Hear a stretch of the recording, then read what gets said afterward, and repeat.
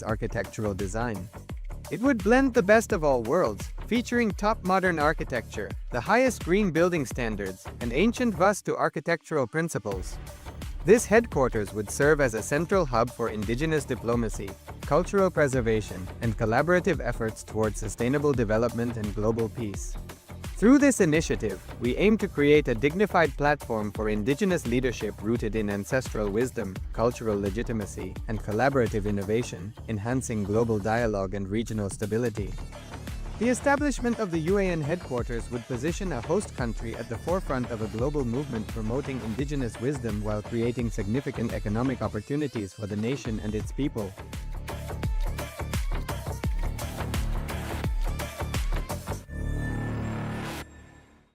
Established since 2002 in the United States of America, the United Ancient Nations is an intergovernmental organization, currently made up of 160+ members and indigenous nations. The UAN and its work are guided by the purposes and principles contained in its founding charter. The UAN is a manifestation of the profound connection amongst indigenous peoples across the world, including African, Andean, American, European, Caribbean, Oceanic, and Asian regions, rooted in shared wisdom, sustainable practices, and deep reverence for the earth. The United Ancient Nations serves as an international cultural and diplomatic organization focused on uniting indigenous cultures globally. Our governance structure is council-based without territorial claims, led by a collective leadership through our General Secretariat. As a non-state entity with UN-style advocacy, we focus on several key areas: cultural and digital heritage preservation, indigenous diplomacy, revival of indigenous knowledge systems to solve humanity's problems, global peace, environmental preservation, health and wellness, sustained economic development, indigenous and cultural tourism. While the UAN represents numerous indigenous cultures, the United States of Kalasa serves as the first indigenous nation specifically for Hindus. Kalasa's mission is Nityanandam, and welcome to the Dvitiya Vinyasa Krama, the second sequence with the 308 asanas of Kalasa's Nityananda Yoga. First, let us make sure we have all the components you need for the yoga practice. Have your yoga mat on the ground. Have your Panchapacha and Udani ready. 1 cup with a spoon with some water for the ritualistic cleansing. All the male bodies, please remove your upper cloth and apply the vibhuti on the 16 places over your body, as you can see on our acharyas. All the female bodies, you can apply it on your forehead. Wear the kumkum on your third eye, the Agnya chakra in between the eyebrows, and wear the Rudraksha mala around your neck. You can keep some weights at the side of the mat if you want to intensify the asana practice. And make sure you have 1 energized Shri Yantra on your yoga mat. Gaze at the yantra whenever possible.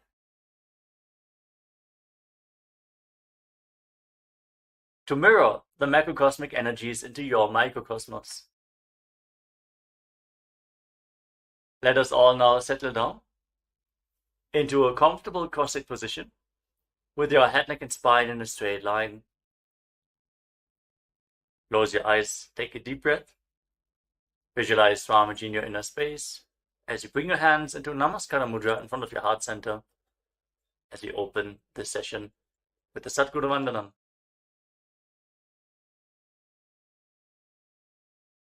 Nityanandam Paramasukhadam Kevalam Jnanamurtim Dvandvatitam Gaganasadrisham Tattvamasyadilaksham Ekam Nityam Vimalamachalam Sarvadhi Sakshibhutam Bhavatitam Trigunarahitam Sadgurum Tam Namami.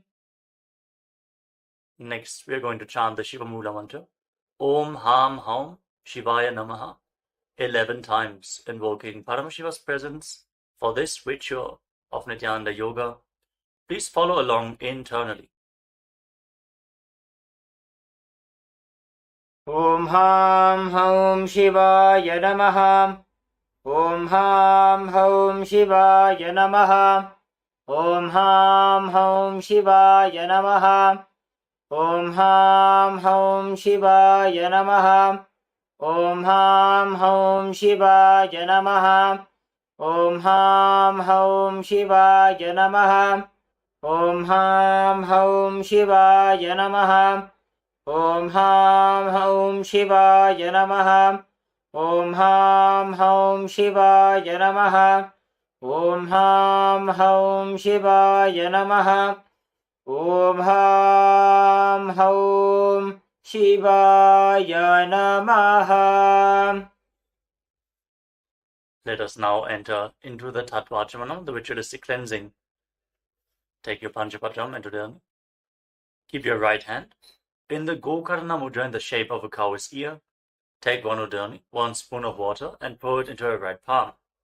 Each time the word Swadha is chanted, sip the water from the bottom of your palm and take another Udani of water into your hand, for a total of 3 times. ॐ आत्मतत्त्वं शोधयामि स्वधा।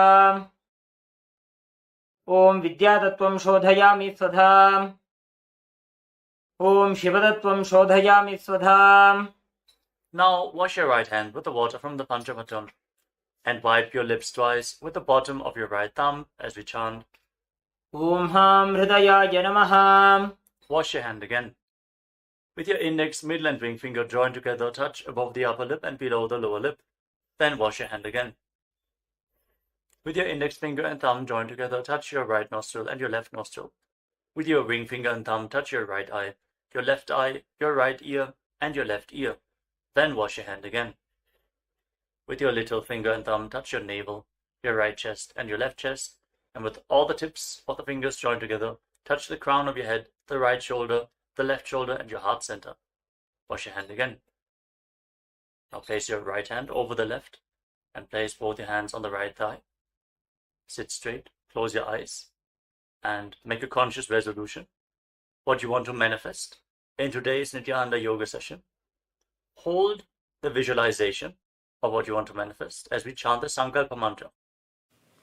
ॐ ममोपात्त समस्त दुरितक्षयद्वारा भगवत्श्री नित्यानंद परमशिव प्रीत्यर्थं श्री नित्यानंदेश्वरी परमशिव शक्ति समेत श्री नित्यानंदेश्वर परमशिव प्रीत्यर्थं च शुभे शोभने मुहूर्ते अद्य ब्रह्मणः द्वितीय परार्धे श्री श्वेतवराह कल्पे वैवस्वतमन्वन्तरे अष्टाविंशतितमे नित्ययुगे प्रथमे पादे जम्बूद्वीपे भारतवर्षे भरतखण्डे मेरोः दक्षिणे पार्श्वे शकाब्दे अस्मिन् वर्तमाने व्यवहारिके प्रभवादीनां षष्ट्याः संवत्सराणां मध्ये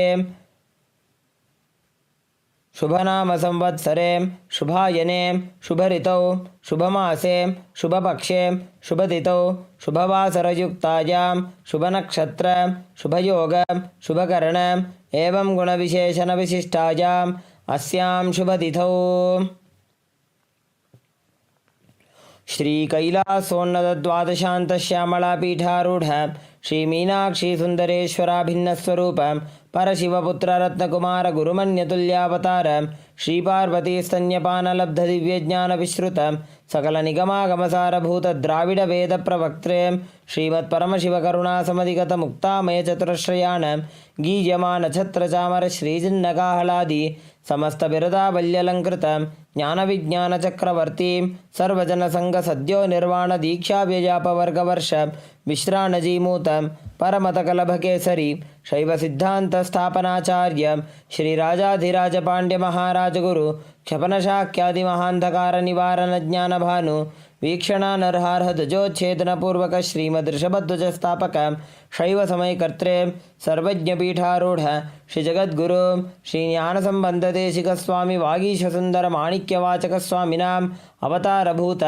श्रीज्ञानसम्बन्धस्वामी पुनरुद्धृतश्यामलापीठ सर्वज्ञपीठ तृणवद्युत्तर द्विशततमगुरुमहासन्निधान अरुणगिरि योगीश्वर परंपरागत अरुणाचल सर्वज्ञपीठ गुरु महासन्निधान कैलास परंपरागत कांची कैलास सर्वज्ञपीठ त्रयस्त्रिंशदुत्तर द्विशततम गुरु महासन्निधान नित्योत्सव नित्यमंगल नित्य कल्याण नित्यरजित कैलास परंपरागत आदि कैलास नित्यानंद पीठ महासंस्थान महासिंहासन पीठ कर्तृ साक्षात् श्री परमशिव समुद्भूत कैलास परंपरागत वैवस्वतमनु इक्ष्वाकु हरिश्चंद्र भगीरथ श्रीरामचंद्र शूरसेन इत्यादि अनवच्छिन्न सार्वभौम चक्रवर्ती परंपरागत चतुष्षष्टि योगिनी मंडित चतुष्षष्टि संप्रदाय प्रवर्तक मनुधर्म शासन सूर्यवंश प्राप्त सर्वज्ञ पीठ सुरांगी साम्राज्य मूर्धाभिषिक्त चूड़ामणि साक्षात् श्री परमशिव समुद्भूत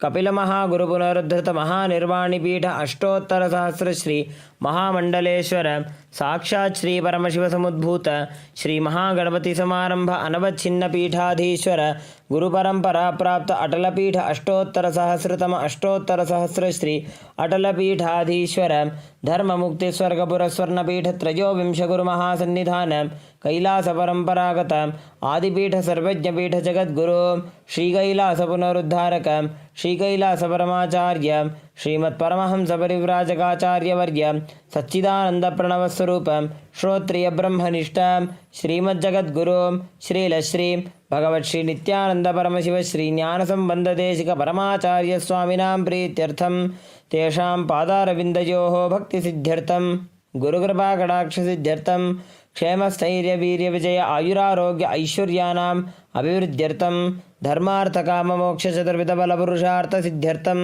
समस्त दुरितोपशान्त्यर्थं समस्त मंगल अवाप्त्यर्थं भगवत् श्री नित्यानंद परमशिव प्रसादेन सकुटुम्बस्य ज्ञान वैराग्य जीवन मुक्ति प्राप्त्यर्थं पूर्ण आरोग्य युक्त दृढ़गात्र यौगिक शरीर सिद्ध्यर्थं परमशिव शक्ति आविष्करणार्थं नित्यानंद योगाभ्यासं करिष्ये. Now wash your right hand once more. Om apa upasprishya. And keep your Panchapatam and Udani aside out of harm's way.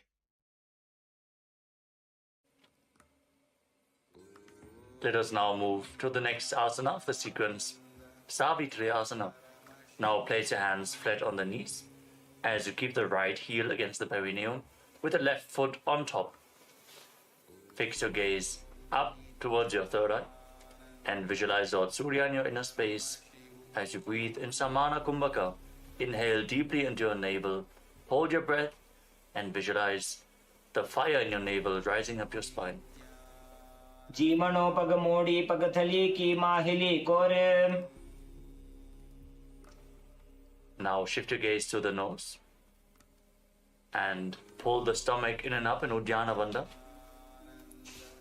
as you visualize yourself as Vajra, the weapon of Indra, symbolizing indestructibility in Vajrasana too. सव्येन कंदं प्रपीड्य चान्यं पादं तु लिङ्गोपरि निक्षिपेत् च वज्रासदं प्राणजये च सिद्धं ग्रीवातनोमस्तसमस्तशक्तम्. Now gaze up towards your third eye and perform Mahamudra Bandha. Engage all three bandhas as you visualize yourself as a Siddha Yoga Master in Siddhasana too. योनिस्थानकमधिमूलघटितं सम्पीय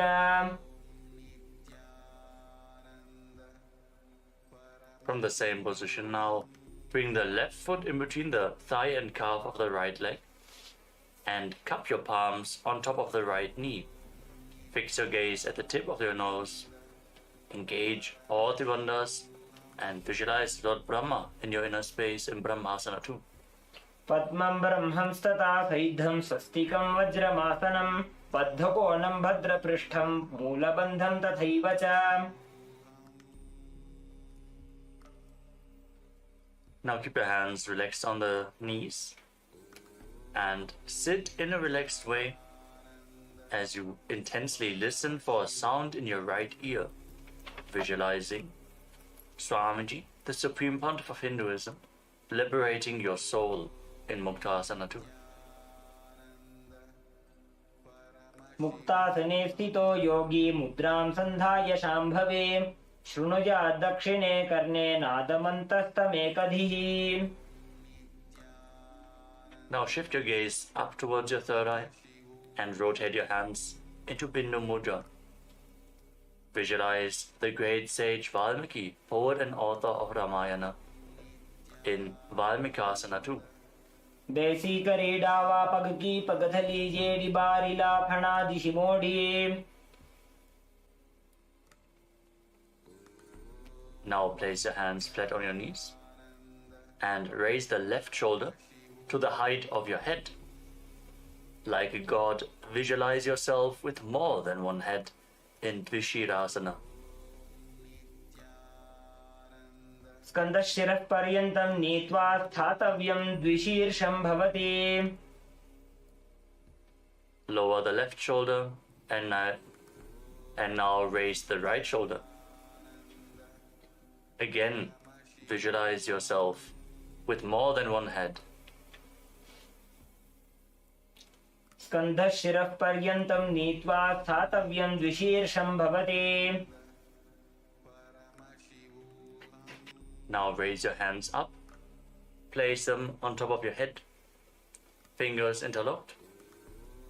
Fix your gaze at the tip of the nose, pull your stomach in and up, and visualize yourself as an alligator in Kumbhirasana. नितम्बे हस्तयुगलं भूमौ सङ्कोचितः पतेत्. कुम्भीरासनमावक्षे वायूनां धारणाय च. Place your hands back down on the knees. Sit with your spine straight. Now place your heels underneath the opposite thighs. Sit with your spine straight, gaze to your nose, and visualize each of your chakras as a bright white light in Chakrasana 2. सव्योरुदक्षिणे गुल्फे दक्षिणं दक्षिणेतरे. निदध्यादृजुकायास्तु चक्रासनमिदं मतम्. Now bring your feet in between the opposite thighs and calves. Fix your gaze at the tip of the nose.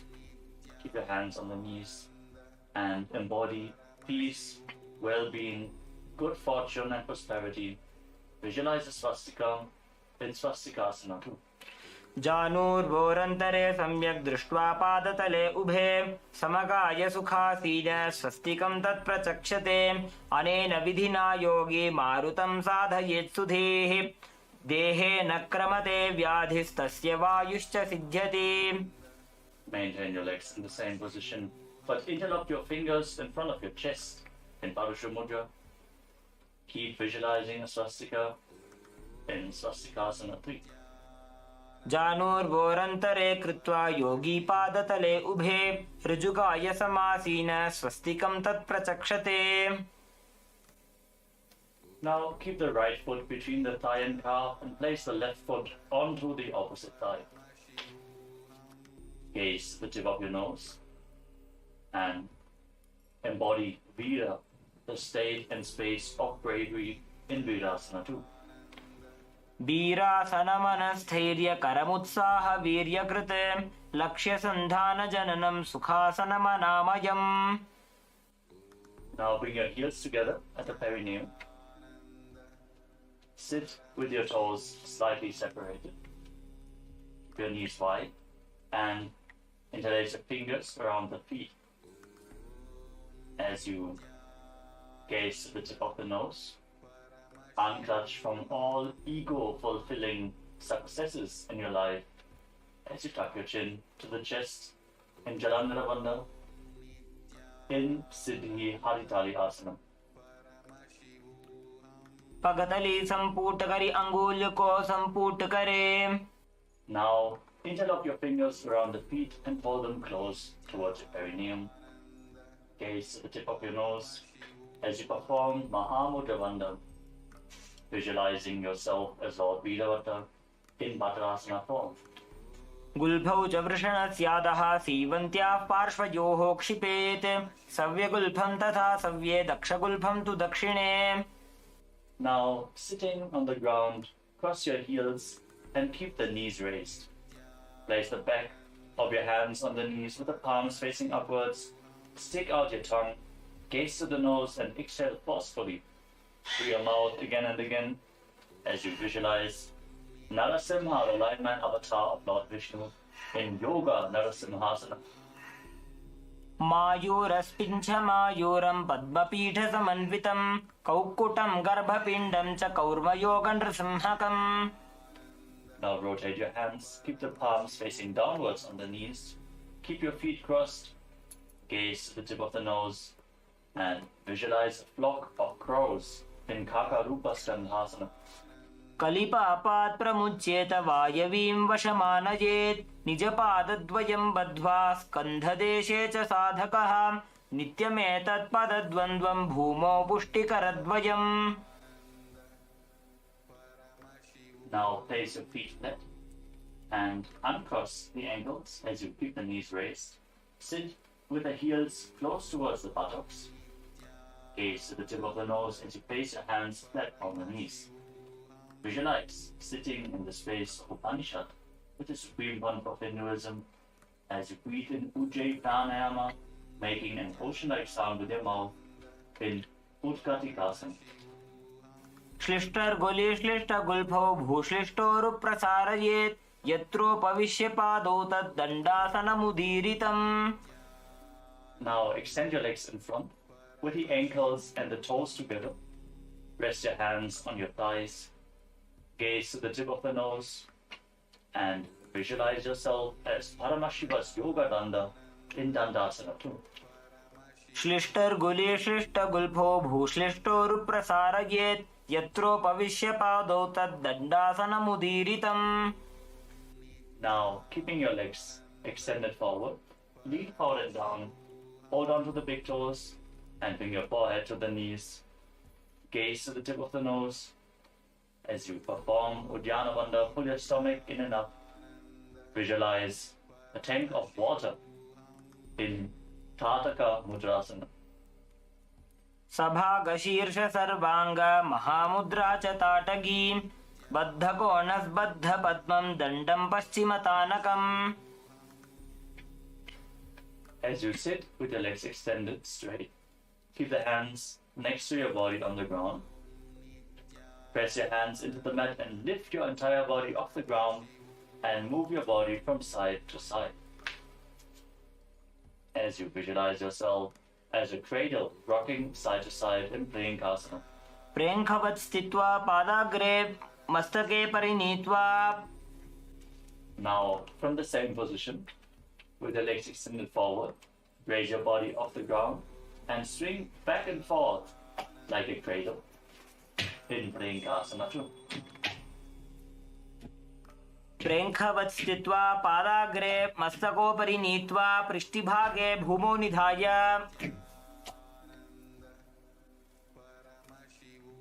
Now sit with your feet flat, your knees bent, and wrap your arms around the knees as you gaze up towards your third eye. Sit and be in the space of Advaita, oneness with Swamiji in Yogasana 3. पृष्ठे भेदान्वितं पादं तस्य हस्तेन बन्धयेत् अथ योगासनं वक्ष्ये यत्कृत्वा योगिराद्भवेत्. Next up is Vrishapati-asana. Now place the left heel underneath the left buttock and keep the toes pointing sideways. Stake the right knee over top and keep your hands on top of the knee. Gaze to the tip of your nose as you experience the energy of a temple inside you. Breathe in Siddhkari Kumbhaka. Press your tongue against the teeth. Press your tongue up against the palate of your mouth without touching the teeth and hiss through your teeth as you inhale in Vrishapati-asana. जीमना गोडो अग्रकरिडावो पगजीमणि पाशति आणी. Now, slide the left heel outside the hip. Sit in between the heels with the tips of the right hand fingers. Touch the middle joints of the left hand. And place your hands in your lap. Gaze up towards your third eye and visualize the purifying effect of Durva grass happening on your being in Durvasasana. दायी जंघ परिकरि जीवनो पगदायी पाशति आनी. Maintain the position. Bring your hands into Padma Mudra and place them on your knees. Gaze at the tip of your nose and visualize all gods and goddesses pleased with you in Sukha Devasana. वाम जंघ अरुपीड़ी माही दक्षिण पीड़ी धरे सुताही. Now place your hands on the feet and hold on to the feet firmly. Your spine straight, gaze up towards your third eye and visualize Lord Shiva blessing you to go beyond material needs and desires in Datta Digambarasana. प्रथम जीवनो पाव उचावे दायी जंघ उपरि करि ल्यावे. Now catch a hold of your big toes. Gaze to the tip of your nose and visualize yourself as a fish. As you lean forward and down, bring your forehead close to the mat in Machandrasana. जीवनो पगडाई जंघ परि राशे येड़ी गड़ी लगावे. Keep the right knee on top of the left and rise up. Now bring your right arm up over your shoulder and bring the left arm below. Reach for the opposite hand behind your back. Hold on. If you can reach the opposite hand, that's okay. Just reach as far as possible. Gaze to the tip of the nose and visualize the face of a cow in your inner space in Gomukhasana 2 as you gaze to your nose. उत्तान कूर्म पीठं च सिंहद्गारुडमेव च वातायनं गोमुखं च भारद्वाजं त्रिविक्रमम्. Now bring the right heel below the right buttock and set the left knee over top. Keep the toes of the right foot pointing to the side as you place your hands on the knees.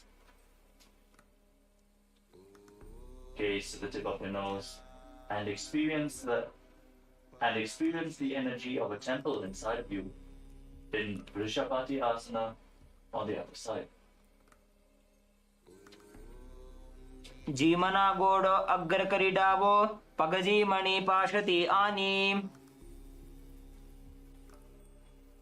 Now slide the right heel outside the hip. Sit in between the heels. And now touch the middle joints of your right hand fingers with the fingertips of the left hand. Place your hands in your lap and gaze to your nose as you visualize the purifying effects of Durva grass happening on your being in Durvasasana on the other side. दायी जंघ परि करि जीमनो पगदायी पाशति आनी. Now bring your thumbs and little fingers together and open up your palms resembling a lotus flower. Place your hands on the top knee. Gaze to the tip of the nose and visualize that all gods and goddesses are pleased with you in Sukha Devasana. वाम जंघ अरुपीड़ी माही दक्षिण पीड़ी धरे सुताही. Now hold on to your feet firmly. Gaze up towards your third eye and visualize Lord Shiva blessing you to go beyond material needs and desires in Datta Digambarasana on the other side. प्रथम जीवनो पाव उचावे दायी जंघ उपरि करि ल्यावे. Now hold on to the big toes as you gaze to your nose and lean forward and down, visualizing yourself as a fish. Don't forget to breathe in Siddhkari Kumbhaka in Machandasana 3. जीमनो पगडायी जंघ परि राशे येड़ी गड़ी लगावे. Now rise up with the left knee on top raise the left arm over top of the shoulder and bring the right arm behind your back. Hold on to opposite hands behind your back if you can, as you visualize the face of a cow in your inner space in Gomukhasana 2. उत्तानकूर्मपीठं च सैंहद्गारुडमेव च वातायनं गोमुखं च भारद्वाजं त्रिविक्रमम्.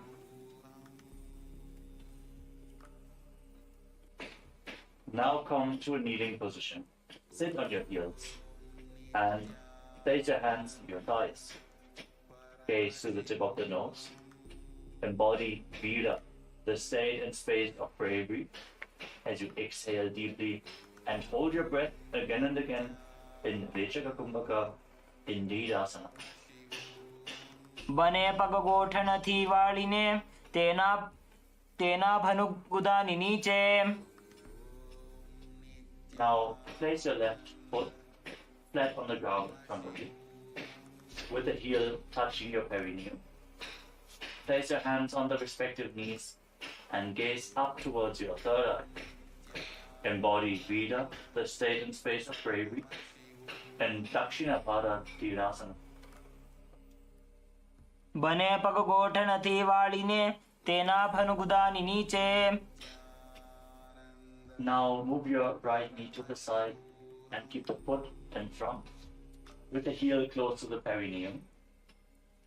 Wrap your arms around the raised knee, holding on to opposite forearms.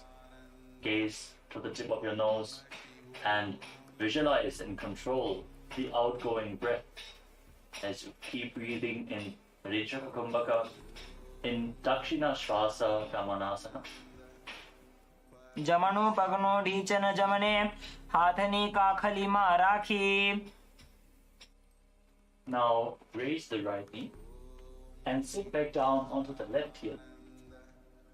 Keep the right heel against the perineum, hands on the knees, gaze to your third eye, embody Vira, the state and space of bravery, in Vamapada Tirasana. बने पगगोठन थी वालिने तेना भनुगुदानि नीचे. Now bring the left knee outwards, the left foot in front, with the heel against the perineum, and wrap your arms around the right knee, holding on to opposite forearms. Gaze to your nose and visualize and control the outgoing breath in Vama Shvasa Gamanasana. जमणो पगनो ढीचन जमने हाथनी काखली मां राखी. Now place both your feet flat on the ground and bring your right arm around the raised knees. Twist to the side and bring the other arm behind your back, interlocking the fingers if you can. Balance in this posture.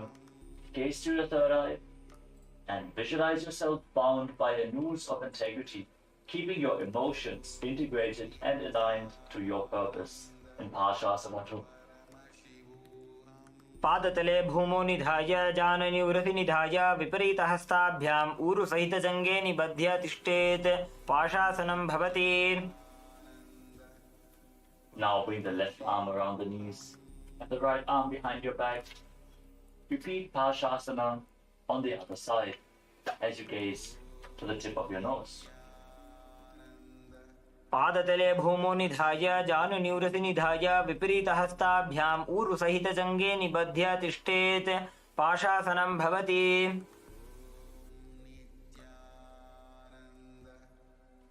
Now cross your legs behind and sit your perineum onto the raised heel. Place your hands on the knees, gaze to the tip of the nose, visualize and embody the space and state of a lion as you breathe calmly through your nose in Simha Rupakasana.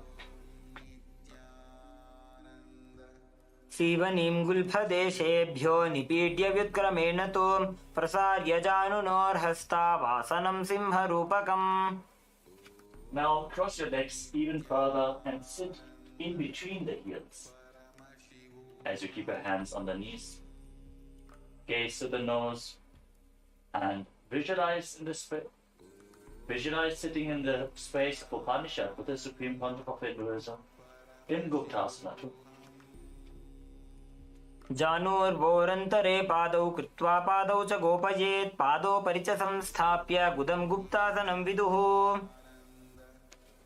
Now stand on your knees, keep the feet crossed behind, and bring your fingers in between the thighs and calves, with the thumbs outside. Gaze up towards your third eye, and visualize and rid yourself of all pain and suffering in Viyogasana. गोड़ा वामो उबो होई गोड़ा आड़ा राखे दोई दछि पाद के पानी रहावे हणो वाम गोड़ा ढील्यावे. Now stand on the knees and cross your hands in front, holding onto opposite elbows. And quickly raise your heels to the buttocks again and again. As you visualize yourself as a deer in Harinasana. उड्डानं कृत्वा पार्श्वनिभ्यां नितम्बं हरिणासनं भवति. Now place your feet flat and bend back. Hold on to your heels as you push your hips forward. Visualize yourself as a camel. Breathe calmly through your nose in Ushtrasana 3. मेरुदण्डग्रन्थिदाढ्य संविपादयिषुः पुमान् कपोतोष्ट्रासनाभ्यासं कुर्यान्मितहिताशनः. Now place your hands flat on the ground in front of you. As you bring your legs over top of your shoulders. And raise your feet off the ground, visualizing your legs as flower garlands hanging around you in Mahalasana. हस्ताभ्याम् अवनिमवष्टभ्य स्कन्धयो जानुनी संस्थाप्य. We move on to Ganga Vatarana Karna. Now stand up.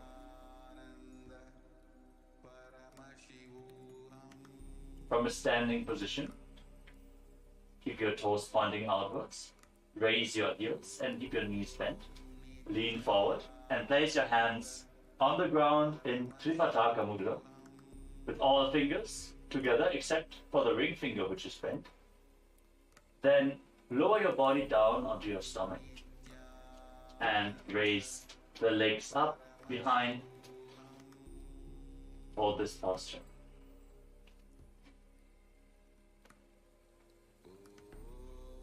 Now come to a kneeling position.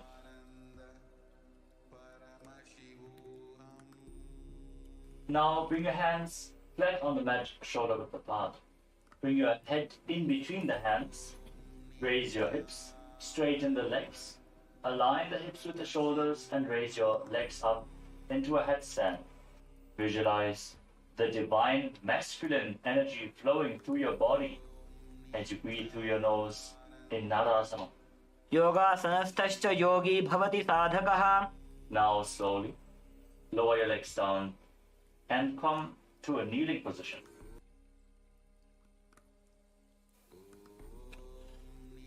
अधो मुण्डासनं वक्ष्ये सर्वेषां प्राणिनां सुखम्.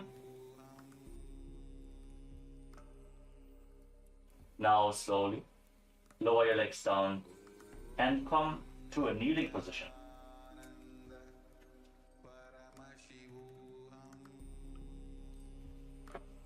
Keep your heels under the buttocks and interlock your fingers in Parusha Mudra. Place them on the ground to the right side of your body and bring your head forward and down. Visualize your body being softly purified in Midaki Pavasana 2. आसन को गुणगुलमय by जाई. Now bring your hands to the other side of the body. Place them down on the ground. Lower your head down as you repeat Midaki Pavasana 2. आसन को गुणगुलमय by जाई.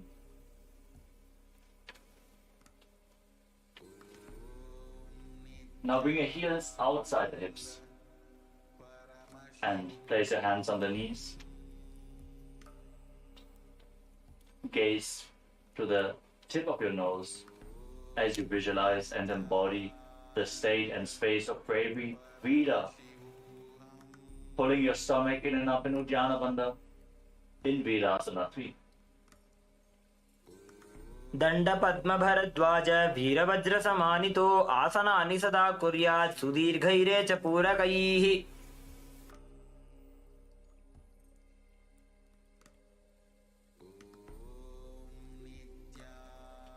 Now place both hands down on the ground and press your entire body up. Bring your forehead down and touch the ground again and again as you visualize yourself as a hawk in Shenasana. विपरीत नृत्य च स्थितो नासिका भूमौ संस्पृश्य. Now place your forearms on the ground, elbows shoulder width apart, and keep your palms flat as you raise your hips and lift your legs up over top of your body. Keep the legs as straight as possible. Bring your body into a C shape as you visualize yourself as a peacock. And breathe calmly through your nose in Pincha Mayurasana. मायूरस्पिञ्छ मायूरं पद्मपीठ समन्वितम्. Now come to a kneeling posture. Tuck your toes with the heels raised and sit down on the heels. Place your hands. Make a fist with your hands and place them on your thighs as you gaze to the tip of the nose and visualize yourself milking a cow in Godohikasana. पार्ष्णिभ्यां तु भुवस्यागे तत्स्यात् गोदोहिकासनम्. Now slowly stand up. Raise your arms up above your head with the hands separated. Raise your chin. Gaze up towards your third eye and visualize yourself as a camel in Ushtrasana form. पादाङ्गुल्याभ्यां भूमिं धृत्वा बाहु ऊर्ध्वीकृत्य तिष्ठेत् उष्ट्रासनं भवति. Now join your hands in Anjali Mudra above your head.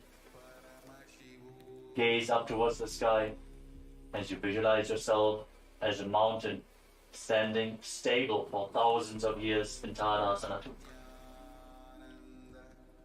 महामुद्राबद्ध कोनो ताड़ासन विभेदकान् विनोत्तानं सदा कुर्यात् अन्तर्पत्नी पतिप्रिया. Now again, separate your palms, face them up towards the sky as you visualize yourself as a palmyra tree in Talasana. बेहात ऊंचा करिने पंजा पहोला राखिने. Now extend your arms out to the side at shoulder level and swing the hands forward in a circular motion again and again as you visualize yourself as a potter's wheel in Kulala Chakrasana. हस्तो प्रसार्य भ्रमणं कर्तव्यं कुलालचक्रासनं भवति. Now rise up onto the tips of your toes. Keep your spine straight. Cross your hands in front of your chest and hold on to opposite arms. Gaze to the tip of your nose and visualize yourself as a caged bird being released in Panchasana. चरणस्याग्रभागेनोत्तिष्ठेत् भुवस्थले मुनिः कृत्वा हस्तपरीयस्तीं सिद्धं सेवेत सिद्धये. Now lower your heels down. Keep your hands at the side and raise the sole of the left foot against the right knee. Keep your hands at the side. Gaze at the tip of the nose. Visualize the moon in your inner space as you pull your stomach in and up in Uddiyana Bandha and perform Ujjayi Kumbhaka, making an ocean-like sound with your mouth in Ardha Chandrasana. एकेन पादेन भूमिं वष्टभ्य अन्यपादतलेन ऊरुमवष्टभ्य तिष्ठेत्. Now bring the left heel towards the opposite hip. Now sit down and stand back up, alternating the sides again and again. Visualize yourself as an arrow to Shiva's bow in Sankhasana. तिष्ठन् सन् पार्ष्णिना इतरजगनप्रदेशे सम्पीड्य.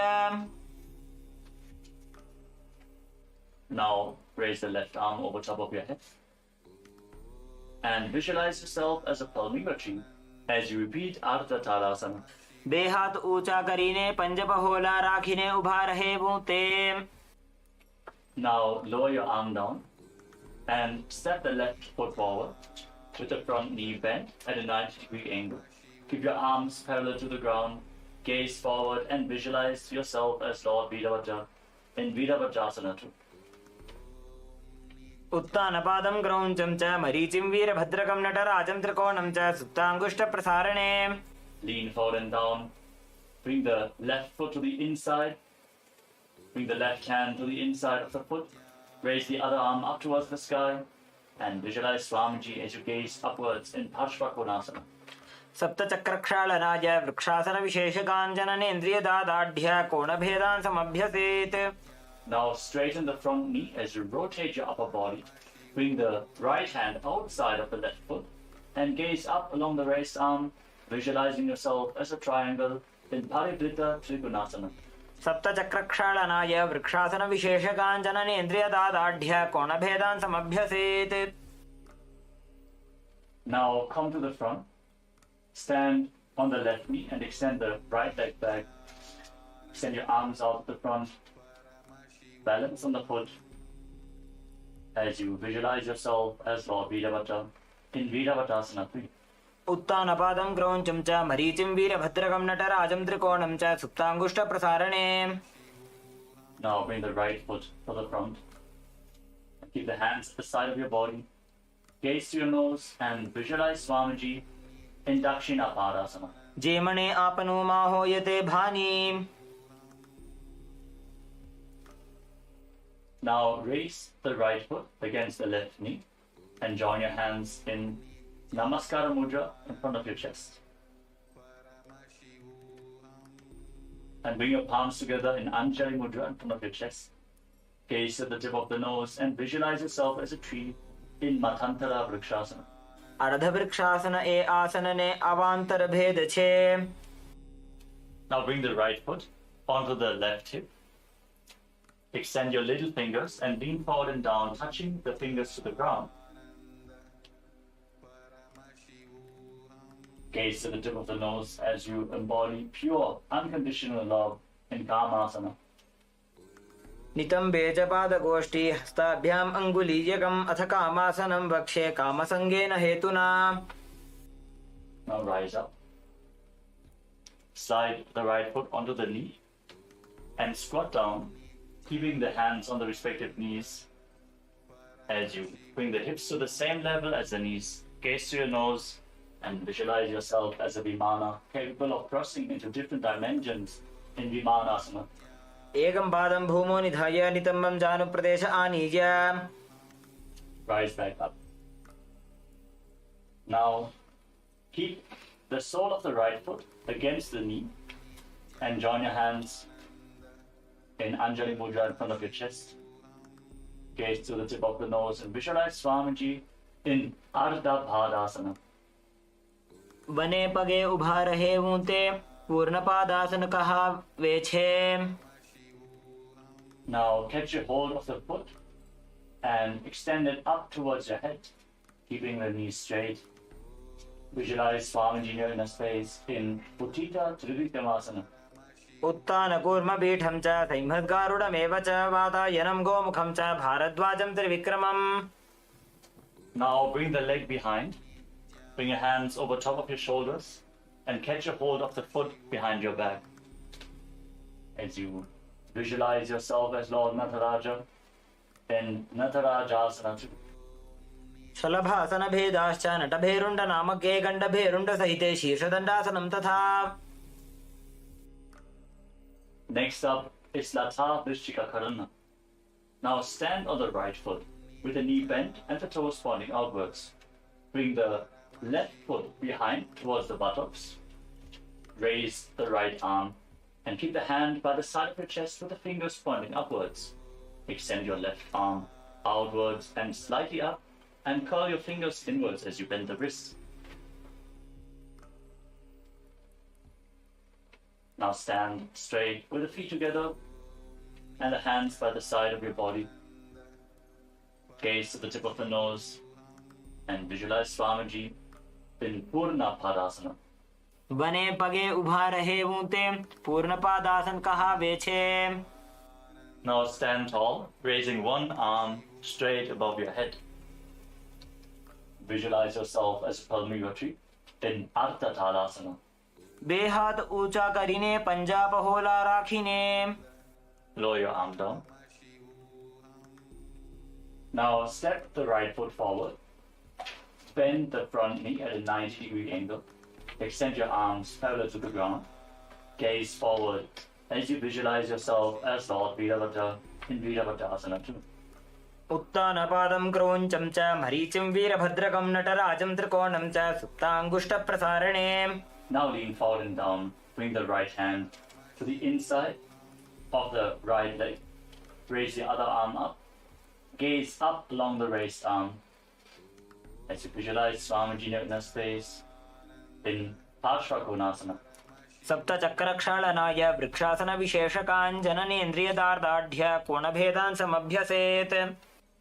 Now straighten the front knee and rotate your body. Bring the left hand to the outside of the right leg and raise the other arm up. Gaze up along the raised arm and visualize yourself as a triangle in Parivritta Trikonasana. सप्तचक्रक्षालनाय वृक्षासनविशेषकाञ्जननेन्द्रियदार्ढ्य कोणभेदान् समभ्यसेत्. Now rise up. Lean forward as you raise your left leg off the ground. Extend your arms over top of your head and balance as you visualize yourself as Lord Virabhadra in Virabhadrasana 3. उत्तानपादं क्रौञ्चं च मरीचिं वीरभद्रकम्. Now extend the left leg to the front at a 90-degree angle. Keep your hands relaxed at the side as you visualize Swamiji. Gaze through your nose and breathe in Ujjayi Pranayama in Dakshina Padasana. जे मने आपनो मा होयते भानी.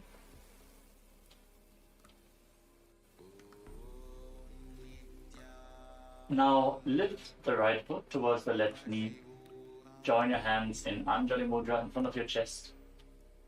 Gaze to the tip of your nose and visualize yourself as a tree in Matantara Vrikshasana. अर्धवृक्षासन ए आसनने अवांतर भेद छे. Now lift the right foot onto the left hip. Extend your little fingers outwards and lean forward and down, touching the little fingers to the ground. Gaze to your nose as you embody pure, unconditional love in Kamasana. नितंबे च पादगोष्ठी हस्ताभ्याम् अङ्गुलीयकम् अथ कामासनं वक्ष्ये कामसङ्गेन हेतुना. Now slide the foot onto the knee. Place your hands on the respective knees and squat down. Keep your body elevated above the ground. Gaze to your nose and visualize yourself as a Vimana capable of crossing into different dimensions in Vimanasana. एकं पादं भूमौ निधाय नितम्बं जानुप्रदेश आनीय द्वितीयं पादं जानुनी निधाय. Rise back up. Bring the foot towards the side of the knee. Join your hands in Anjali Mudra in front of your chest and gaze to your nose as you visualize Swamiji in your inner space in Ardha Padasana. बने पगे उभा रहे ऊंते पूर्ण पादासन कहावे छे.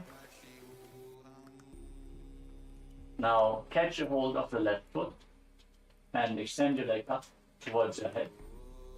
Keep the knee as straight as possible as you gaze to your nose and visualize Swamiji in Uttita Trivikramasana. उत्तानकूर्मपीठं च सिंहद्गारुडमेव च वातायनं गोमुखं च भारद्वाजं त्रिविक्रमम्.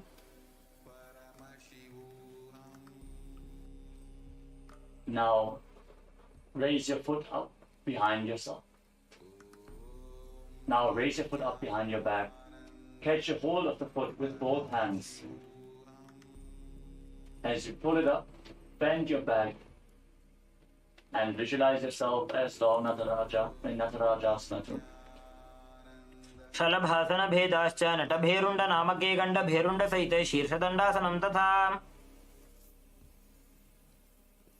Now turn the toes of the left foot outwards. Bend the left knee. Bring the right foot behind the buttocks as you bring the left hand to the side of the chest with the fingers pointing up. Extend your right hand outwards and up as you bend the wrist. In Latha Vrishtika Karma.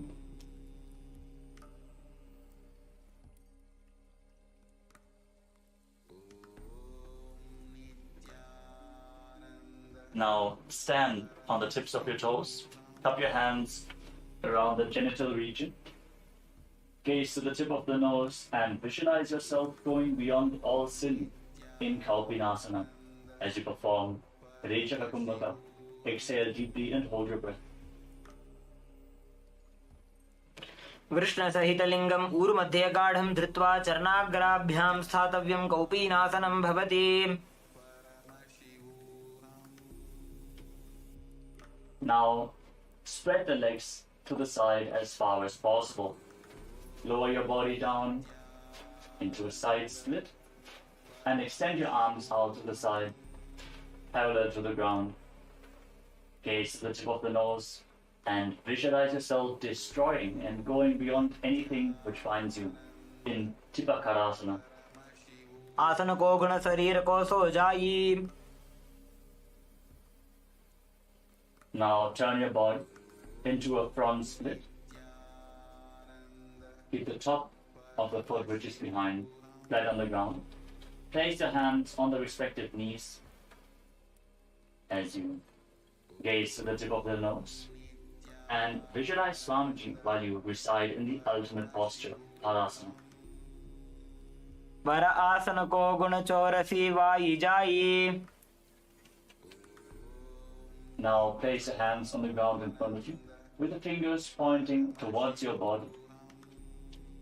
Lift the front leg over top of the respective shoulder. Keep the back leg extended and lift your entire body off the ground as you visualize yourself as a peacock in Pinda Mayurasana. एकं पादं मयूराग्रे प्रसार्यैकं मयूरवते इदं पिण्डमयूराख्यं सर्वव्याधिविनाशकम्. Now exchange the position of your legs. Bring the other foot to the front. Bring the other foot to the front. Your hands on the knees. And gaze to the nose. Reside in the ultimate posture and visualize Swamiji in Padasana. पर आसन को गुण चौरसी Y जाई. Now again, place your hands flat on the ground with the fingers pointing towards your body. This time, lift the other leg over top of your shoulder. Lift your body off the ground as you visualize yourself as a peacock in Pinda Mayurasana. एकं पादं मयूराग्रे प्रसार्यैकं मयूरवते इदं पिण्डमयूराख्यं सर्वव्याधिविनाशकम्. Now come to a sitting posture with your legs extended out to the side and the side split.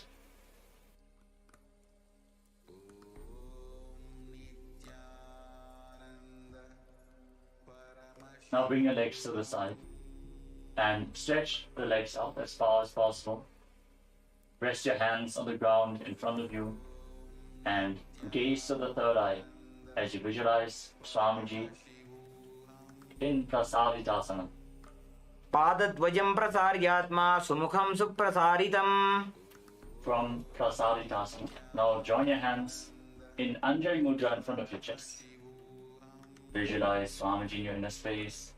Exhale deeply again and again in Uttana Padasana.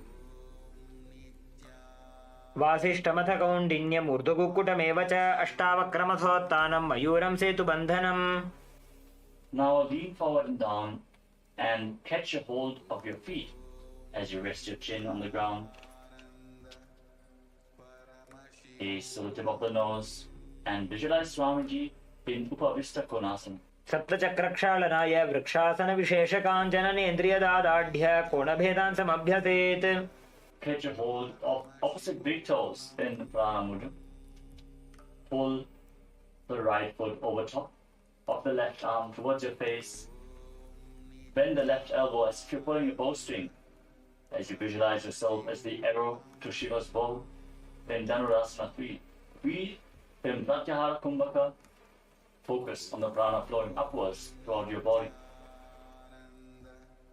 पादाङ्गुष्ठौ तु पाणिभ्यां गृहीत्वा श्रवणावधि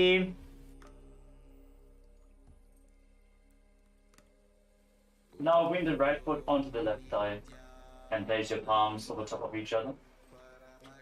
Gaze to the tip of the nose and visualize and embody Vira, the state and space of bravery in Virasana.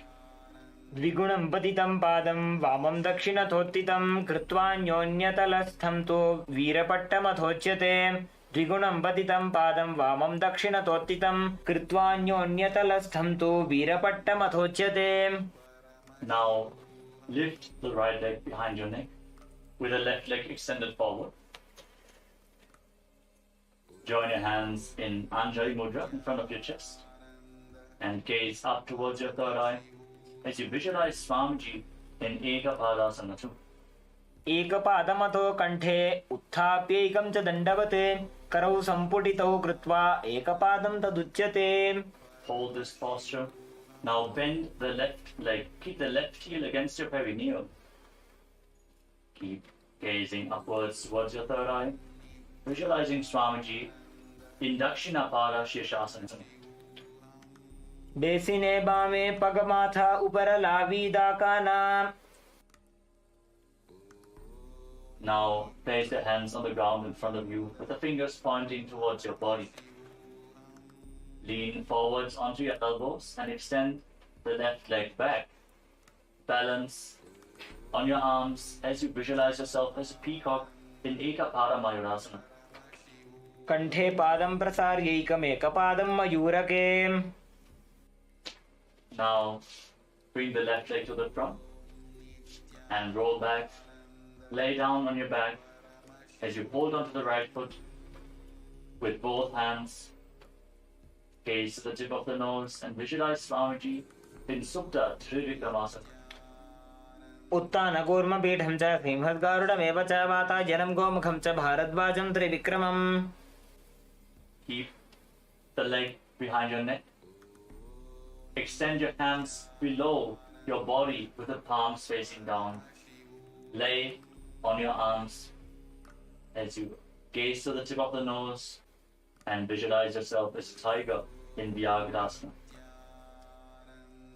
व्याघ्रासनमथो भक्षे क्रोधकालविनाशनम् एकपादं शीर्षमध्ये मेरुदण्डोपरि स्थितम्. Now rise up. Extend your legs out to the front. Again, catch a hold of opposite big toes. As you repeat Dhanurasana 3 on the other side, bring the left leg over top of your shoulder and pull the left foot towards your face. Now bring the left leg over top of your shoulder and pull the foot towards your face as if you're pulling a bowstring, visualizing yourself as an arrow to Shiva's bow in Dhanurasana. पादाङ्गुष्ठौ तु पाणिभ्यां गृहीत्वा श्रवणावधि. Now place the left foot onto the right thigh. Place your palms over top of each other. Rest them in your lap as you gaze to the nose and embody Vira, the state and space of bravery in Virasana. द्विगुणं पतितं पादं वामदक्षिणतोत्थितं कृत्वान्योन्यतलस्थं तु वीरपट्टमथोच्यते. Now lift the left foot behind your neck as you join your hands in Anjali Mudra in front of your chest. Gaze up towards your third eye and visualize Swamiji in Ekapadasana. एकं पादमथो कण्ठे उत्थाप्यैकं च दण्डवत् करौ सम्पुटितौ कृत्वा एकपादं तदुच्यते. Now bend the right foot. Bring the heel towards your perineum. Maintain your hands in front of your chest, the leg behind your neck. Gaze to your third eye and visualize Swamiji in Vama Parashirasasana. बेसिने बामे पगमाथा उपर लाविडाकाना. Now place your hands on the ground in front of you Keep the fingers pointing back. Lean forward onto your elbows. Extend the right leg back. Balance on your arms with the leg behind your neck as you visualize yourself as a peacock in Ekapada Mayurasana. कंठे पादं प्रसार्यैकम् एकपादं मयूरके. Now extend the right leg forward and lay down on your back. Keep the left leg behind your neck. Hold onto the foot with both hands. Gaze to your third eye and visualize Swamiji in Supta Trivikramasana. उत्तानकूर्मपीठं च संहस्गारुडमेव च वातायनं गोमुखं च भारद्वाजं त्रिविक्रमम्. Now bring your hands down below your body with the palms facing down. Gaze to the tip of the nose and visualize yourself as a tiger in Vyagrasana. व्याघ्रासनमथो वक्षे क्रोधकालविनाशनम् एकपादं शीर्षमध्ये मेरुदण्डोपरि स्थितम्. Now free your leg. Lay down on your back and pull your knees to the chest and circle them with your hands. Gaze to the nose. Squeeze your body into a ball and visualize yourself relaxing on a sofa in Paryankasana 3. जानुप्रसारितबाहो शयनं पर्यङ्कासनम्. Now sit up and one by one lift your legs behind your neck and join the soles of the feet as you reach your hands up and join them around the feet in Anjali Mudra. Gaze up towards your third eye and visualize yourself as Sage Vashishta in Vashishtasana 2. दोवू पगतली जोड़ी संपूट करे. Maintain this posture and now interlock your fingers around the toes. Gaze to the tip of the nose and visualize yourself as a sacred Shivalinga in Shivalingasana. दोवू पाव शीस परि आने फुनी एक जुगती और तहा ठाने. Now cross your feet behind your back and place your hands on the ground next to your body. Gaze to the tip of the nose and visualize yourself as an owl sitting on a branch in Kakarupa Skandhasana 2. अथ वक्षे काकरूपस्कन्धासनमनुत्तमम्. कलिपापात् प्रमुच्येत वायवीं वशमानयेत्.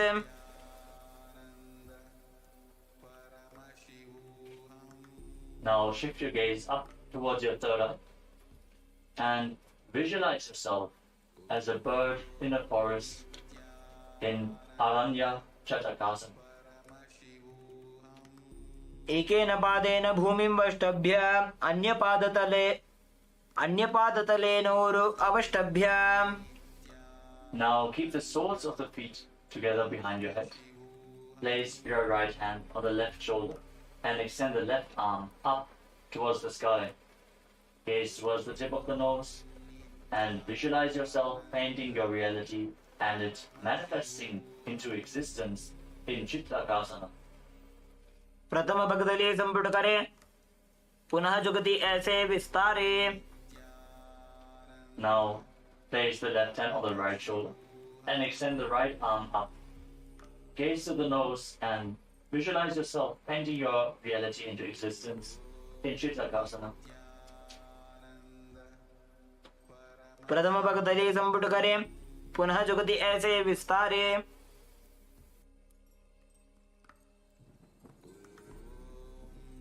Now sit and lift both legs behind your head. Cross them behind your head.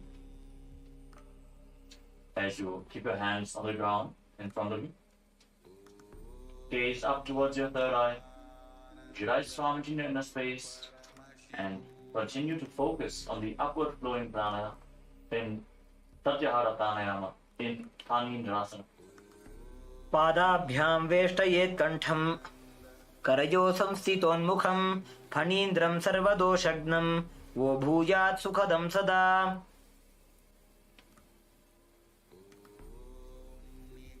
With your feet crossed behind your head, gaze to your third eye, and visualize yourself bound by a noose of integrity, keeping your emotions integrated and aligned to your purpose in Pashini Mudrasana. काण्ठपृष्ठे क्षिपेत् पादौ पाशवदृढबन्धनं सा एव पाशिनी मुद्रा शक्तिप्रबोधकारिणी. Maintain this posture, and now keep your hands in fists and stack one hand over the other as you gaze to the nose and visualize yourself as a fish in Machandasana form. बैसी करी दो वो काढ़े राशे. Now join the soles of the feet behind your back and join your hands in Anjali Mudra in front of your chest. Visualize Swamiji in Dvipada Shirashasana.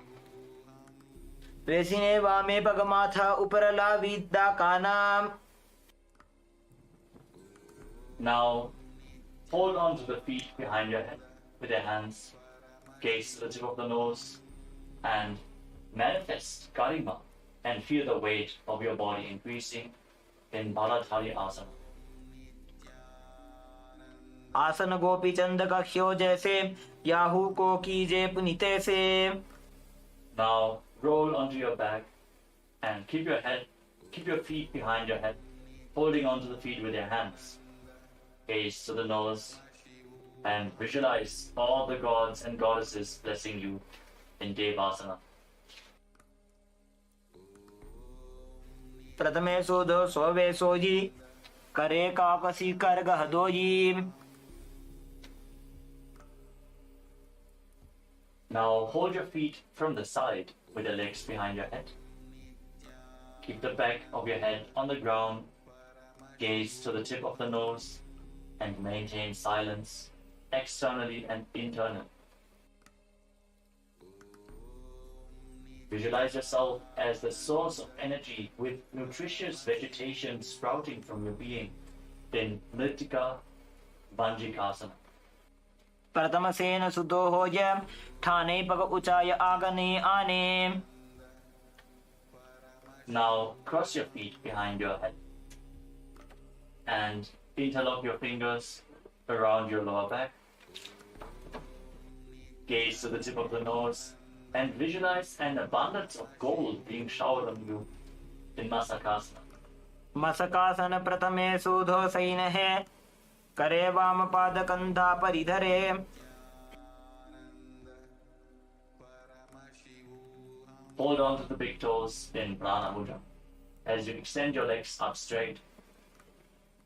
Keep your back flat and visualize each of your chakras as a bright white light as you breathe calmly through your nose in Sahadra Kumbhaka. In Chakrasana, breathe. देहातानी आंगल्योठी बेपगाना अंगली पकड़िने. Now place your feet flat on the ground. Keep your knees raised and place your hands at the side of your body. Visualize Swamiji in your space in Tanasana. पादद्वयं विनोत्तानासनं भवति.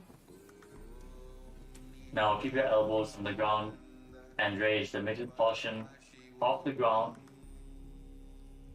and raise the middle portion of your body off the ground. Visualize yourself as a mountain with 3 peaks as you breathe calmly through your nose in Sahadra Kumbhaka in Triputasana. उत्तानशयनं पादतलाभ्यां भूमिं धृत्वा. Now bring your hands in towards your shoulders. Keep them flat on the mat and lift your body up. Keep your hands and feet flat on the ground as you visualize each of your limbs as a pillar of a Hindu temple in Chatushpada Pitam. In Chatushpada Pitam. पूर्वतानं चतुष्पादपीठं वज्रासनं तथा चकोरक्रौञ्च शलभभुजङ्गमपि वृश्चिकम्. Now extend your legs forward and raise your hips. Keep the hands flat on the mat Now extend your legs forward and raise your hips up. Your fingers pointing towards your feet. Gaze to the nose as you visualize Swamiji in Purvatanasana. पूर्वतानं चतुष्पादपीठं वज्रासनं तथा चकोरक्रौञ्चशलभभुजङ्गमपि वृश्चिकम्.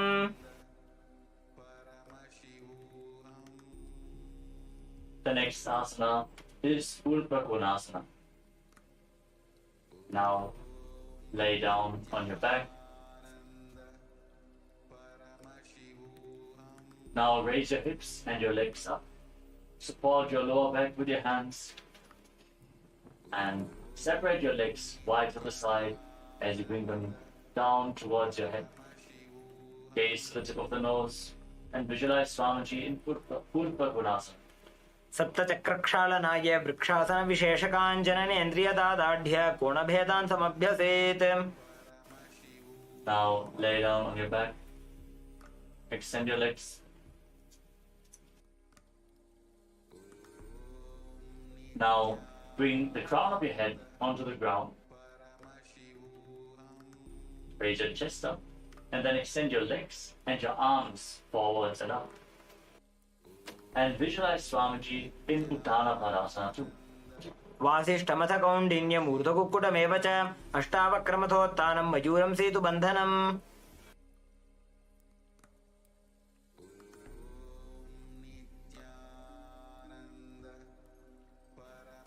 Now place your head on the ground and raise your hips up high. Visualize your body as a bridge in Setubandhanasana. वासिष्ठमथ कौण्डिन्यमूर्धकुक्कुटमेव च. Now bring your hands over top of your shoulders. Keep the hands flat with the fingers pointing towards your feet. Step your feet flat, raise your hips up high, and walk your hands towards the feet.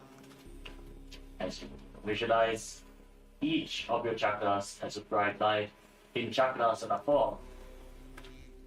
नोभ्यामारं समागृह्य कुण्डल्याः पार्श्वयोः क्षिपेत्. Now bring your hands even closer towards your feet. Hold onto your ankles if you can. Now walk your feet towards your hand and hold onto your ankles if you can. Gaze forward. Visualize Swamiji in Beta Buddhi Asana. आसन को गुणपान अपान की गाठी सूटे. Now lay down on your back. And lift your legs up high over top of your head. Now as you lay on your back, lift your legs up and bring the toes on the ground over top of your head.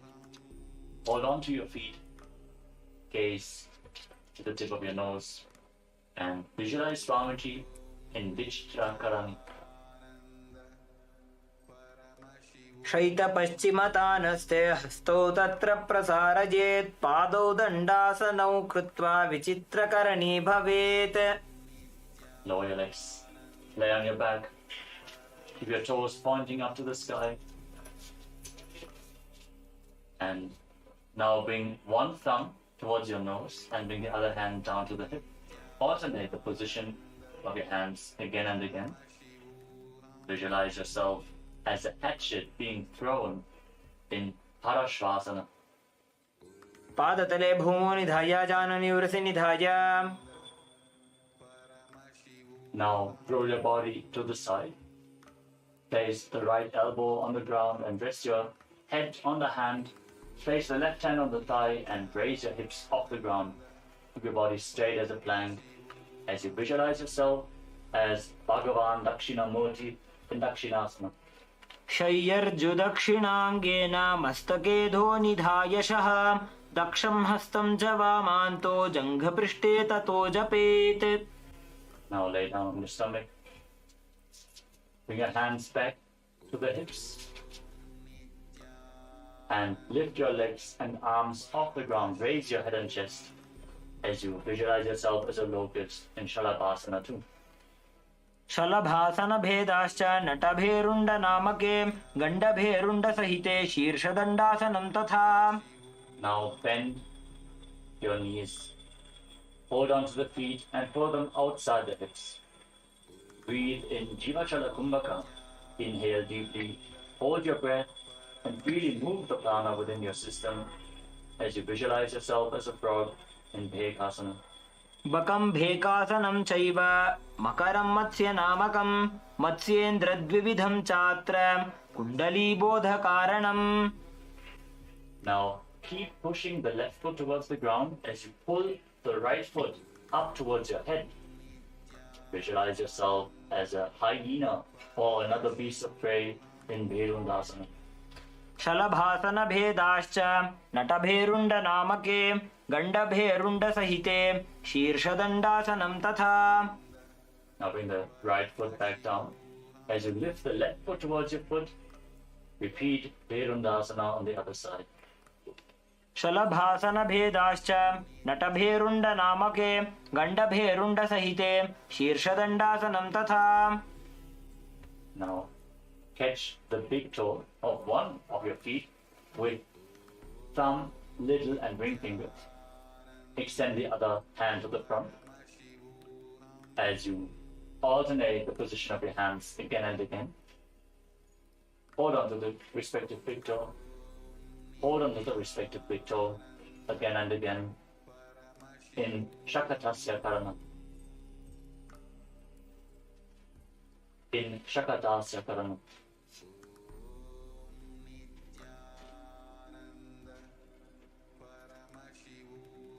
Now place your elbows on the ground in front of you. Rest your chin on your hands. Keep the knees bent, the feet raised up. Gaze to the tip of the nose and visualize Swamiji in Shulasana. कूर्पराभ्याम् अवनिमवष्टभ्य हस्ततलाभ्यां हनुमवष्टभ्य उत्तिष्ठेत् शूलासनं भवति. Now place your feet flat on the ground. Your toes pointing back.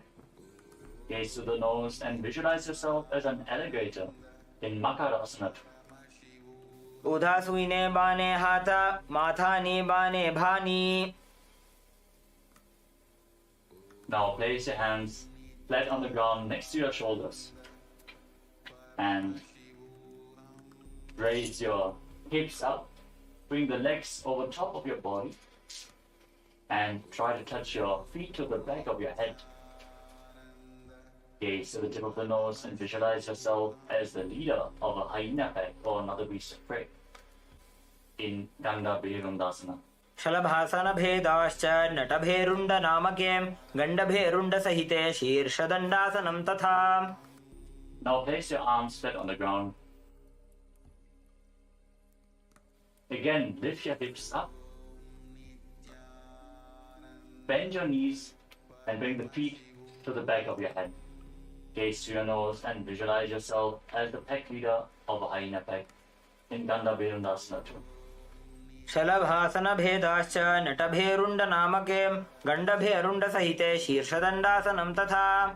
Now bring your feet to the ground in front of your face. Keep visualizing yourself as a hyena pack leader in Ganda Bherundasana 3. शलभासन भेदाश्च नटभेरुण्ड नामके गण्डभेरुण्ड सहिते शीर्षदण्डासनं तथा. Now raise your feet up, straighten the leg, point the toes at a 45-degree angle, and visualize yourself as a locust in Viparita Shalabhasana 2. शलभासन भेदाश्च नटभेरुण्ड नामके गण्डभेरुण्ड सहिते शीर्षदण्डासनं तथा. Now bring your legs flat on the ground. Keep your hands at the side of your shoulders. Now, as you lay on your stomach, with the hands by the shoulders, tuck your toes, and just ever so slightly lift your body off the ground. Keep it completely straight as you visualize yourself as sturdy as a wooden stick or staff in Chaturanga Dandasana. विपरीतं मण्डलं च द्विधैव विदितं हिनः दण्डासनं द्विधा प्रोक्तं विपरीतोपवेशने. Now come to a kneeling posture. Sit on top of your heels and lean forward and down. Hold on to your head with both hands, the elbows at the side of the knees, touch your knees with your chin. Pull your stomach in and up and contract the perineal floor as you forcefully pull the apana vayu upwards within your body, visualizing yourself having no karma at all in Niranjana Karmasana. बालको गर्भशय्यायां तिष्ठेत् संकुचितो यथा तथा गर्भासने योगी निरञ्जन विधिं भजेत्. Now rise up. Place your hands on the ground in front of you with the fingers pointing towards your body. Bend your elbows, bring them towards your navel, and lift the legs off the ground. Extend the legs straight. Be completely parallel to the ground. Visualize yourself as a peacock. Samana Kumbhaka. Without inhaling or exhaling, hold the prana in your navel region in Danda Mayurasana. मयूरं दण्डवत् कुर्यान् मायूरं दण्डनामकं कुर्यान् मायूरं पार्श्वाभ्यां मायूरपार्श्वनामकम्. Lower your body down.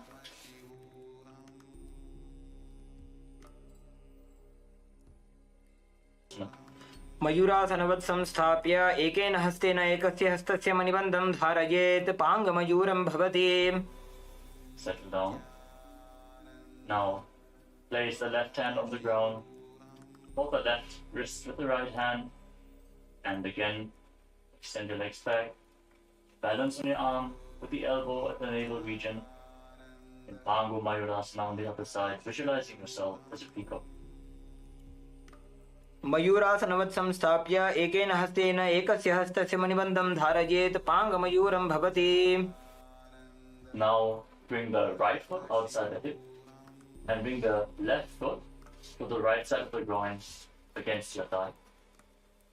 Hold on to the right foot with your hand and gaze to the nose as you visualize Goddess Saraswati, the goddess of knowledge, engaging Mahamudravanda in Jnanasana. अथान्यदासनं कृत्वा सर्वव्याधिनिवारणं योगाभ्यासी भवेत् क्षिप्रं ज्ञानासनप्रसादतः. Now take the left foot and pull it towards the left armpit. Hold the foot with both hands and gaze up towards your third eye as you visualize yourself having no karma at all in Kubjikasana. अथ जठराग्निसन्दीपनं गुल्मप्लीह शूलहरकुब्जिकासनम्. Now place the left foot onto the right thigh. Bring your left arm behind your back. Hold on to the left foot. Bring the right hand outside the left thigh and twist your spine. Gaze up towards your third eye and visualize Lord Kartikeya, the ruler of planet Mars. Bharadwajasana. उत्तानकूर्मपीठं च संहस्गारुडमेव च वातायनं गोमुखं च भारद्वाजं त्रिविक्रमम्. Untwist your spine. And now lift the left foot up against your chest as you place your hands on the respective knees. Fix your gaze at the tip of your nose and embody Vida, the state and space of bravery in Virasana 5. एकं पादमथैकस्मिन् विन्यसेदूरु संस्थितम् इतरस्मिंस्तथा पश्चात् वीरासनमितीरितम्. Keep the sole of your left foot against your chest.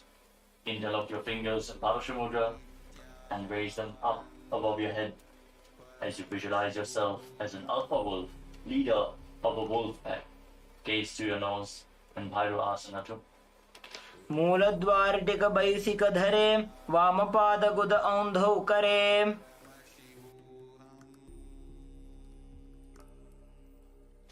Now move the right foot to the outside of the left hip.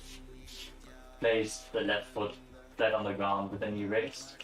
Bring your left arm around the raised knee and behind your back. Interlock your fingers behind your back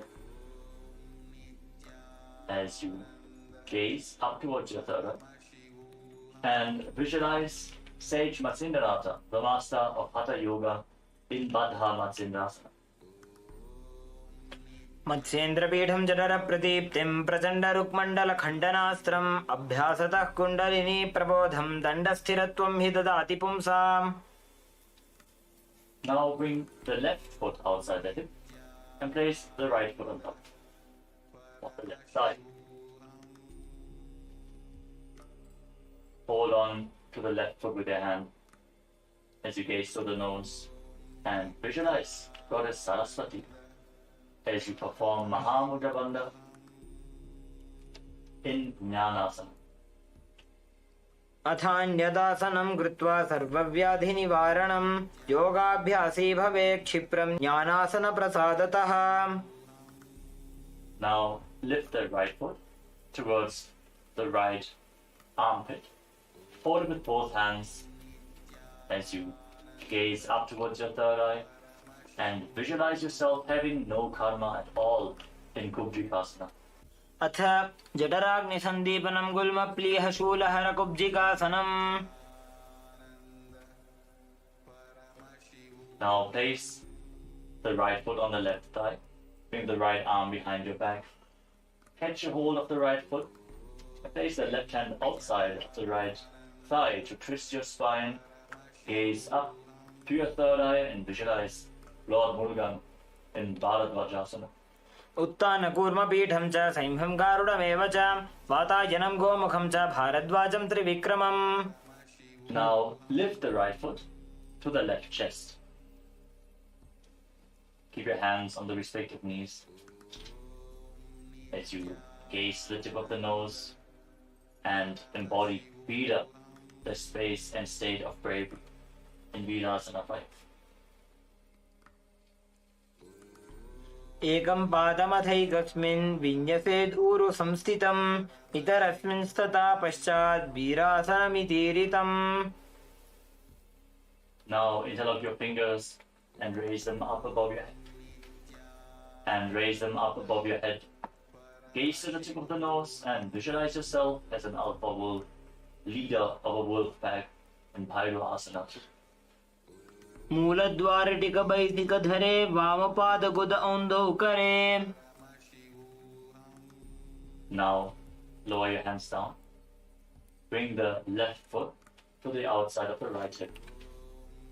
Place the right foot flat on the ground. Bring the right arm around the raised knee and interlock your fingers behind. Gaze up towards your third eye and visualize Sejmatsindranata in Badhamasindasana. मत्स्येन्द्रपीठं जठरप्रदीप्तिं प्रचण्डरुक्मण्डलखण्डनास्त्रम्. Now bring the soles of the feet together in front of your perineum.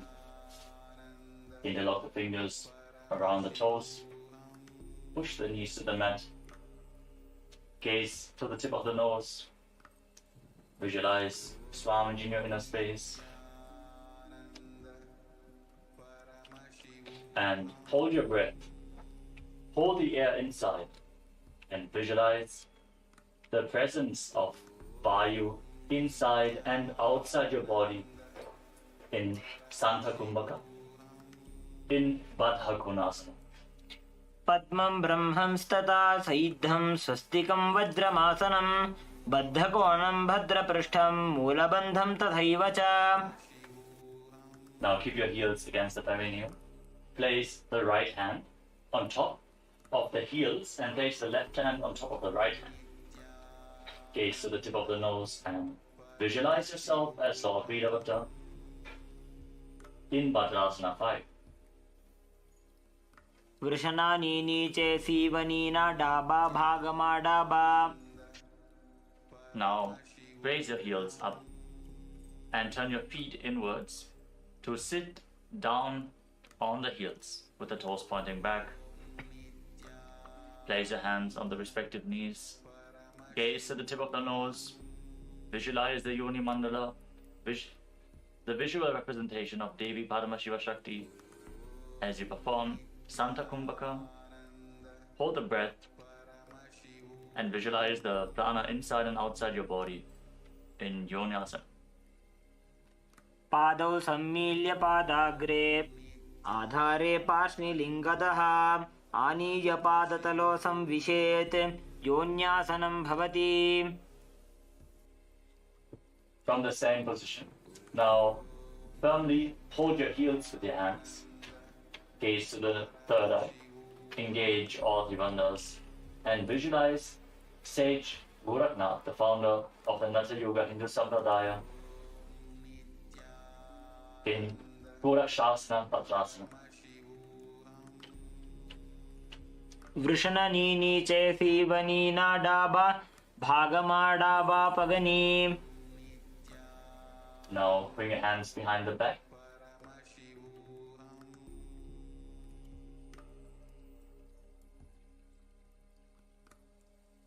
And interlock your fingers around the feet as you gaze up towards your third eye and visualize Swamiji, the Supreme Pontiff of Hinduism, burning up all your patterns with his love in Kama Dahanasana.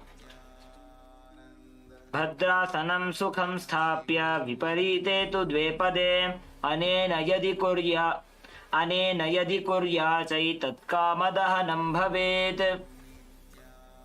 Now, again, bring your feet to the front, the heels together at your groin.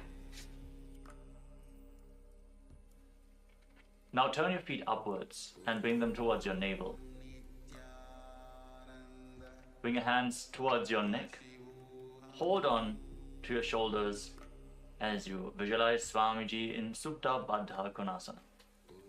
महामुद्राबद्ध कोनो ताड़ासन विभेदकान् विनोत्तानं सदा कुर्यादन्तर्वत्नीपतिप्रिया. Keep pressing your feet against your stomach. Gaze up towards your third eye and visualize yourself as a frog in Bhekasana too. ध्यायेद्धिचित्पदं भ्रान्तमासनस्थसुखाय च यदि सर्वाङ्गमुत्तोल्य गगने खेचरासनम्.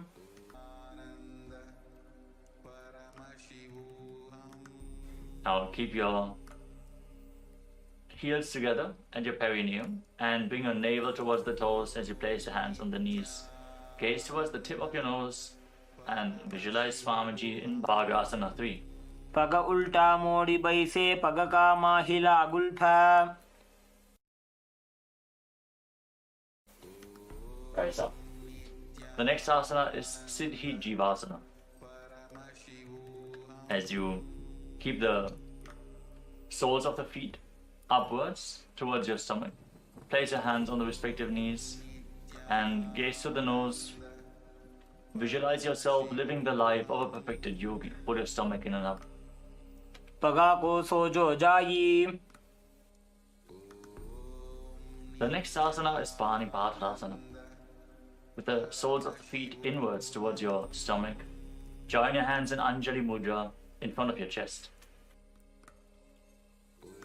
Visualize yourself as a source of water.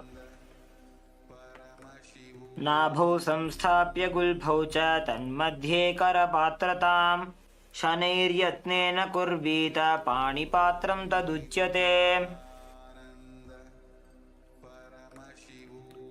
Now, one by one, raise your feet up into your armpits and interlock your fingers and place your hands on top of your head.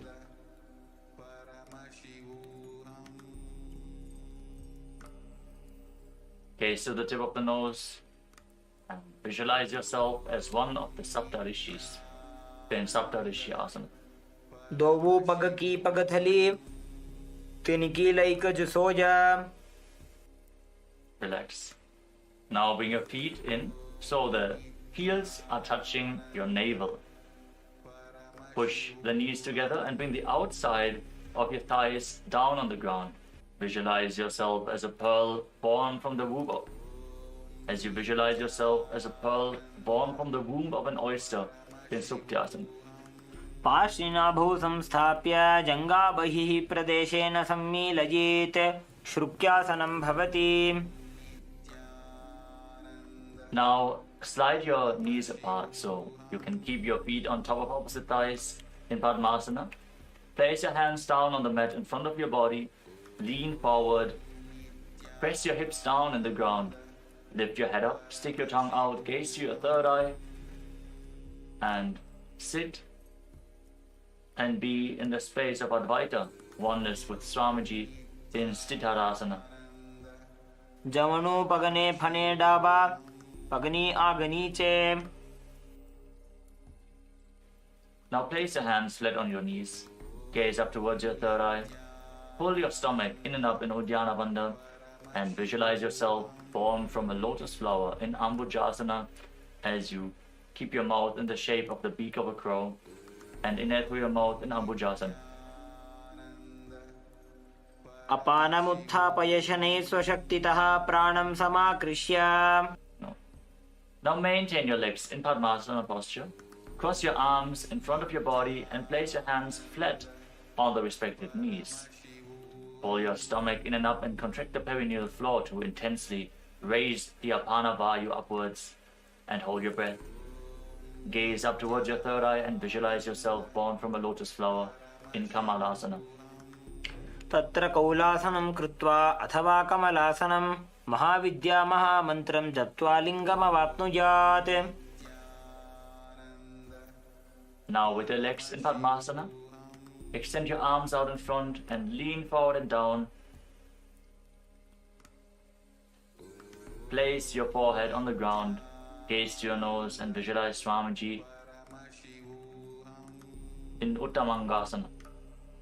स्थित्वैतदासने मन्त्रे अधशीर्षः करोति चेत् उत्तमाङ्गासनं ज्ञेयं योगीनाम् अतिदुर्लभम्. Now rise up, sit with your legs in Padmasana, bring your hands together and interlace them on top of your head, forming an arc with your arms. Now turn your head to the right, gaze towards your armpits and visualize yourself being blessed by Lord Shiva, experiencing supreme bliss as you pull your stomach in and up in Uddiyana Bandha in Padmasana 5. उपविश्यासने सम्यक् बाहू कृत्वार्धकुञ्चितो कक्षव्योम्नि मनः कुर्वन् शममायाति तल्लयात्. Now bring your right hand in front of your third eye and place the left hand against the back of your neck. Gaze up towards your third eye as you visualize a river of Shakti, conscious energy flowing into you through the Sahasrara chakra in Kulyasana. अथ कुल्यासनं वक्षे यत्कृत्वा कौलिको भवेत् एकहस्तं मस्तकस्थो दशीर्षभिन्नगेकरम्. Now place your left hand on your stomach and bring the right hand behind your back, holding onto the left elbow. Then lean forward and down and touch your nose to the mat. Gaze to the tip of the nose as you visualize all the celestial gods and goddesses blessing you in Divyasana. अथ दिव्यासनं वक्ष्ये पृष्ठं हस्तेन बन्धयेत् एकहस्तमध्यदेशं भूमिहस्तं च नासया. Now rise up. Again, raise your hands above your head, interlock the fingers, place them on your head, form an arc with your arms and gaze to the left towards your armpit. Perform Uddiyana Bandha, pull your stomach in and up and visualize yourself being blessed by Lord Shiva, experiencing supreme bliss in Padmasana 5. उपविश्यासने सम्यक् बाहू कृत्वार्धकुञ्चितो कक्षव्योम्नि मनः कुर्वन् शममायाति तल्लयात्. Now place the left hand on your third eye and bring the right hand behind your neck. Gaze up towards your third eye as you visualize a river of Shakti, conscious energy flowing into you through your Sahasrara chakra in Kulyasana. अथ कुल्यासनं वक्ष्ये यत्कृत्वा कौलिको भवेत् एकहस्तं मस्तकस्थो दशीर्षभिन्नगेकरम्. Now place your right hand on your stomach and bring the left hand behind your back. Hold on to the right elbow with your left hand. Lean forward and down and touch your nose to the mat as you gaze to your nose and visualize all the celestial gods and goddesses blessing you in Divyasana. अथ दिव्यासनं वक्ष्ये पृष्ठं हस्तेन बन्धयेत् एकहस्तमध्यदेशं भूमिहस्तं च नासया. As you sit in Padmasana now, interlock your fingers and place them against your navel. Inhale deeply through your nose and hold your breath. Inhale deeply and hold your breath as you gaze to your third eye and visualize your body being completely purified in Pavanasana. अथान्यदासनं वक्षे साधकानां हिताय वै पवनासनरूपो च खेचरो योगिराट् भवेत्.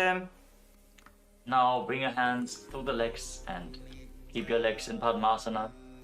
As you hold onto your neck, tuck your chin to the chest, lock your throat, gaze to the nose and visualize yourself as a bat as you breathe in Ujjayi Pranayama in Valgulyasana.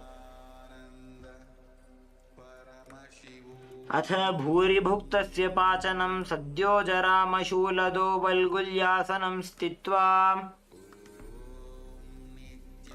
Now unlock your throat, pull your stomach in and up in Uddiyana Bandha as you gaze to the tip of the nose and visualize Lord Rama in your inner space in Parasharamasana too. प्रथमकरे पद्मासन आछे सूधोसो वे भूपरि पाछे. Now holding onto your neck, roll onto your back, rock back and forth, performing a circular motion with your entire body. Gaze to the tip of the nose, complete the circle as you visualize yourself generating unlimited potential energy in Garbha Bindasana. मायूरं पिञ्छमायूरं पद्मपीठसमन्वितम्. Now keep your legs crossed in Padmasana. Place your hands down on the mat in front of your body. Lean forward, push your hips into the ground. Lift your head up, stick the tongue out and gaze to your third eye. And visualize and embody the space and state of a lion in Simhasana too. उत्तानकूर्मपीठं च सैंहद्गारुडमेव च वातायनं गोमुखं च भारद्वाजं त्रिविक्रमम्. The next asana is Urdhva Kukutasana too. With your hands on the ground, bring your knees towards your armpits, lift your body up and balance on your arms as you visualize yourself as a rooster. ऊर्ध्वकुक्कुटवासिष्ठमरीचिहलमत्स्यकं परिवृत्तिं चोदरस्य विविधं धनुरासनम्. Now sit in Padmasana, pull your feet in closer towards your body, then cross your arms behind your back and hold on to the big toes in Prana Mudra with index and middle fingers. Lock your chin to the chest in Jalandhara Bandha. Gaze to your nose and visualize yourself as a beautiful lotus flower in Padmasana 6.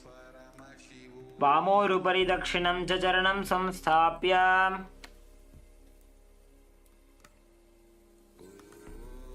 Now raise your head and pull your stomach in and up as you keep holding on to the feet behind your back. Gaze to the nose and visualize yourself as a beautiful lotus flower in Bandha Padmasana. पद्मासनं सुसंस्थाप्य तदङ्गुष्ठद्वयं पुनः व्युत्क्रमेणैव हस्ताभ्यां बद्धपद्मासनं भवेत्. Maintain your legs to Padmasana. Now bring your hands towards the neck and press the Vijnana Nadis outside of your spine. Press your chin to the chest. Force the prana upwards. Gaze to the tip of the nose and visualize yourself as Paramashiva and renounce the society of man in Padmasana 7. पद्मासनस्थिता Yogi जनसङ्गविवर्जितः विज्ञाननाडिद्वितीयमङ्गुलीभ्यां निरोधयेत्. Sit with your legs crossed as a Padmasana. Lay down on your back and kick your legs and hips up. Support your lower back with your hands. Bear your body weight with your elbows. Gaze to your nose. Lock your chin to the chest and visualize yourself as an inverted lotus flower in Urdhva Padmasana. प्रथम अर्धपद्मासनानि पेठे. Now lay down on your back. Join your hands above the head in Anjali Mudra. Feel the energy flowing up along your spine as you engage all the bandhas. Cleanse your body. Gaze to the nose and visualize yourself as a mountain standing stable for thousands of years in Parvatasana 2. अथ वक्षे महादेव पर्वतासनमङ्गलं यत्कृत्वा स्थिररूपी स्यात् षट्चक्रादिविलोपनम्. Now lay down flat on your back. Place your hands on your stomach and gaze to the nose.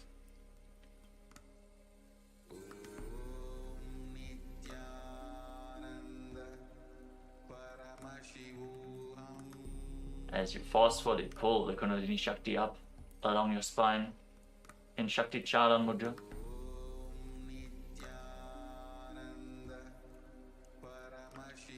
Visualize your body is dead, and Swamiji, the Supreme Pontiff of Hinduism, is liberating you in Shivasana 2 as you internally chant Om Nityananda Paramashivoham.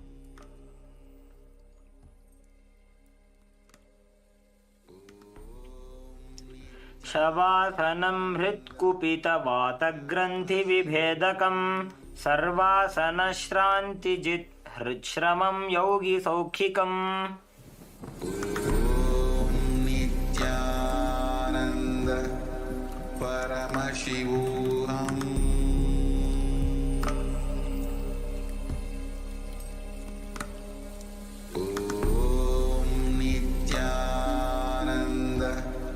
Paramashivoham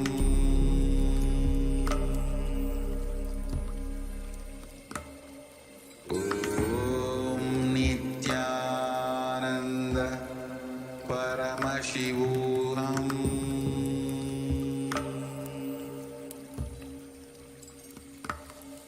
Om Nityananda Paramashivoham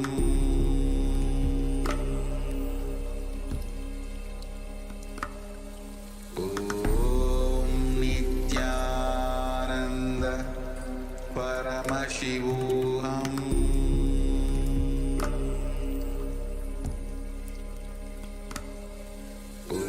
Om Nityananda Paramashivoham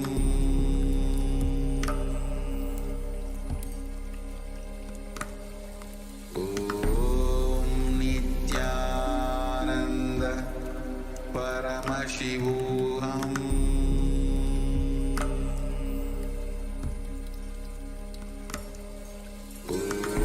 Om Nityananda Paramashivoham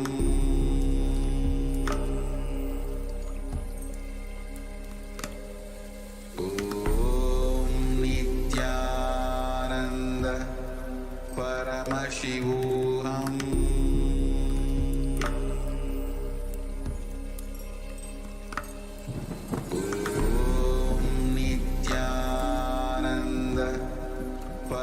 Paramashivoham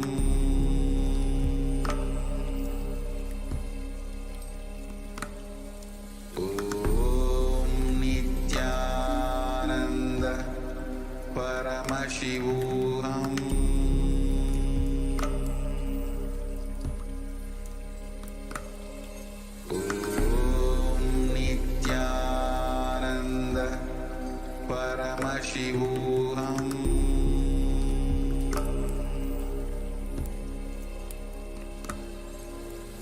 Om Nityananda Paramashivoham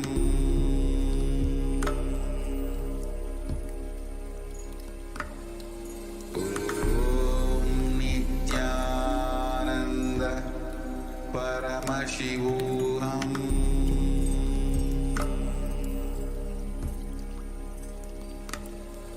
Om Nityananda Paramashivoham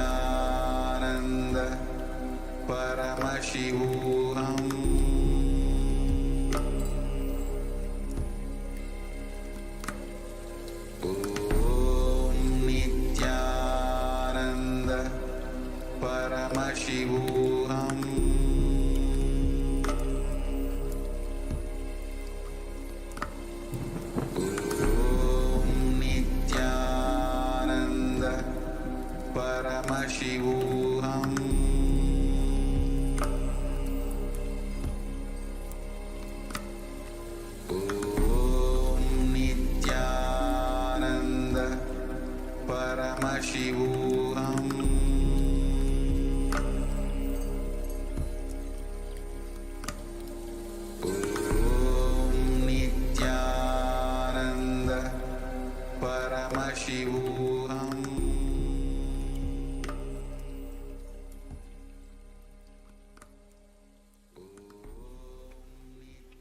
Now, slowly return to your physical body.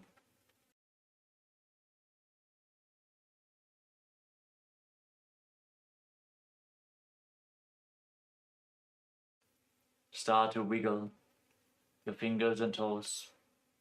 Rotate your wrists and your ankles.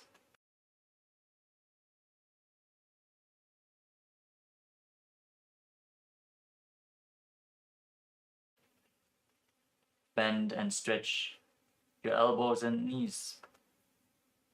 Pull your knees up towards your chest. Squeeze your body into a ball as you rock your body from side to side. And slowly return to a comfortable seated position. Congratulations, you completed the Tritiya Vinyasa Krama 508 asana sequence of Kailasa's Nityananda Yoga. Now let us conclude today's ritual of Nityananda Yoga as we sit with our head, neck and spine in a straight line, the hands in Namaskara Mudra in front of the heart center. Eyes closed. Take a deep breath. Visualize Swamiji in your inner space as we chant the Purna Mantra. ॐ पूर्णमदः पूर्णमिदं पूर्णात् पूर्णमुदच्यते पूर्णस्य पूर्णमादाय पूर्णमेवावशिष्यते ॐ शान्तिः शान्तिः शान्तिः हरिः ॐ तत्सत् सर्वं भगवत् श्री नित्यानंद परमशिव पादुकार्पणमस्तु ॐ नित्यानन्दम्. Thank you all for joining us in today's Nityananda Yoga ritual. In deep gratitude to Swamiji, let us now perform the Shashtanga Namaskar. Lie down onto your chest and bring your hands forward in the Namaskara Mudra above your head, surrendering yourself completely onto Swamiji's feet.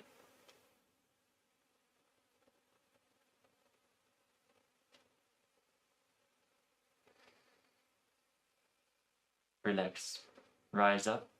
Thank you all so much for joining us today, performing Kailasa's Nityananda Yoga. Hope to see you all tomorrow in one of our live sessions.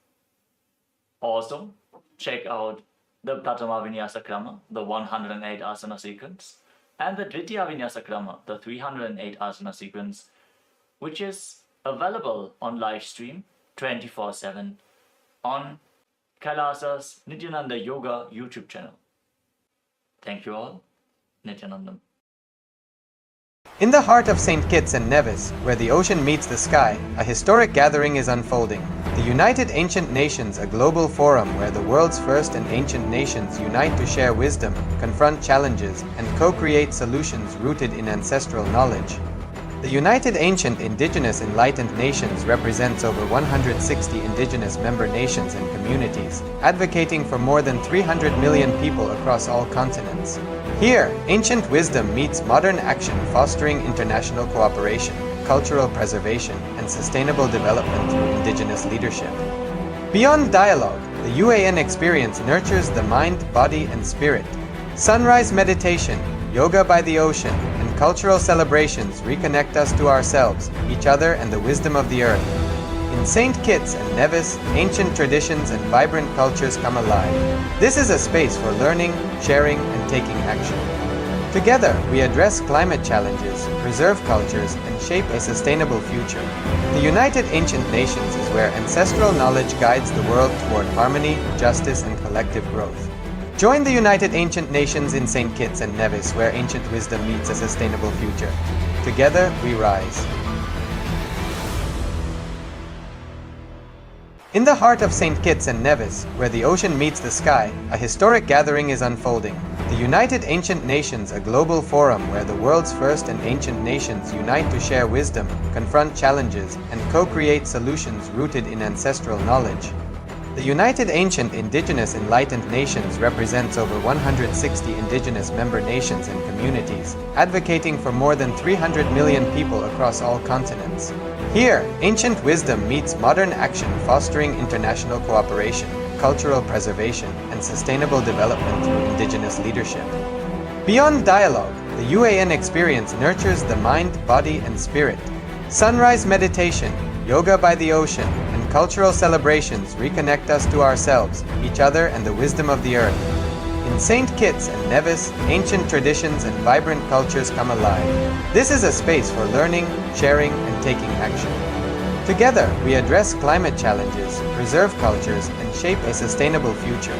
The United Ancient Nations is where ancestral knowledge guides the world toward harmony, justice, and collective growth.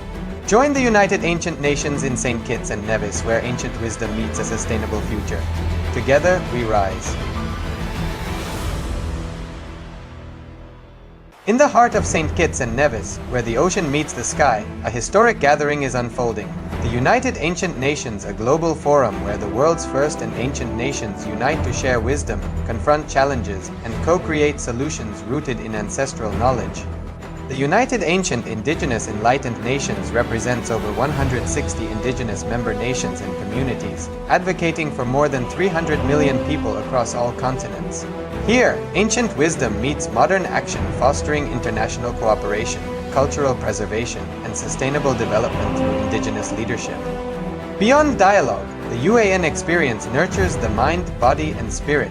Sunrise meditation, yoga by the ocean, and cultural celebrations reconnect us to ourselves, each other, and the wisdom of the earth. In St. Kitts and Nevis, ancient traditions and vibrant cultures come alive. This is a space for learning, sharing, and taking action. Together, we address climate challenges, preserve cultures, and shape a sustainable future. The United Ancient Nations is where ancestral knowledge guides the world toward harmony, justice, and collective growth. Join the United Ancient Nations in St. Kitts and Nevis, where ancient wisdom meets a sustainable future. Together, we rise. In the heart of St. Kitts and Nevis, where the ocean meets the sky, a historic gathering is unfolding. The United Ancient Nations, a global forum where the world's first and ancient nations unite to share wisdom, confront challenges, and co-create solutions rooted in ancestral knowledge. The United Ancient Indigenous Enlightened Nations represents over 160 indigenous member nations and communities, advocating for more than 300 million people across all continents. Here, ancient wisdom meets modern action, fostering international cooperation, cultural preservation, and sustainable development through indigenous leadership. Beyond dialogue, the UAN experience nurtures the mind, body, and spirit. Sunrise meditation, yoga by the ocean, and cultural celebrations reconnect us to ourselves, each other, and the wisdom of the earth. In St. Kitts and Nevis, ancient traditions and vibrant cultures come alive. This is a space for learning, sharing, and taking action.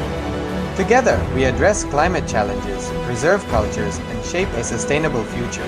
The United Ancient Nations is where ancestral knowledge guides the world toward harmony, justice, and collective growth.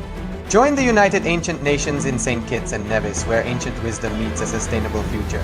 Together, we rise.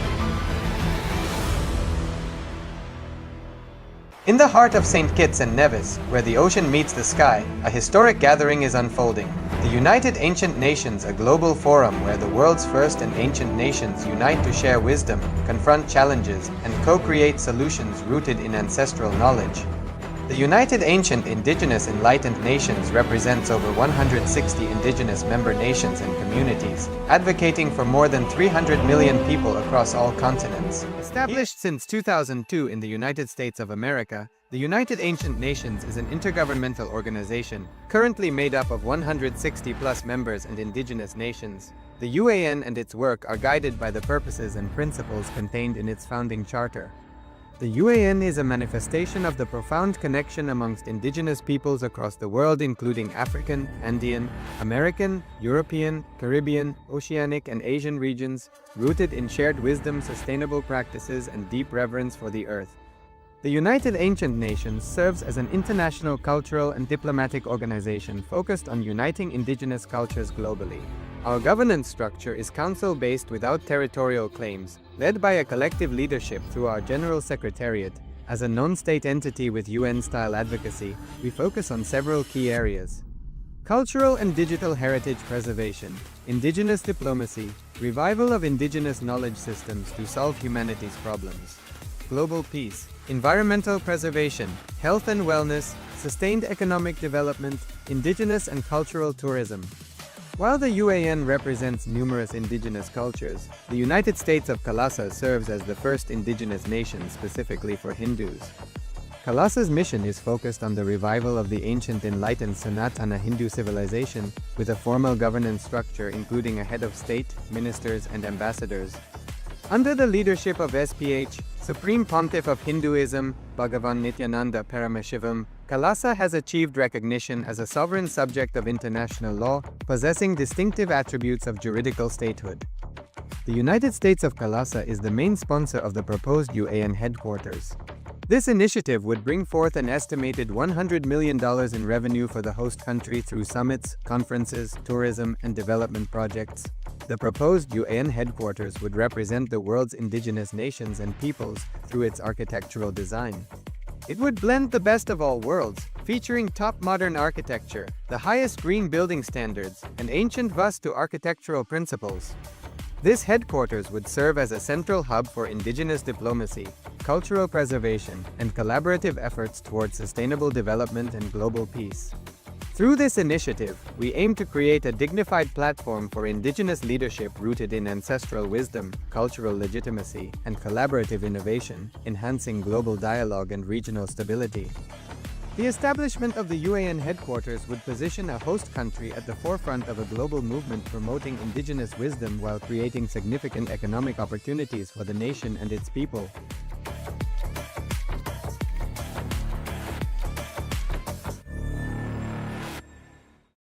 Established since 2002 in the United States of America, the United Ancient Nations is an intergovernmental organization, currently made up of 160+ members and indigenous nations. The UAN and its work are guided by the purposes and principles contained in its founding charter.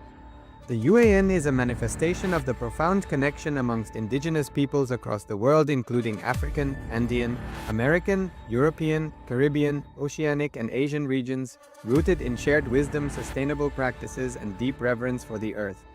The United Ancient Nations serves as an international cultural and diplomatic organization focused on uniting indigenous cultures globally. Our governance structure is council-based without territorial claims, led by a collective leadership through our General Secretariat. As a non-state entity with UN-style advocacy, we focus on several key areas: cultural and digital heritage preservation, indigenous diplomacy, revival of indigenous knowledge systems to solve humanity's problems, global peace, environmental preservation, health and wellness, sustained economic development, indigenous and cultural tourism. While the UAN represents numerous indigenous cultures, the United States of Kailasa serves as the first indigenous nation specifically for Hindus. Kailasa's mission is focused on the revival of the ancient enlightened Sanatana Hindu civilization, with a formal governance structure including a head of state, ministers, and ambassadors. Under the leadership of SPH, Supreme Pontiff of Hinduism, Bhagavan Paramashivoham, Kailasa has achieved recognition as a sovereign subject of international law, possessing distinctive attributes of juridical statehood. The United States of Kailasa is the main sponsor of the proposed UAN headquarters. This initiative would bring forth an estimated $100 million in revenue for the host country through summits, conferences, tourism, and development projects. The proposed UAN headquarters would represent the world's indigenous nations and peoples through its architectural design. It would blend the best of all worlds, featuring top modern architecture, the highest green building standards, and ancient Vastu architectural principles. This headquarters would serve as a central hub for indigenous diplomacy, cultural preservation, and collaborative efforts towards sustainable development and global peace. Through this initiative, we aim to create a dignified platform for indigenous leadership rooted in ancestral wisdom, cultural legitimacy, and collaborative innovation, enhancing global dialogue and regional stability. The establishment of the UAN headquarters would position a host country at the forefront of a global movement promoting indigenous wisdom while creating significant economic opportunities for the nation and its people.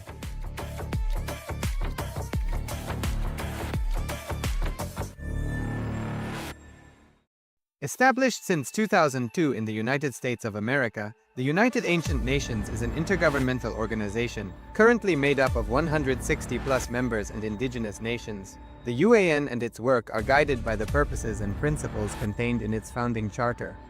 The UAN is a manifestation of the profound connection amongst indigenous peoples across the world, including African, Andean, American, European, Caribbean, Oceanic, and Asian regions, rooted in shared wisdom, sustainable practices, and deep reverence for the earth.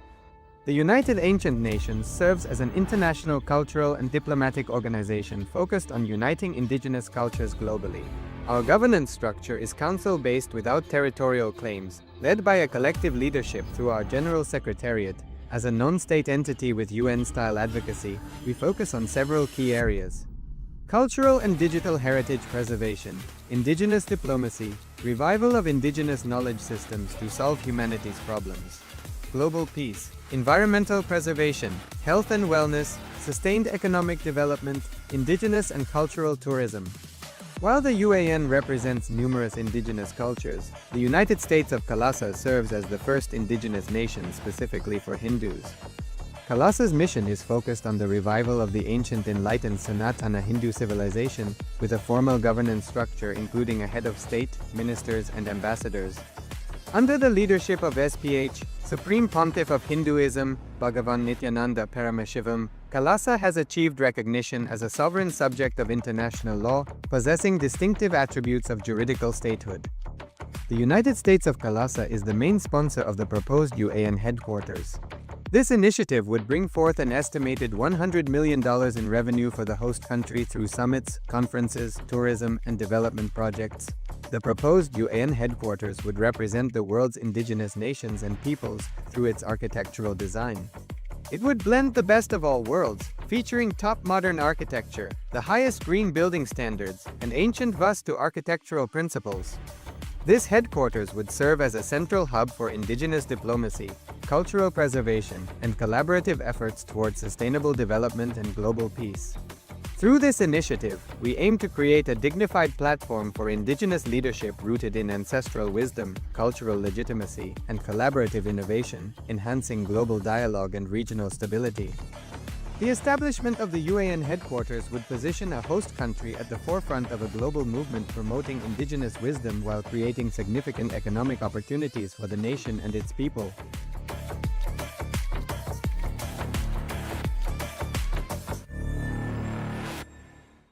Established since 2002 in the United States of America, the United Ancient Nations is an intergovernmental organization, currently made up of 160+ members and indigenous nations. The UAN and its work are guided by the purposes and principles contained in its founding charter.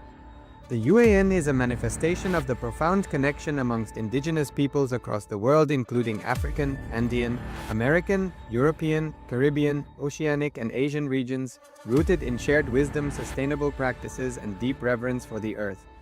The United Ancient Nations serves as an international cultural and diplomatic organization focused on uniting indigenous cultures globally. Our governance structure is council-based without territorial claims, led by a collective leadership through our General Secretariat. As a non-state entity with UN-style advocacy, we focus on several key areas: cultural and digital heritage preservation, indigenous diplomacy, revival of indigenous knowledge systems to solve humanity's problems, global peace, environmental preservation, health and wellness, sustained economic development, indigenous and cultural tourism. While the UAN represents numerous indigenous cultures, the United States of Kailasa serves as the first indigenous nation specifically for Hindus. Kailasa's mission is focused on the revival of the ancient enlightened Sanatana Hindu civilization, with a formal governance structure including a head of state, ministers, and ambassadors. Under the leadership of SPH, Supreme Pontiff of Hinduism, Bhagavan Paramashivoham, Kailasa has achieved recognition as a sovereign subject of international law, possessing distinctive attributes of juridical statehood. The United States of Kailasa is the main sponsor of the proposed UAN headquarters. This initiative would bring forth an estimated $100 million in revenue for the host country through summits, conferences, tourism, and development projects. The proposed UAN headquarters would represent the world's indigenous nations and peoples through its architectural design. It would blend the best of all worlds, featuring top modern architecture, the highest green building standards, and ancient Vastu architectural principles. This headquarters would serve as a central hub for indigenous diplomacy, cultural preservation, and collaborative efforts towards sustainable development and global peace. Through this initiative, we aim to create a dignified platform for indigenous leadership rooted in ancestral wisdom, cultural legitimacy, and collaborative innovation, enhancing global dialogue and regional stability. The establishment of the UAN headquarters would position a host country at the forefront of a global movement promoting indigenous wisdom while creating significant economic opportunities for the nation and its people.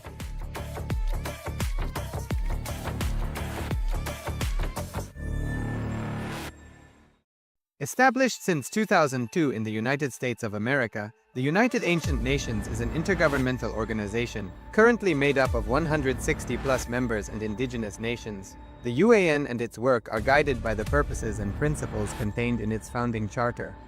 The UAN is a manifestation of the profound connection amongst indigenous peoples across the world, including African, Andean, American, European, Caribbean, Oceanic, and Asian regions, rooted in shared wisdom, sustainable practices, and deep reverence for the earth.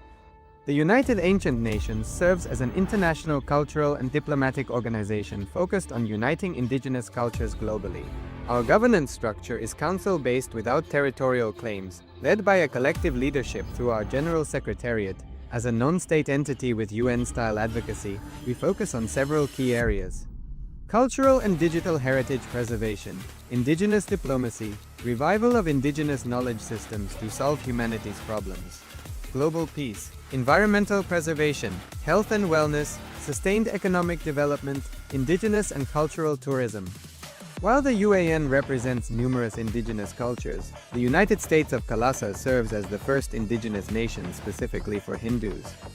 Kailasa's mission is focused on the revival of the ancient enlightened Sanatana Hindu civilization, with a formal governance structure including a head of state, ministers, and ambassadors. Under the leadership of SPH, Supreme Pontiff of Hinduism, Bhagavan Paramashivoham, Kailasa has achieved recognition as a sovereign subject of international law, possessing distinctive attributes of juridical statehood. The United States of Kailasa is the main sponsor of the proposed UAN headquarters. This initiative would bring forth an estimated $100 million in revenue for the host country through summits, conferences, tourism, and development projects. The proposed UAN headquarters would represent the world's indigenous nations and peoples through its architectural design. It would blend the best of all worlds, featuring top modern architecture, the highest green building standards, and ancient Vastu architectural principles. This headquarters would serve as a central hub for indigenous diplomacy, cultural preservation, and collaborative efforts towards sustainable development and global peace. Through this initiative, we aim to create a dignified platform for indigenous leadership rooted in ancestral wisdom, cultural legitimacy, and collaborative innovation, enhancing global dialogue and regional stability. The establishment of the UAN headquarters would position a host country at the forefront of a global movement promoting indigenous wisdom while creating significant economic opportunities for the nation and its people.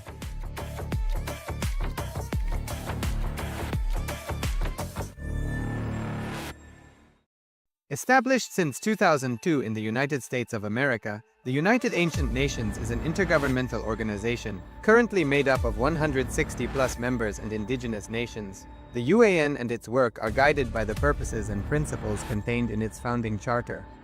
The UAN is a manifestation of the profound connection amongst indigenous peoples across the world, including African, Andean, American, European, Caribbean, Oceanic, and Asian regions, rooted in shared wisdom, sustainable practices, and deep reverence for the earth. The United Ancient Nations serves as an international cultural and diplomatic organization focused on uniting indigenous cultures globally. Our governance structure is council-based without territorial claims, led by a collective leadership through our General Secretariat. As a non-state entity with UN-style advocacy, we focus on several key areas: cultural and digital heritage preservation, indigenous diplomacy, revival of indigenous knowledge systems to solve humanity's problems, global peace, environmental preservation, health and wellness, sustained economic development, indigenous and cultural tourism. While the UAN represents numerous indigenous cultures, the United States of Kailasa serves as the first indigenous nation specifically for Hindus. Kailasa's mission is focused on the revival of the ancient enlightened Sanatana Hindu civilization, with a formal governance structure including a head of state, ministers, and ambassadors. Under the leadership of SPH, Supreme Pontiff of Hinduism, Bhagavan Paramashivoham, Kailasa has achieved recognition as a sovereign subject of international law, possessing distinctive attributes of juridical statehood. The United States of Kailasa is the main sponsor of the proposed UAN headquarters. This initiative would bring forth an estimated $100 million in revenue for the host country through summits, conferences, tourism, and development projects. The proposed UAN headquarters would represent the world's indigenous nations and peoples through its architectural design. It would blend the best of all worlds, featuring top modern architecture, the highest green building standards, and ancient Vastu architectural principles. This headquarters would serve as a central hub for indigenous diplomacy, cultural preservation, and collaborative efforts towards sustainable development and global peace.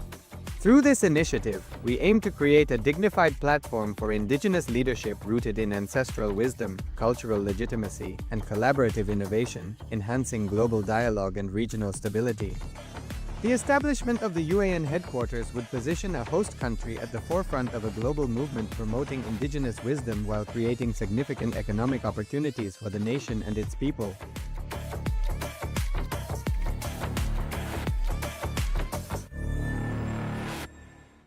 Established since 2002 in the United States of America, the United Ancient Nations is an intergovernmental organization, currently made up of 160+ members and indigenous nations. The UAN and its work are guided by the purposes and principles contained in its founding charter. The UAN is a manifestation of the profound connection amongst indigenous peoples across the world, including African, Andean, American, European, Caribbean, Oceanic, and Asian regions, rooted in shared wisdom, sustainable practices, and deep reverence for the earth. The United Ancient Nations serves as an international cultural and diplomatic organization focused on uniting indigenous cultures globally. Our governance structure is council-based without territorial claims, led by a collective leadership through our General Secretariat. As a non-state entity with UN-style advocacy, we focus on several key areas: cultural and digital heritage preservation, indigenous diplomacy, revival of indigenous knowledge systems to solve humanity's problems, global peace, environmental preservation, health and wellness, sustained economic development, indigenous and cultural tourism. While the UAN represents numerous indigenous cultures, the United States of Kailasa serves as the first indigenous nation specifically for Hindus. Kailasa's mission is focused on the revival of the ancient enlightened Sanatana Hindu civilization, with a formal governance structure including a head of state, ministers, and ambassadors. Under the leadership of SPH, Supreme Pontiff of Hinduism, Bhagavan Paramashivoham, Kailasa has achieved recognition as a sovereign subject of international law, possessing distinctive attributes of juridical statehood. The United States of Kailasa is the main sponsor of the proposed UAN headquarters. This initiative would bring forth an estimated $100 million in revenue for the host country through summits, conferences, tourism, and development projects. The proposed UAN headquarters would represent the world's indigenous nations and peoples through its architectural design. It would blend the best of all worlds, featuring top modern architecture, the highest green building standards, and ancient Vastu architectural principles. This headquarters would serve as a central hub for indigenous diplomacy, cultural preservation, and collaborative efforts towards sustainable development and global peace. Through this initiative, we aim to create a dignified platform for indigenous leadership rooted in ancestral wisdom, cultural legitimacy, and collaborative innovation, enhancing global dialogue and regional stability. The establishment of the UAN headquarters would position a host country at the forefront of a global movement promoting indigenous wisdom while creating significant economic opportunities for the nation and its people.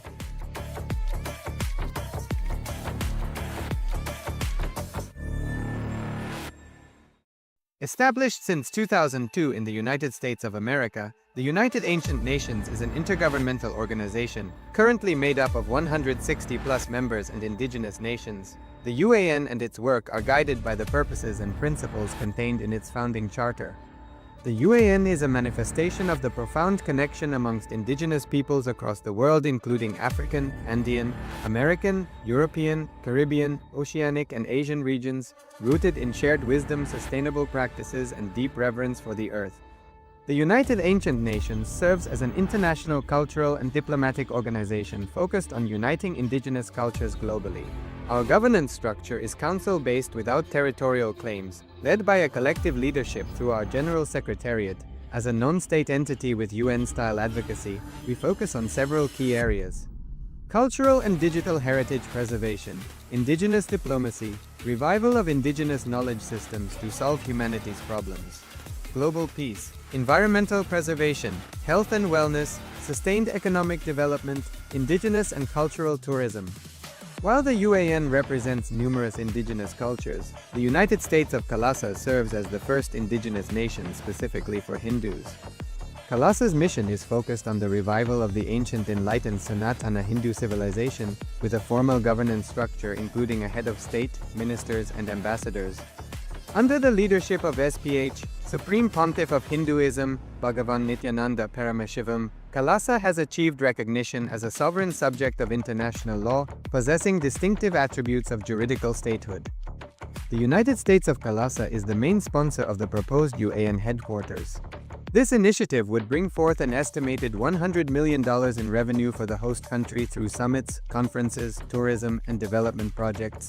The proposed UAN headquarters would represent the world's indigenous nations and peoples through its architectural design. It would blend the best of all worlds, featuring top modern architecture, the highest green building standards, and ancient Vastu architectural principles. This headquarters would serve as a central hub for indigenous diplomacy, cultural preservation, and collaborative efforts towards sustainable development and global peace. Through this initiative, we aim to create a dignified platform for indigenous leadership rooted in ancestral wisdom, cultural legitimacy, and collaborative innovation, enhancing global dialogue and regional stability. The establishment of the UAN headquarters would position a host country at the forefront of a global movement promoting indigenous wisdom while creating significant economic opportunities for the nation and its people.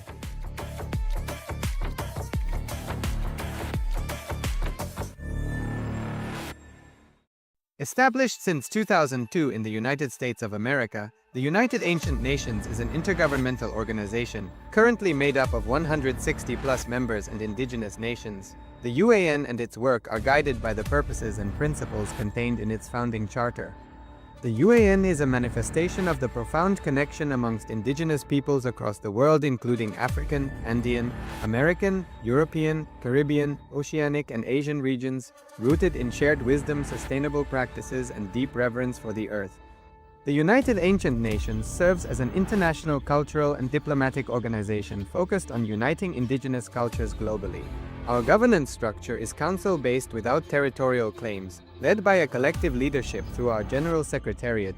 As a non-state entity with UN-style advocacy, we focus on several key areas: cultural and digital heritage preservation, indigenous diplomacy, revival of indigenous knowledge systems to solve humanity's problems, global peace, environmental preservation, health and wellness, sustained economic development, indigenous and cultural tourism.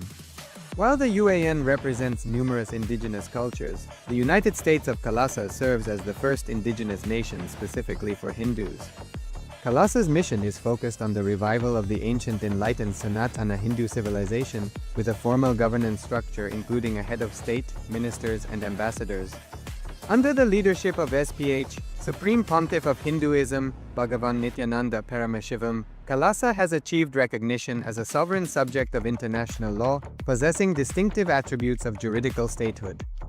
The United States of Kailasa is the main sponsor of the proposed UAN headquarters. This initiative would bring forth an estimated $100 million in revenue for the host country through summits, conferences, tourism, and development projects. The proposed UAN headquarters would represent the world's indigenous nations and peoples through its architectural design. It would blend the best of all worlds, featuring top modern architecture, the highest green building standards, and ancient Vastu architectural principles. This headquarters would serve as a central hub for indigenous diplomacy, cultural preservation, and collaborative efforts towards sustainable development and global peace. Through this initiative, we aim to create a dignified platform for indigenous leadership rooted in ancestral wisdom, cultural legitimacy, and collaborative innovation, enhancing global dialogue and regional stability. The establishment of the UAN headquarters would position a host country at the forefront of a global movement promoting indigenous wisdom while creating significant economic opportunities for the nation and its people.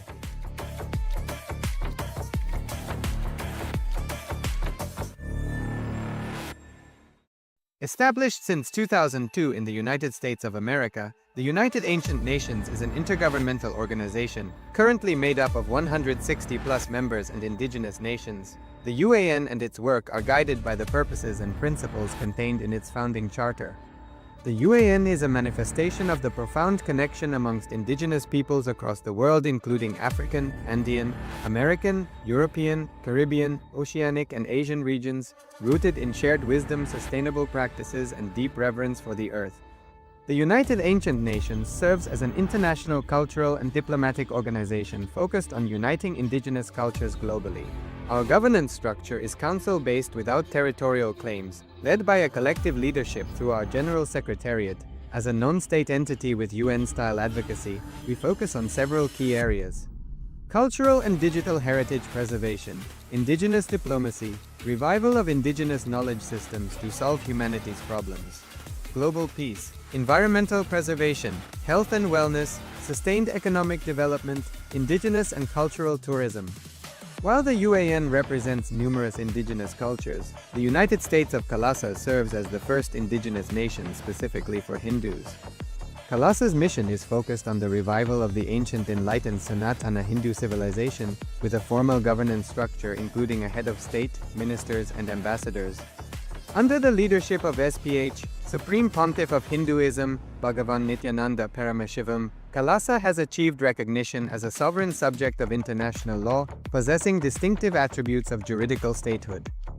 The United States of Kailasa is the main sponsor of the proposed UAN headquarters. This initiative would bring forth an estimated $100 million in revenue for the host country through summits, conferences, tourism, and development projects. The proposed UAN headquarters would represent the world's indigenous nations and peoples through its architectural design. It would blend the best of all worlds, featuring top modern architecture, the highest green building standards, and ancient Vastu architectural principles. This headquarters would serve as a central hub for indigenous diplomacy, cultural preservation, and collaborative efforts towards sustainable development and global peace. Through this initiative, we aim to create a dignified platform for indigenous leadership rooted in ancestral wisdom, cultural legitimacy, and collaborative innovation, enhancing global dialogue and regional stability. The establishment of the UAN headquarters would position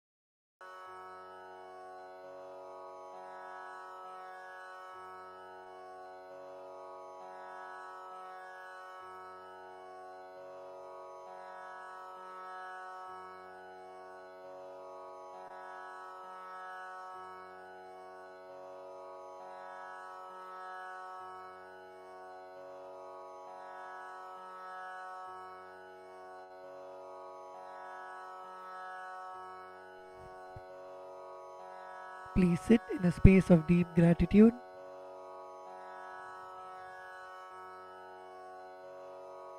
Inhale deeply and exhale.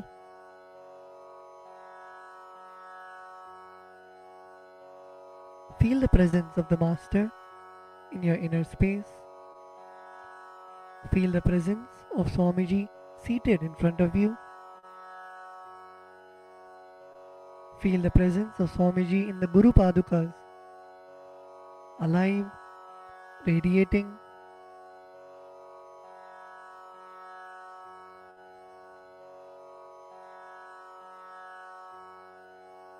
When you offer the puja, visualize you dropping all of your karmas of lifetimes, your incompletions, unfulfilled desires, patterns. Visualize all of that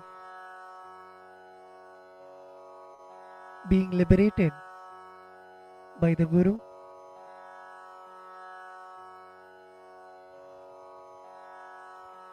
Come to a space of deep Guru Bhakti, the feeling connection with the Master.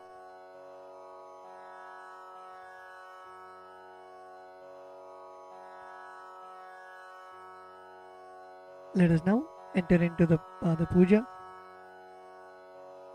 We request all the Pada Puja participants to declare the following with integrity and authenticity. If you agree to this, please say yes loudly. I authentically cognize, which is internally process, understand and declare the truth that the cosmic energy exists. Yes. I authentically cognize, which is internally process, understand and declare the truth that the Supreme Pontiff of Hinduism, Sri Nityanandeshwara Paramashiva, Devi Nityanandeshwari Paramashiva Shakti, the Guru Padukas and the Atmalinga are the Chinmaya Vigrahas, embodiments and representations of that very cosmic energy. Yes, I authentically cognize, which is internally processed, understand and declare the truth that whatever I offer during the Pada Puja and Paramashiva Puja will reach the cosmic source of energy directly. Yes, I authentically cognize, which is internally processed, understand and declare the truth of Soham Asmi, that even when I worship, I am Him. Yes.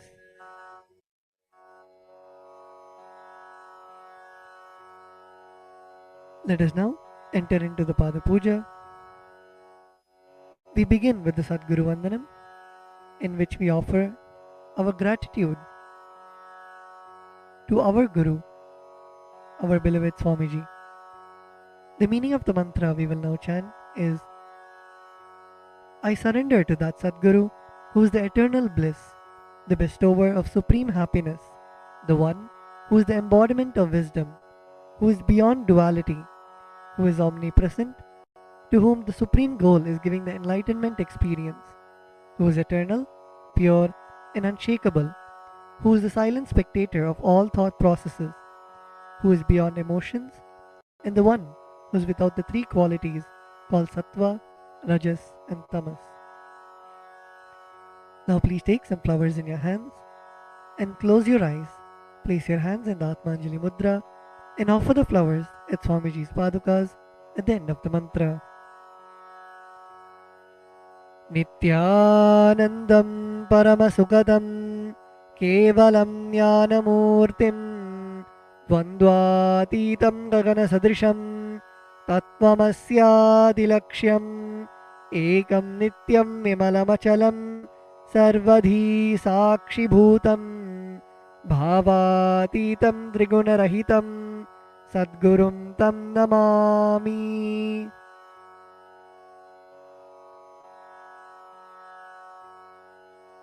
The next offering is the Guru Parampara Vandanam, where we offer our gratitude to the eternal lineage of all the Gurus, the enlightened masters.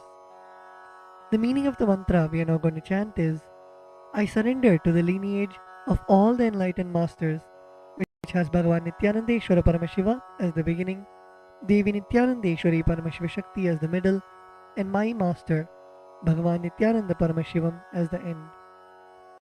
Now please take some flowers in your hands, place your hands in the Atmanjali Mudra, close your eyes, and offer the flowers at Swamiji's Padukas at the end of the mantra.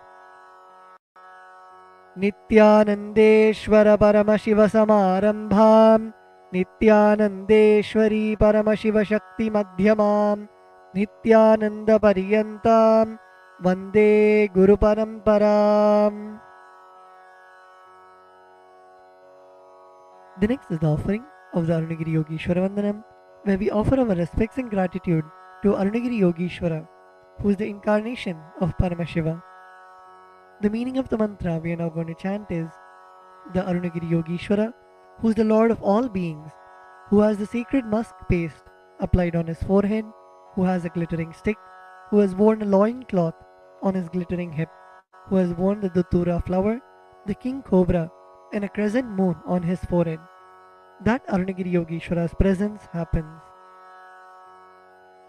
Now please take some flowers into your hands, place your hands in the Atmanjali Mudra, close your eyes, and offer the flowers at Swamiji's Padukas at the end of the mantra.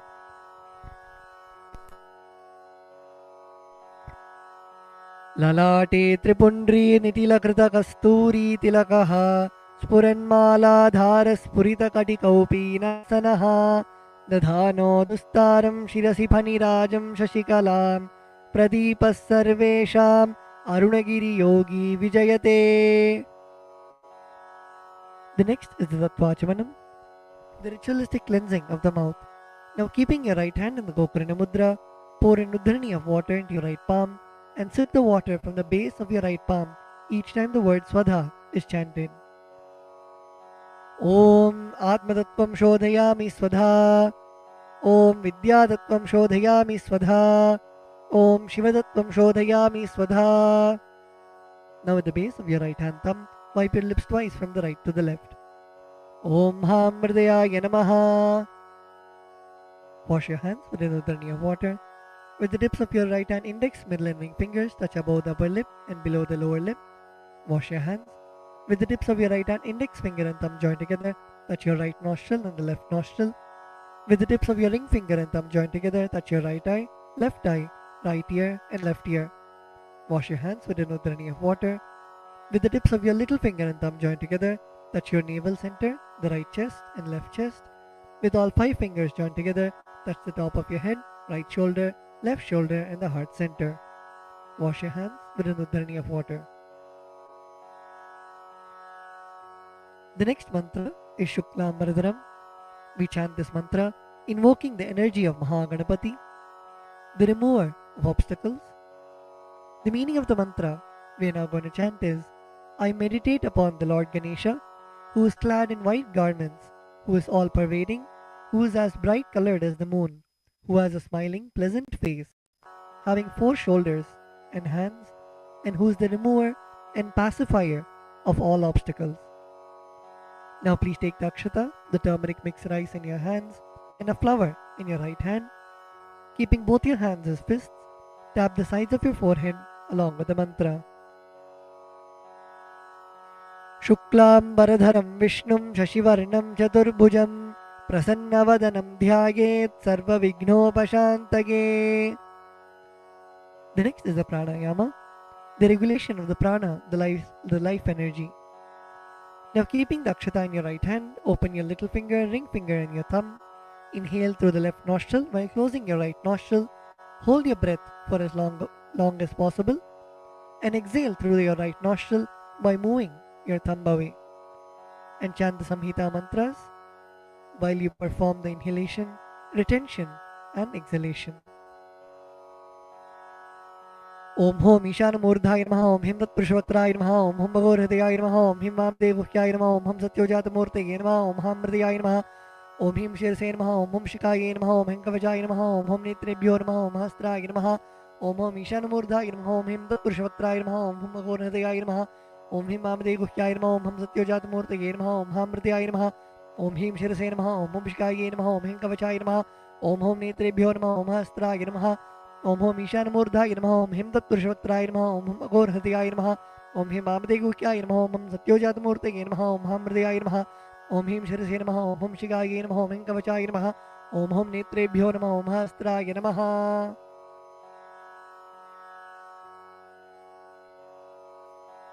The next is the Sankalpa, the conscious resolution.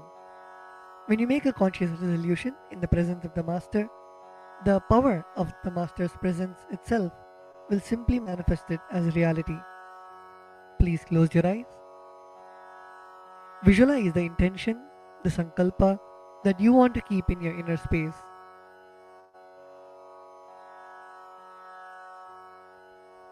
Visualize your feeling connection with the Master.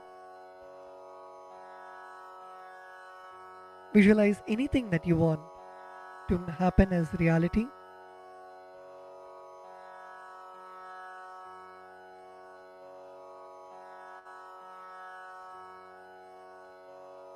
Visualize it already happening in your inner space.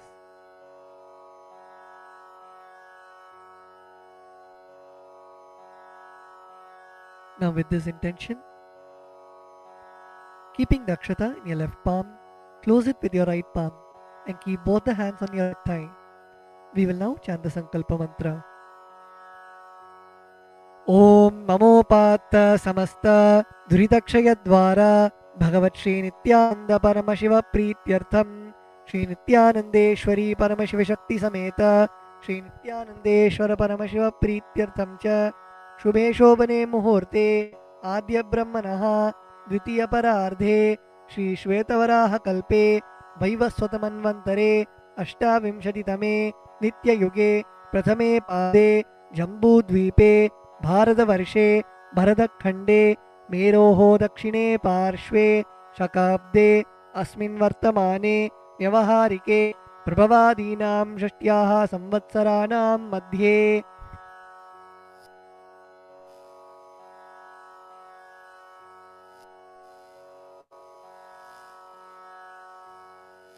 Vishvavasu नाम संवत्सरे दक्षिणायने लक्ष्मीवेङ्कटेश्वर ऋतौ सिंहमासे कृष्णपक्षे अमावास्यां शुभतिथौ स्थिरवासरयुक्तायां मघानक्षत्र परिघयोग किंस्तुग्नकरण एवं गुणविशेषणविशिष्टायाम् अस्यां शुभतिथौ श्रीकैलासोन्नतद्वादशान्तश्यामलापीठारूढ श्रीमीनाक्षी सुन्दरेश्वराभिन्नस्वरूप परशिवपुत्ररत्नकुमार गुरुमण्यतुल्यावतार श्रीपार्वती स्तन्यपानलब्धदिव्यज्ञानविश्रुत सकलनिगमाकमसारभूत द्राविडवेदप्रवक्त्रे श्रीमत्परमशिवकरुणासमधिगतमुक्तामयचतुरश्रयान गीयमानछत्रचामर श्रीचिन्नकाहलादि समस्तबिरडावल्यलङ्कृत ज्ञानविज्ञानचक्रवर्ती सर्वजनसङ्गसद्यो निर्वाणदीक्षाव्यापवर्गवर्ष विश्रानजीमूत परमतकलभकेसरी शैव सिद्धान्तस्थापनाचार्य श्रीराजाधिराज पाण्ड्य महाराज गुरु क्षपनशाक्यादि महान्धकार निवारण ज्ञानभानु वीक्षणानर्हार्ह ध्वजोच्छेदनपूर्वक श्रीमद्वृषभध्वजस्थापक शैव समयकर्त्रे सर्वज्ञपीठारूढ श्रीजगद्गुरु श्रीज्ञानसम्बन्धदेशिक स्वामी वागीशसुन्दर माणिक्यवाचक स्वामिनाम् अवतारभूत श्री ज्ञानसंबंध स्वामी पुनरुद्धृत श्यामलापीठ सर्वज्ञपीठ तृणवत्युत्तरद्विशततम गुरु महासन्निधान अरुणगिरि योगीश्वर परंपरागत अरुणाचल सर्वज्ञपीठ गुरु महासन्निधान कैलास परंपरागत कांची कैलास सर्वज्ञपीठ त्रयस्त्रिंशदुत्तरद्विशततम गुरु महासन्निधान नित्योत्सव नित्यमंगल नित्यकल्याण नित्यरजित कैलास परंपरागत आदि कैलास नित्यानंदपीठ महासंस्थान महासिंहासन पीठ कर्त्रे साक्षात् श्री परमशिव समुद्भूत कैलास परंपरागत वैवस्वतमनु इक्ष्वाकु हरिश्चंद्र भगीरथ श्रीरामचंद्र शूरसेन इत्याद्यनवच्छिन्न सार्वभौम चक्रवर्ती परंपरागत चतुष्षष्टि योगिनी मंडित चतुष्षष्टि संप्रदाय प्रवर्तक मनुधर्मासन सूर्यवंश प्राप्त सर्वज्ञपीठ सुरांगी साम्राज्य मूर्धाभिषिक्त चूड़ामणि साक्षात् श्री परमशिव समुद्भूत कपिल महागुरु पुनरुद्धृत महानिर्वाणि पीठ अष्टोत्तर सहस्र श्री महामंडलेश्वर साक्षात् श्री परमशिव समुद्भूत श्री महागणपति समारंभ अनवच्छिन्न पीठाधीश्वर गुरुपरंपरा प्राप्त अटलपीठ अष्टोत्तर सहस्र श्री अटलपीठाधीश्वर धर्म मुक्ति स्वर्गपुर स्वर्णपीठ त्रयोविंश गुरु महानिधान कैलास परंपरागत आदिपीठ सर्वज्ञपीठ जगद्गुरु श्री कैलास पुनरुद्धारक श्री कैलास परमाचार्य श्रीमत् परमहंस परिव्राजकाचार्य वर्य सच्चिदानंद प्रणव स्वरूप श्रोत्रिय ब्रह्मनिष्ठ श्रीमज्जगद्गुरु श्रीलश्री भगवत्श्री नित्यानंद परमशिव श्री ज्ञानसंबंधदेशिक परमाचार्य स्वामिनां प्रीत्यर्थं तेषां पादारविन्दयोः भक्तिसिद्ध्यर्थं गुरुकृपाकटाक्षसिद्ध्यर्थं क्षेमस्थैर्यवीर्यविजय आयुरारोग्य ऐश्वर्याणाम् अभिवृद्ध्यर्थं धर्मार्थकाममोक्षचतुर्विधफलपुरुषार्थसिद्ध्यर्थं समस्तदुरितोपशान्त्यर्थं समस्तमङ्गलावाप्त्यर्थं भगवत्श्री नित्यानन्दपरमशिवप्रसादेन सकुटुम्बस्य ज्ञानवैराग्यजीवन्मुक्तिप्राप्त्यर्थं श्रीनित्यानन्देश्वरी परमशिवशक्तिसमेत श्रीनित्यानन्देश्वर परमशिव अवतारभूत श्री सर्वदेवदेवी स्वरूप भगवत् श्री नित्यानंद परमशिव प्रत्यक्षपाद पूजां करिष्ये। श्री नित्यानन्देश्वरी परमशिव शक्ति समेत श्री नित्यानन्देश्वर परमशिव पूजां च करिष्ये। ओम अपौपस्पृश्य wash your hands with an udrani of water. The next is the Ghantanada. Now please take the bell in your left hand and hold it above your heart center and ring the bell as you chant the following mantra. Om Agamarthantu Devanam Gamanarthantu Rakshasam Ghantanadam Karomyado Devata Hvanalanchanam Ghanta Devatabhyo Namaha. The next is the Manasa Puja, the internal worship. Now please close your eyes. Visualize the meaning of the mantra in your inner space.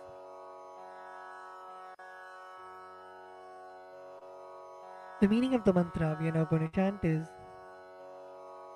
what seed can I offer to the Master except my heart? I offer the gratitude flowing as the nectar to wash his feet and to rinse his mouth. I offer my mind itself as the arghya, the bouquet. To my Master who is the very cosmos, what clothing can I offer except the space?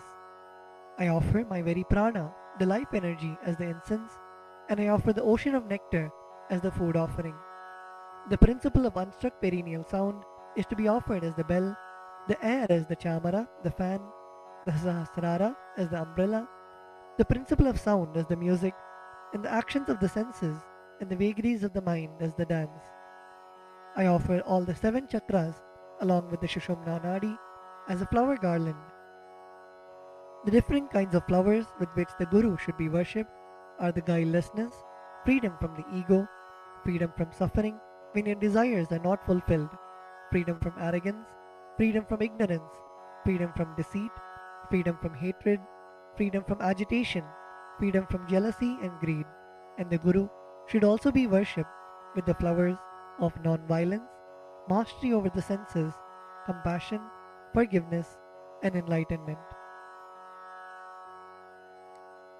Now please take some flowers in your hands and place your hands in the Kurma Mudra. Close your eyes and offer the flowers at Swamiji's Padukas at the end of the mantra. Requesting all the participants to look at the Acharya and perform the Kurma Mudra.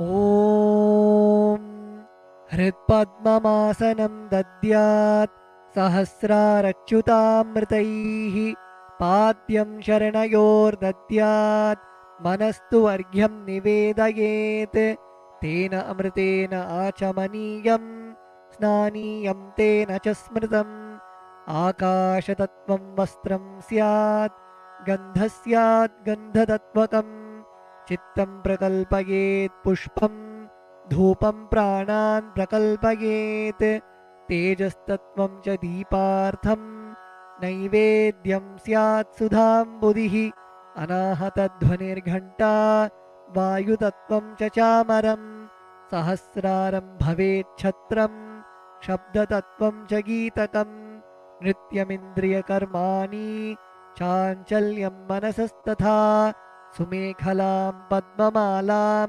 पुष्पं नानाविधं तथा अमायाद्यैर्भावपुष्पैः अर्चयेद्भावगोचरम् अमायम् अनहङ्कारम् अरागम् अमदं तथा अमोहकम् अदम्भं च अद्वेषक्षोभकौ तथा अमात्सर्यम् अलोभं च दशपुष्पं विदुर्बुधाः अहिंसा परमं पुष्पं पुष्पमिन्द्रियनिग्रहः दयापुष्पं क्षमापुष्पं ज्ञानपुष्पं च पञ्चमम् इति पञ्चदशैर्भावपुष्पैः सम्पूजयेत् भगवन्तं श्रीनित्यानन्दपरमशिवम्.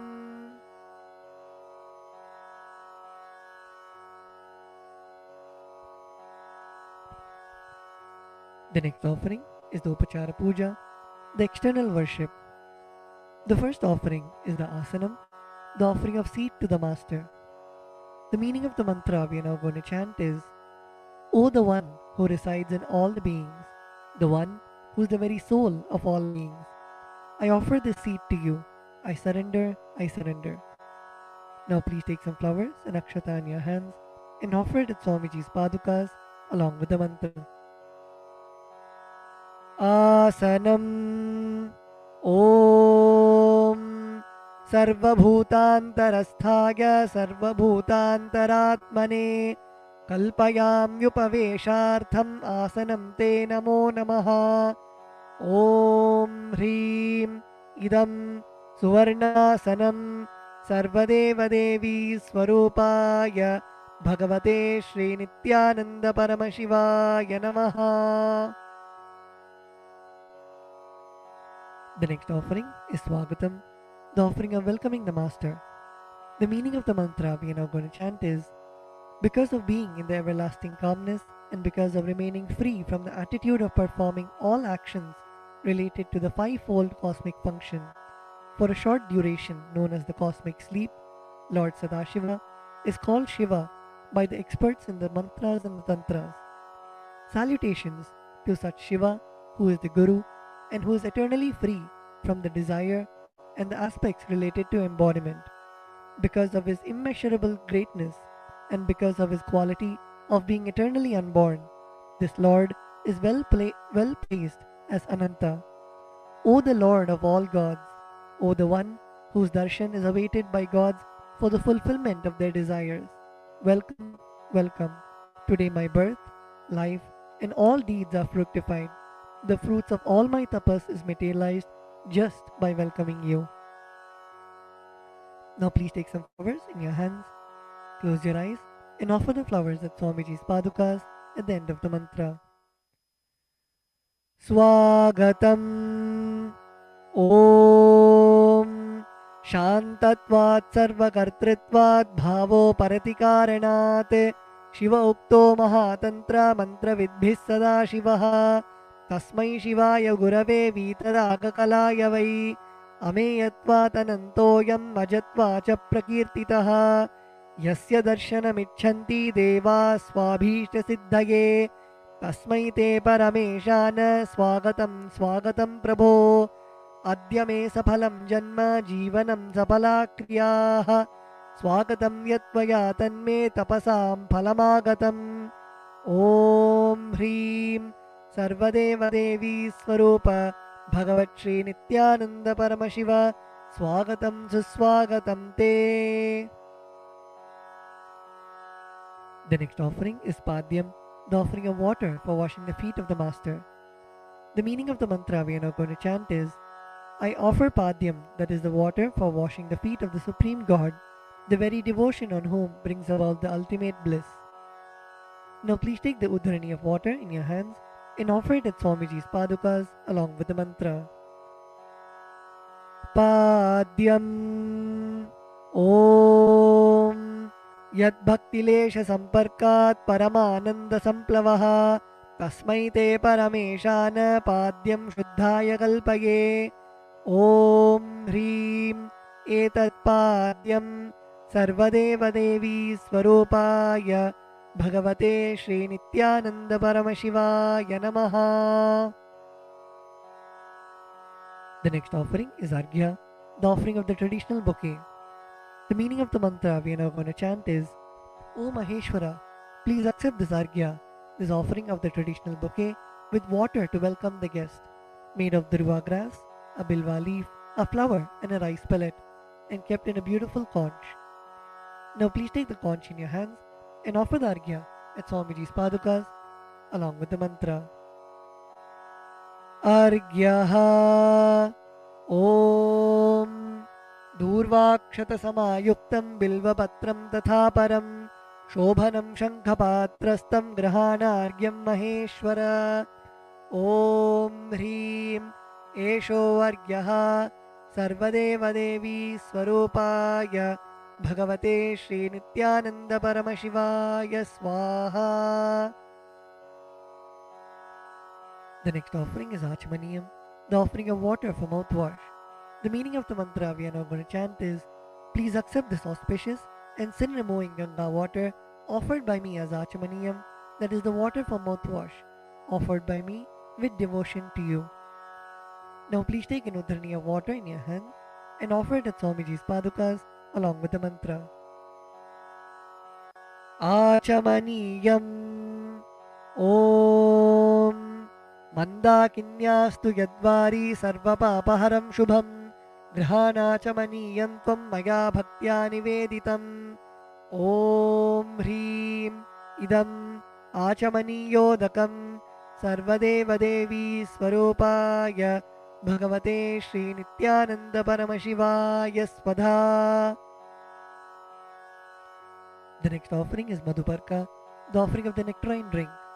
The meaning of the mantra we are now going to chant is, for the destruction of all negativities, I offer this Madhuparka, this drink which is full of nectar. Be pleased towards me, O Lord. Now please take the Madhuparka in your hands and offer it at Swamiji's padukas along with the mantra. Madhuparkaha Om Sarvakalmashanashaya Paripurna Sudhatmakam Madhuparkamimam Deva Kalpayami Prasidame. Om Hrim Esha Madhuparkaha Sarvadeva Devi Swarupaya Bhagavate Shri Nityananda Paramashivaya Swadha.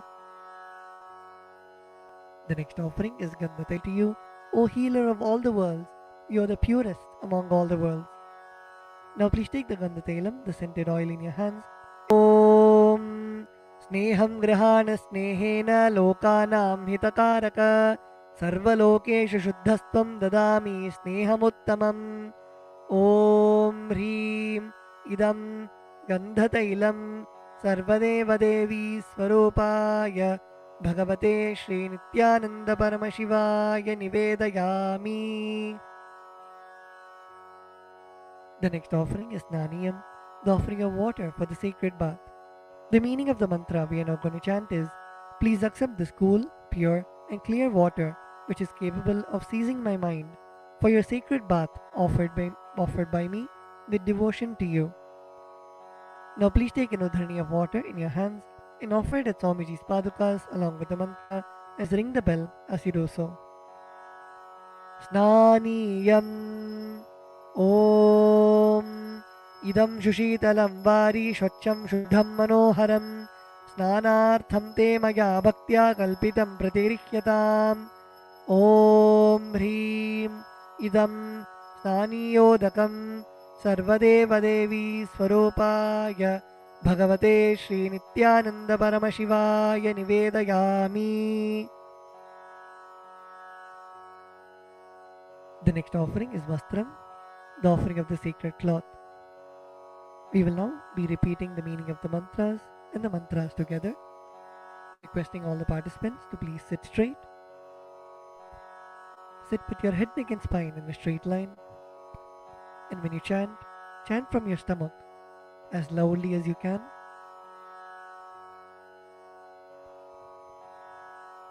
The meaning of the mantra we are now going to chant is, I offer Vastram, I offer Vastram, this cloth offering, this cloth offering, to the Master to the Master, who removes who removes the veil of Maya the veil of Maya or illusion.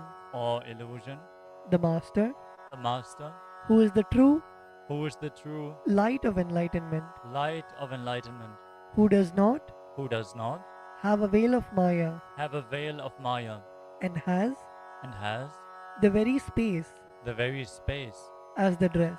as the dress. Now please take the offering of clothes in your hands and offer it at Swamiji's padukas along with the mantra. Vastram Vastram Om Om Maya Maya Chitra Chitra Patachanna Padachanna Nija Nija Guhyo Kuhyo Rutejase Rute Jase Niravarana Niravarana Vijnaya Vijnaya Vasaste Vasaste Kalpayamyaham Kalpayamyaham Om Om Hrim Hrim Idam Idam Vastrottariyam Vastrotarayam Sarvadeva Devi Sarvadeva Devi Swarupaya Swarupaya Bhagavate Bhagavate Shri Nityananda Shri Nityananda Paramashivaya Paramashivaya Nivedayami. Nivedayami. The next offering is Abharanam, the offering of the sacred jewelry. The meaning of the mantra we are now going to chant is I offer I offer this golden ornament this golden ornament to you, Master, to you, Master, who, who, by the very nature, by the very nature, has has a very a very gracefully gracefully beautiful body, beautiful body, and who is and who is the repository the repository of all powers. of all powers. May you be pleased. May you be pleased. Now please take the jewelry in your hands and offer it at Swamiji's padukas along with the mantra.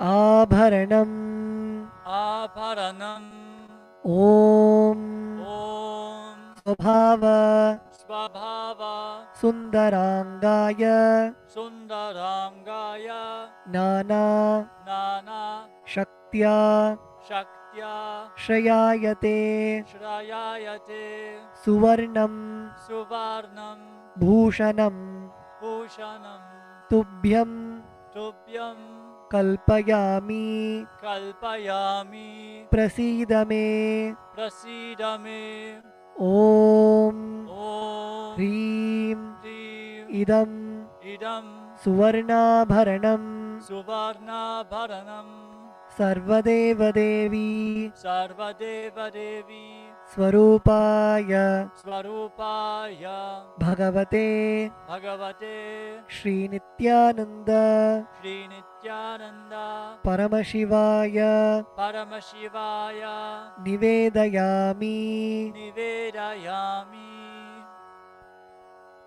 The next offering is Gandha, the offering of the sandalwood paste. The meaning of the mantra we are now going to chant is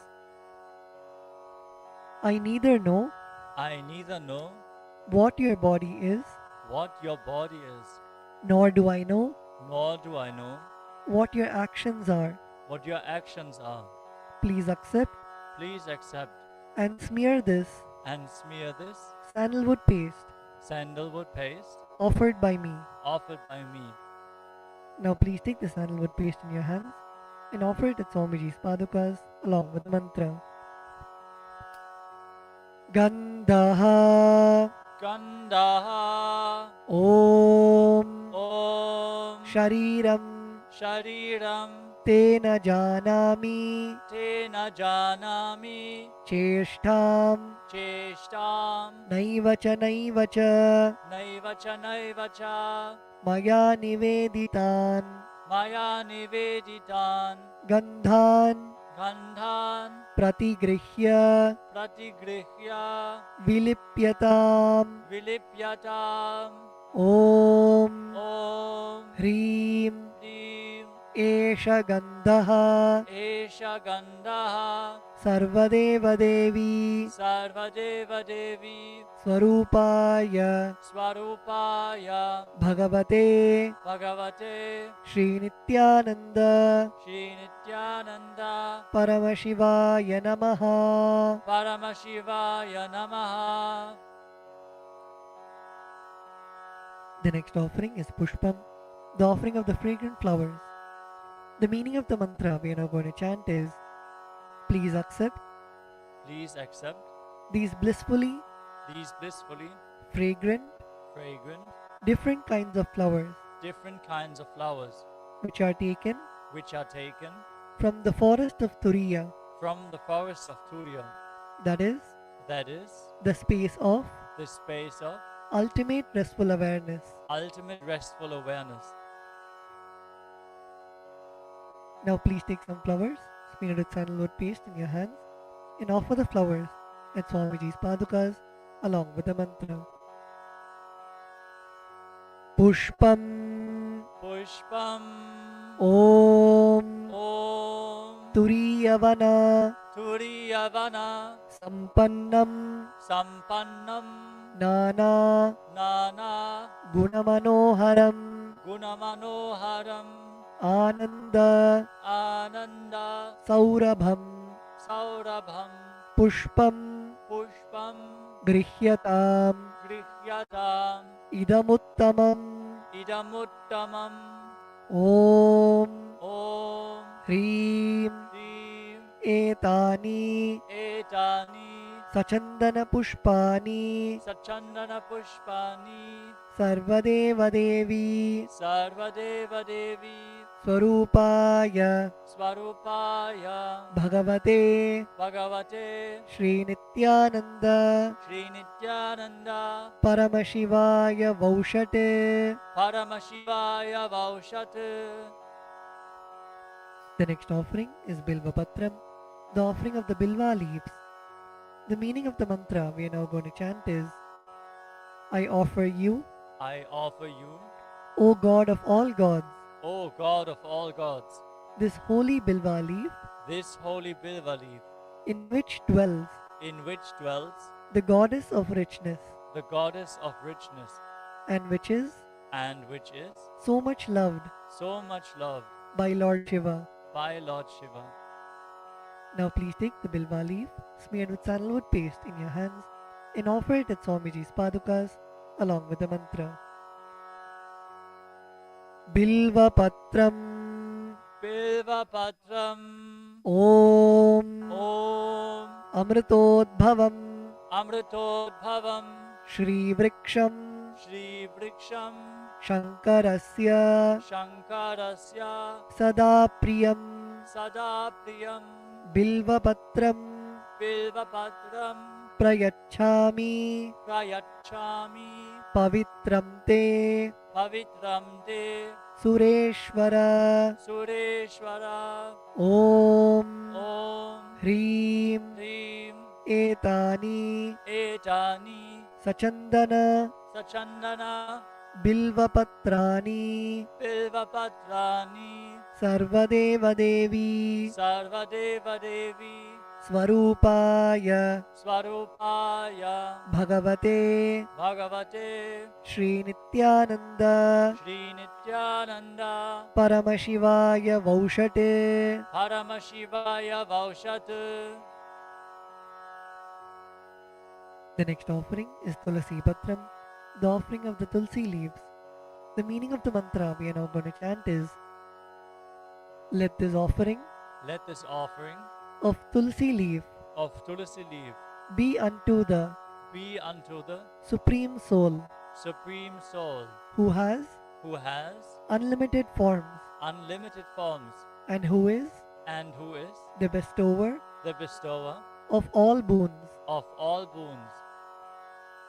Now please take the Tulsi leaf smeared with sandalwood paste in your hands and offer it at Swamiji's padukas along with the mantra. Tulasi Patram Tulasi Patram Om Om Namaste Namaste Bahurupaya Bahurupaya Varadamurtage Varadamurtaye Paramatmane Paramatmane Swaha Swaha Om Om Hrim Hrim Idam Idam Sachandana Sachandana Tulasi Patram Tulasi Patram Sarvadeva Devi Sarvadeva Devi Swarupaya Svarupaya Bhagavate Bhagavate Shri Nityananda Sri Nityananda Paramashivaya Namaha. Paramashivaya Namaha.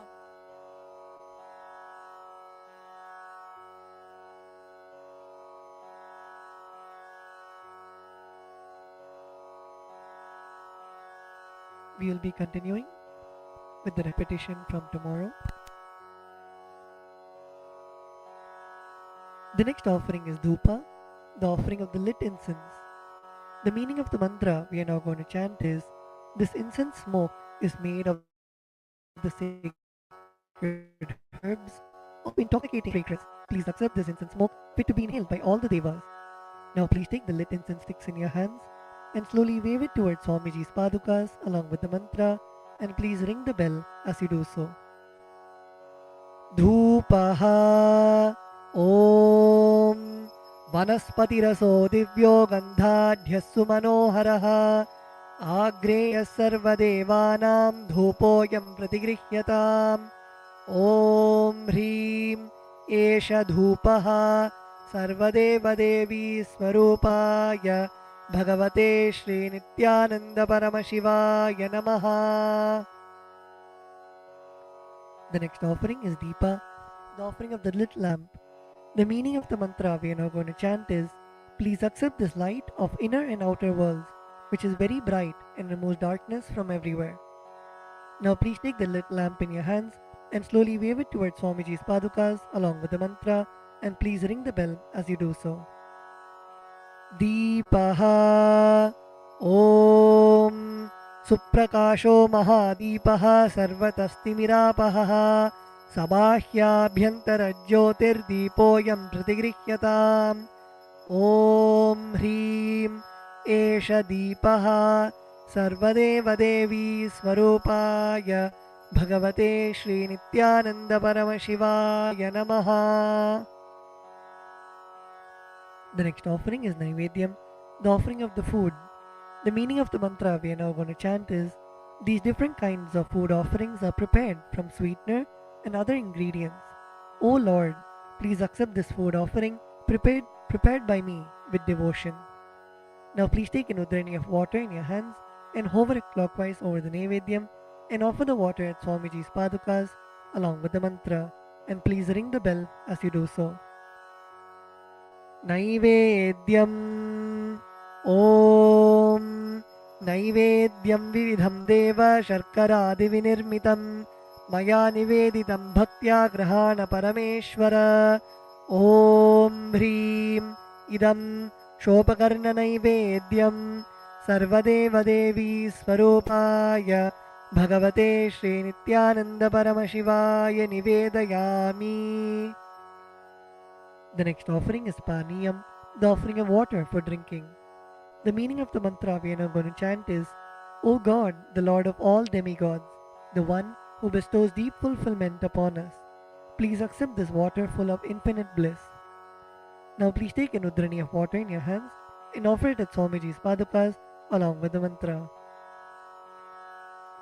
Paniyam Om Samastadeva Devesha Sarvatriptikaram Param Akhandananda Sampurnam Grahana Jalamuttamam Om Hrim Idam Panarthodakam Sarvadeva Devi Swarupaya Bhagavate Shri Nityananda Paramashivaya Namaha.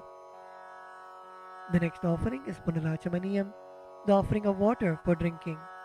Now please take the meaning of the mantra we are now going to chant is, I offer this water for washing the hands and the mouth to you, whose mere remembrance purifies everybody.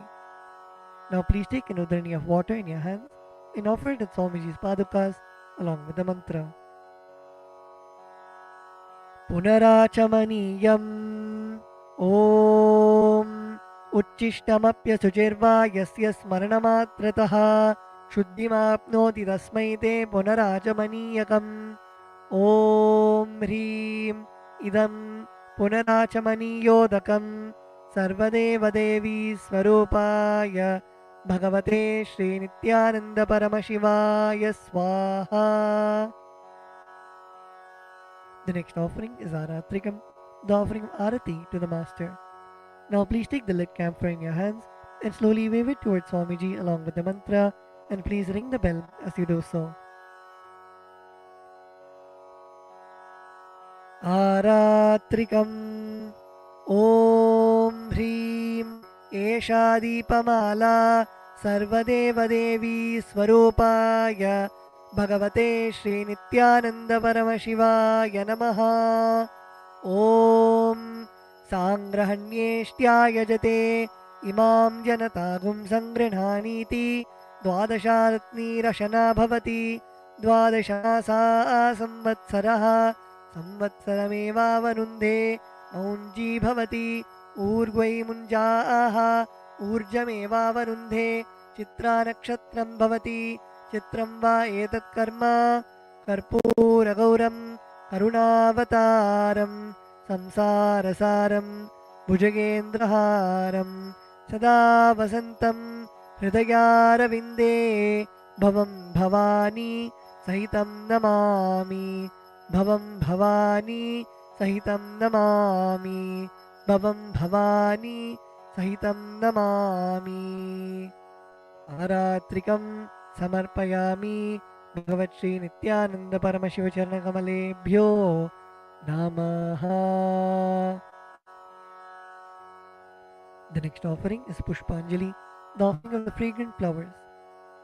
The meaning of the mantra we are now going to chant is: Guru is the Brahma, who is the source of creation of the universe, Vishnu, who is the source of sustenance of the universe, and Shiva, who is the rejuvenation of the universe. I surrender to that Guru. Guru is all the three put together in a single form. I surrender to the Guru, who is omnipresent and who has also given me a glimpse of his experience. I surrender to the Guru, who has with the brush of wisdom opened my eyes, blinded by ignorance. I surrender to the Guru, who by giving the knowledge about the self has burnt my karmic baggage of so many births. I surrender to the Guru, who is the Lord of the cosmos, who is the Guru of the cosmos. My soul is the same soul which is in all the beings. I surrender to Dakshinamurti, the primal Guru, who manifests himself differently in the form of Ishvara, doer of supreme happiness, the one who is the embodiment of wisdom, who is beyond duality, who is omnipresent, to whom the supreme goal is giving the enlightenment experience, who is eternal, pure, and unshakable, who is the silent spectator of all thoughts, and who is beyond emotions, and who is beyond the three qualities called Sattva, Rajas, and Tamas. Now please take a few flowers in your hands and close your eyes till the end of the mantra and offer the flowers at Swamiji's Padukas at the end of the mantra. Pushpanjalihi Gurur Brahma Gurur Vishnu Gurur Devo Maheshwaraha Guru Sakshat Param Brahma Tasmai Shri Gurave Namaha. Akhanda Mandala Karam Vyaptam Yena Characharam Tatpadam Darshitam Yena Tasmai Shri Gurave Namaha. Ajnanatimirandhasya Jnananjanashalakaya Chakshurunmilitam Yena Tasmai Shri Gurave Namaha. Aneka Janma Samprapta Karma Bandha Vidahine Atmajnana Pradhanena Tasmai Shri Gurave Namaha. Mannatha Shri Jagannatho Madguru Shri Jagadguruho Mamatma Sarvabhutatma Tasmai Shri Gurave Namaha. Ishvaro Gururatmeti Murti Bheda Vibhagine Vyomavadvyapta Dehaya Dakshinamurtaye Namaha. Nityanandam Paramasukadam Kevalam Jnanamurtim Dvandvatitam Gagana Sadrisham तत्त्वमस्यादिलक्ष्यम् एकं नित्यं विमलमचलं सर्वधी साक्षिभूतं भावातीतं त्रिगुणरहितं सद्गुरुं तं नमामि पुष्पाञ्जलिं समर्पयामि भगवत्श्री नित्यानन्द परमशिव चरणकमलेभ्यो नमः ॐ नित्यानन्दम्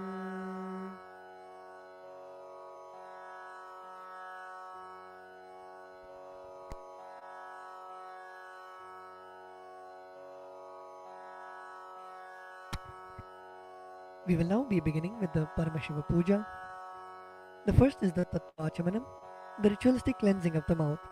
Now keeping your right hand in the Gokarna Mudra, pour an udhrani of water into your right palm and sip the water from the base of your right palm each time the word Swadha is chanted. Om Atmadattvam Shodhayami Swadha, Om Vidyadattvam Shodhayami Swadha, Om Shivadattvam Shodhayami Swadha. Now with the base of the right hand thumb, wipe your lips twice from the right to the left. Om Ham Hridayaya Namaha. Wash your hands with an udhrani of water. With the tips of your right hand index, middle and ring fingers touch above the upper lip and below the lower lip. Wash your hands with an udhrani of water. With the tips of your right hand index finger and thumb joined together, touch your right nostril and the left nostril. With the tips of your right hand ring finger and thumb joined together, touch your right eye, right ear and left ear. Wash your hands with an udhrani of water. With the tips of your little finger and thumb joined together, touch your navel center, your right chest and left chest. With all 5 fingers joined together, touch the top of your head, right shoulder, left shoulder and the heart center.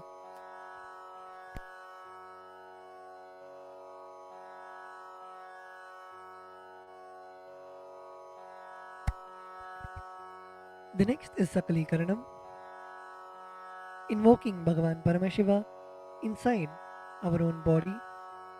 Please close your eyes. Visualize Bhagavan Paramashiva's energy radiating throughout your body. Visualize Swamiji's presence in your inner space. We will now be invoking Bhagavan Paramashiva in every part of our body, filling us with the space of Sohamasmi, that even when I worship, I am Him.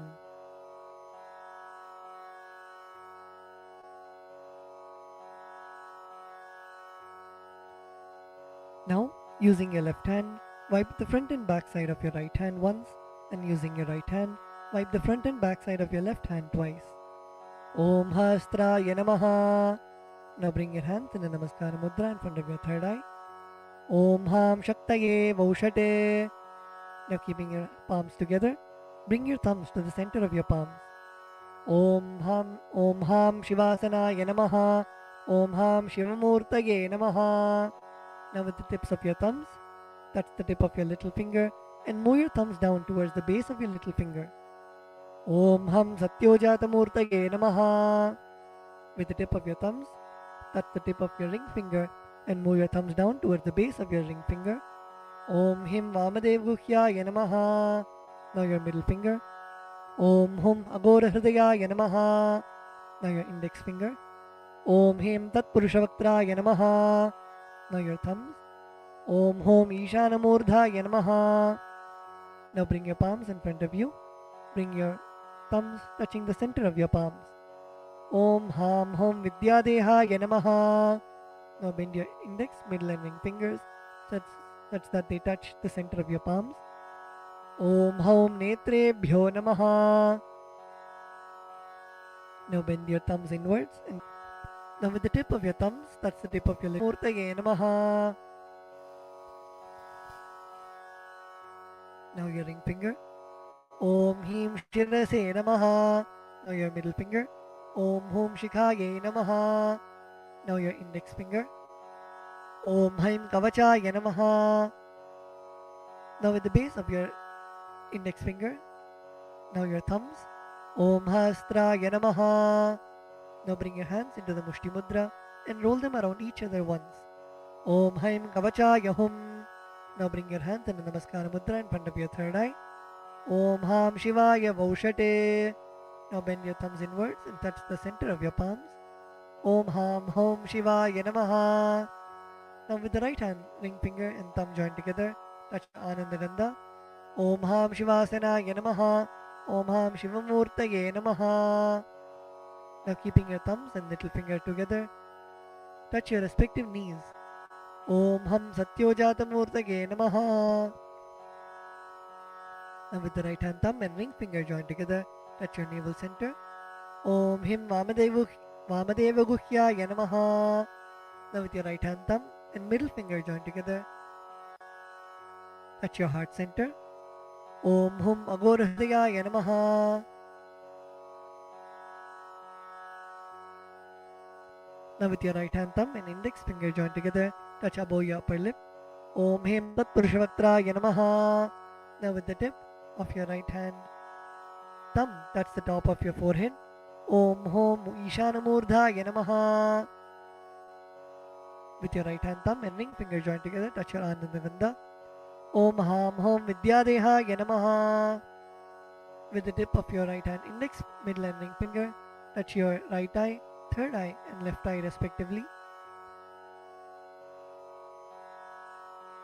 Om Hom Netrebhyo Namaha.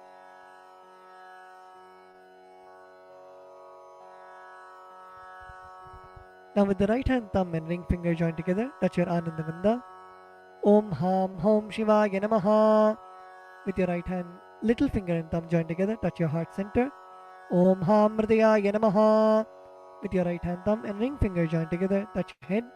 Om Him Shirase Swaha. With the right hand thumb and middle finger joined together, touch the back of your head. Om Hum Shikhaye Voshate. Now cross your left hand over your right hand in front of your chest, keeping your index finger in form of a hook, and uncross your arms, moving them around of your head and bringing them till your chest. Om Haim Kavachaya Hum. Now strike your right thumb onto your left palm and the left thumb onto your right palm. Om Hastaya Bate.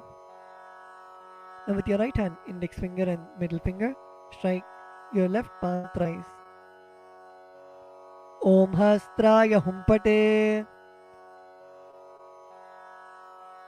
Using your right hand, index finger and thumb, snap in all the 10 directions around you, the 8 directions and down and up. Om Hastraya Pate.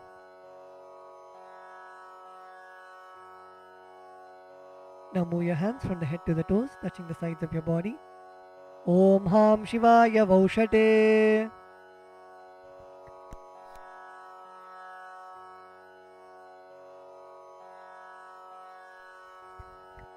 The next is Samanya Arghya Stapana, energizing the water with which you worship Bhagavan Paramashiva. Now please mix some akshata, flowers and sandalwood paste into the water in the Panchapatram. Cover the mouth of the Panchapatram with your palm and chant Om 7 times internally. Om Om Om Om Om Om Om. Now snap your index finger and thumb around the Panchapatram in all the 10 directions. Om Hastraya Pate.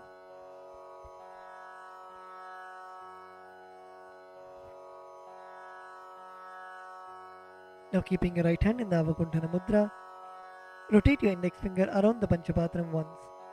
Om Haim Kavachaya Hum. Now show the Dhenu Mudra to the water in the Panchapatram. Om Ham Shivaya Vaushate. Next, we'll be entering into the Avahana, invoking Bhagavan Paramashiva into our Atmalinga. Now offer a flower to your Atmalinga. Om Ham Shivasanaya Namaha. Now please take some flowers in your hands and place your hands in the Atmanjali Mudra, and we will now be chanting the Dhyana Shloka, meditating on the form of Bhagavan Paramashiva in your inner space.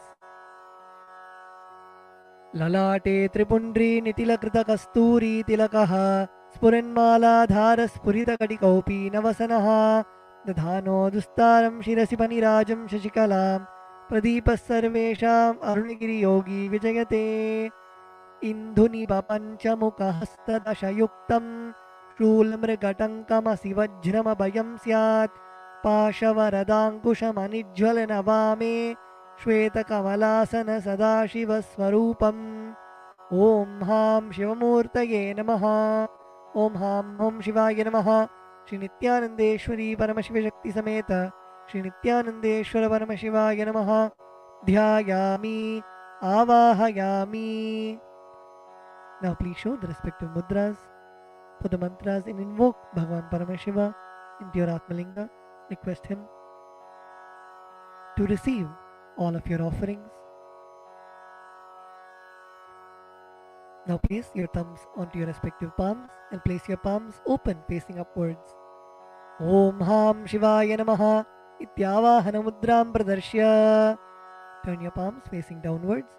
Sthapana. Bring your hands into fists parallel to each other. Sannidhana. Now place your thumbs inside of your fists. Nishthura Mudram Pradarshya. Now interlace your fingers inwards and clasp your hands, keeping your thumbs out. Astraya Humphat Iti Kalakanthi Mudram Pradarshya. Now hold your left thumb with your right hand and cover your right hand with your left hand. Om Ham Shivaya Namaha Iti Linga Mudram. Now bring your hands in the Namaskara Mudra. Namaskara Mudram. Now rotate your right hand index finger around your Atmalinga in a clockwise manner. Om Haim Kavachaya Hum Iti Avakunthana Mudram Japradarshya. Now we will be entering into the Upachara Puja. Now please take some akshata in your hands and offer it at Bhagavan Paramashiva along with the mantra. Om Ham Hom Shivaya Namaha Shri Nityanandeshwari Paramashiva Shakti Sameta Shri Nityanandeshwara Paramashivaya Namaha Asanam Samarpayami. The next is the offering of Padyam, Argyam and Achamaniyam. Now please take an udrani of water and show it to Bhagavan Paramashiva's feet and offer it in the Padya Patram. Om Ham Shivaya Namaha. Now please take an udrani of water and show it to Bhagavan Paramashiva's mouth and offer it in the Achamana Patram. Om Ham Shivaya Swadha. Now please take an udrani of water and show it to Bhagavan Paramashiva's crown and offer it in the Arghya Patram while chanting the mantra.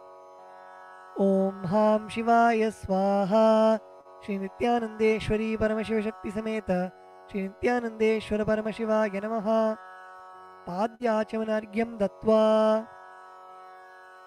The next offering is Naniyam, the sacred bath for Bhagavan Paramashiva. Now please take the water in your hands and offer it onto Bhagavan Paramashiva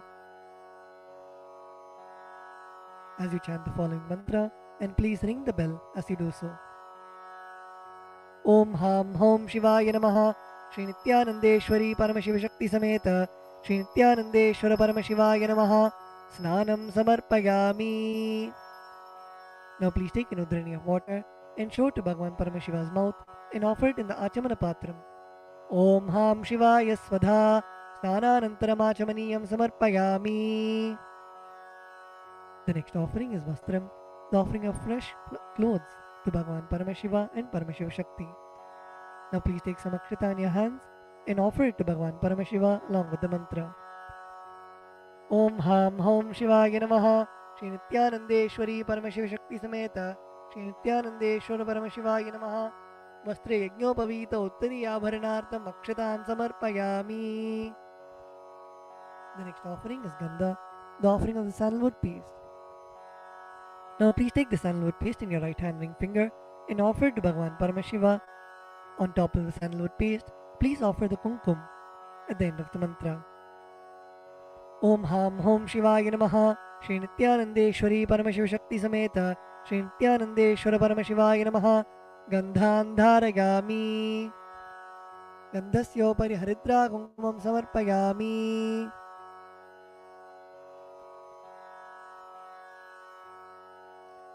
The next offering is Ashtapushpa Puja, the offering of flowers to Bhagavan Paramashiva. Now please take some flowers in your hands and offer the flowers to Bhagavan Paramashiva each time the word Namaha is chanted. Om Bhavaya Devaya Namaha. Om Bhavasya Devasya Patnye Namaha. Om Sharvaya Devaya Namaha. Om Sharvasya Devasya Patnye Namaha. Om Ishanaya Devaya Namaha. Om Ishanasya Devasya Patnye Namaha. Om Pashupate Devaya Namaha. Om Pashupate Devasya Patnye Namaha. Om Ugraya Devaya Namaha. Om Ugrasya Devasya Patnye Namaha. Om Rudraya Devaya Namaha. Om Rudrasya Devasya Patnye Namaha. Om Bhimaya Devaya Namaha. Om Bhimasya Devasya Patnye Namaha. Om Hater Devaya Namaha. Om Hatto Devasya Patnye Namaha. Om Ham Hom Shivaya Namaha. Shri Nityanandeshwari Paramashiva Shakti Sameta Shri Nityanandeshwara Paramashivaya Namaha. Ashtapushpa Pujam Samarpayami. The next is the offering of Bilva Patram, the offering of the Bilva leaf. Now please take the Bilva leaf, smear the sandalwood paste in your hands, and offer it to Bhagavan Paramashiva. Om Ham Hom Shivaya Namaha. Shri Nityanandeshwari Paramashiva Shakti Sameta Shri Nityanandeshwara Paramashivaya Namaha. Bilva Patram Samarpayami. The next is the offering of Dhupa, the offering of incense to Bhagavan Paramashiva. Now please offer a flower on the bell.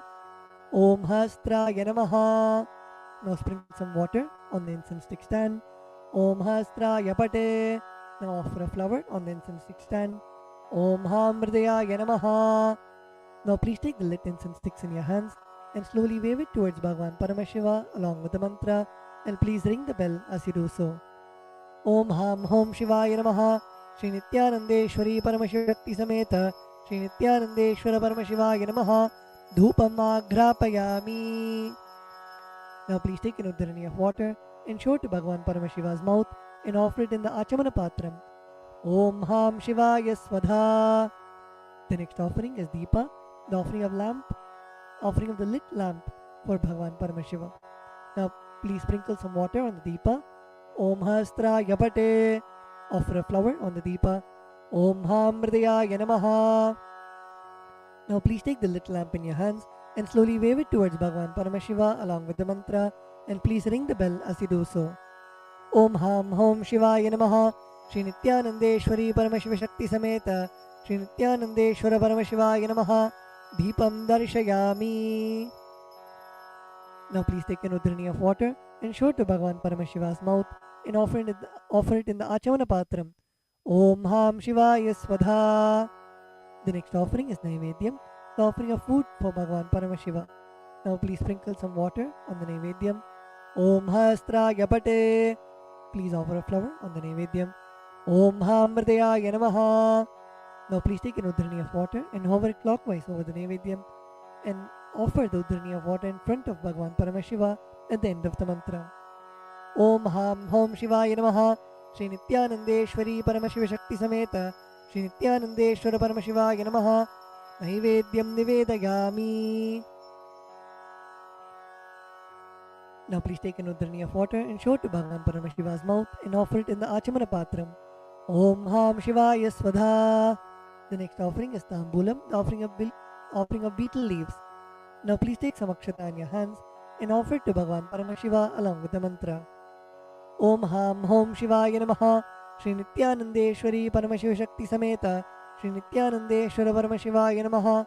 Tambulam Samarpayami.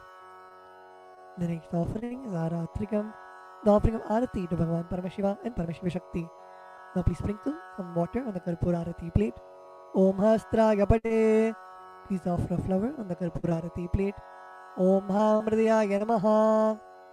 Now please take the Karpura Arati in your hands and slowly wave it towards Bhagavan Paramashiva along with the mantra, and please ring the bell as you do so. Om Ham Hom Shivaya Namaha. Shri Nityanandeshwari Paramashiva Shakti Sameta Shri Nityanandeshwara Paramashivaya Namaha.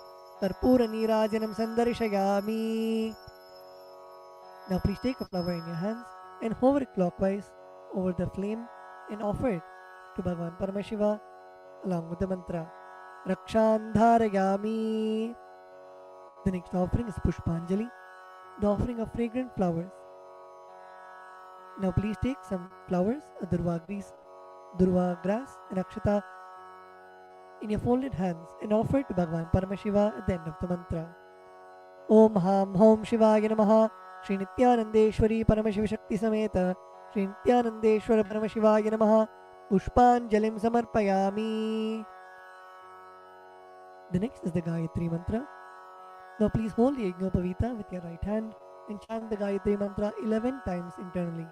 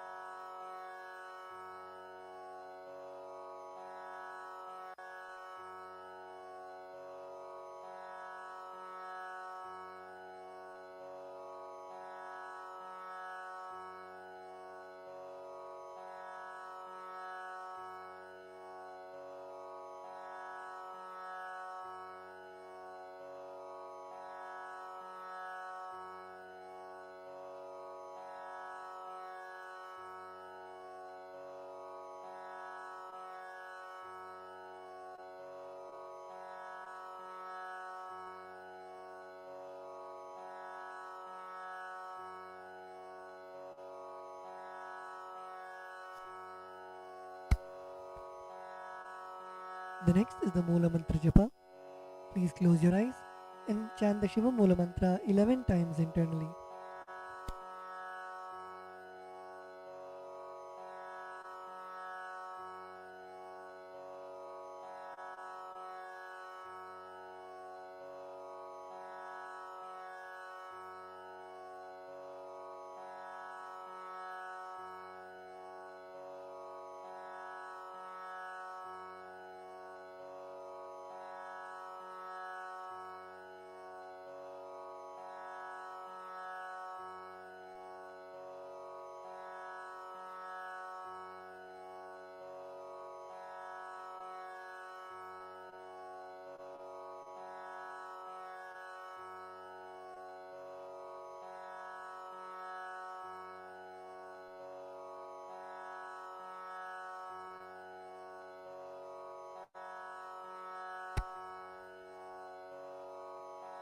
The next is the Kshama Prarthana.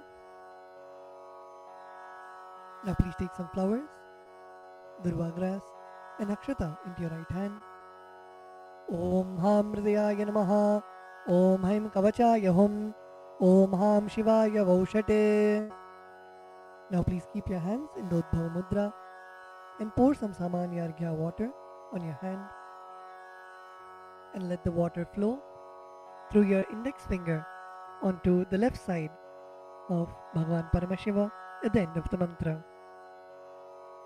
Om Yat Kinchit Karma Devesha Sada Sukrita Dushkritam Tanme Shivabadasthasya Bhunkshakshabaya Shankara Shivo Data Shivo Bhokta Shiva Sarvam Idam Jagate Shivo Yadati Sarvatra Yashiva Sohamevatu. Om Ham Hom Shivaya Namaha. The next is the Tvachanam, the ritualistic cleansing of the mouth.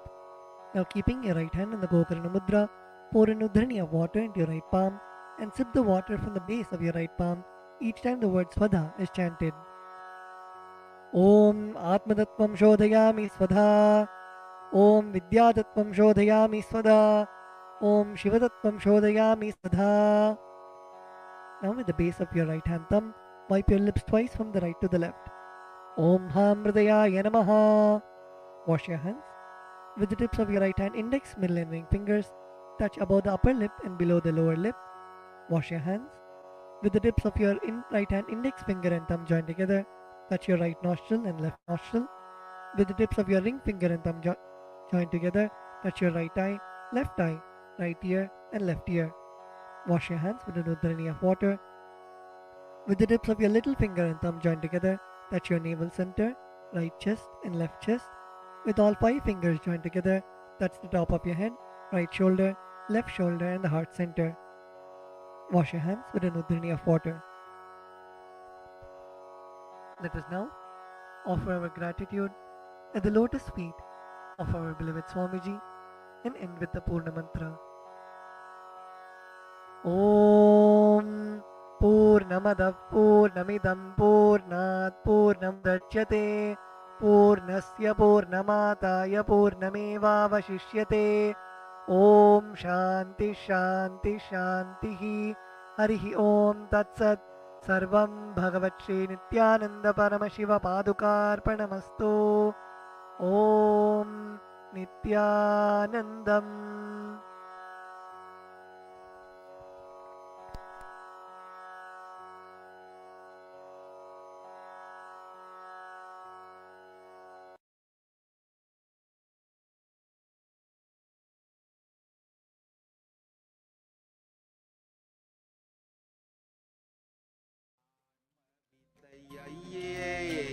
అతి సులభం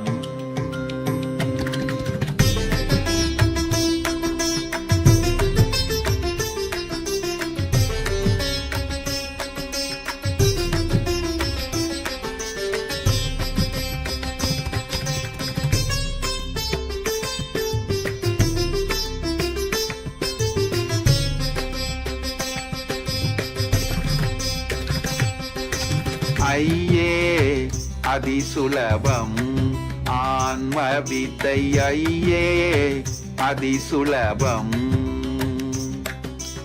అయ్యే అతి సులభం ఆన్మ విద్యయ్యే అతి సులభం நொய்யார் தமக்கு முழந்தையா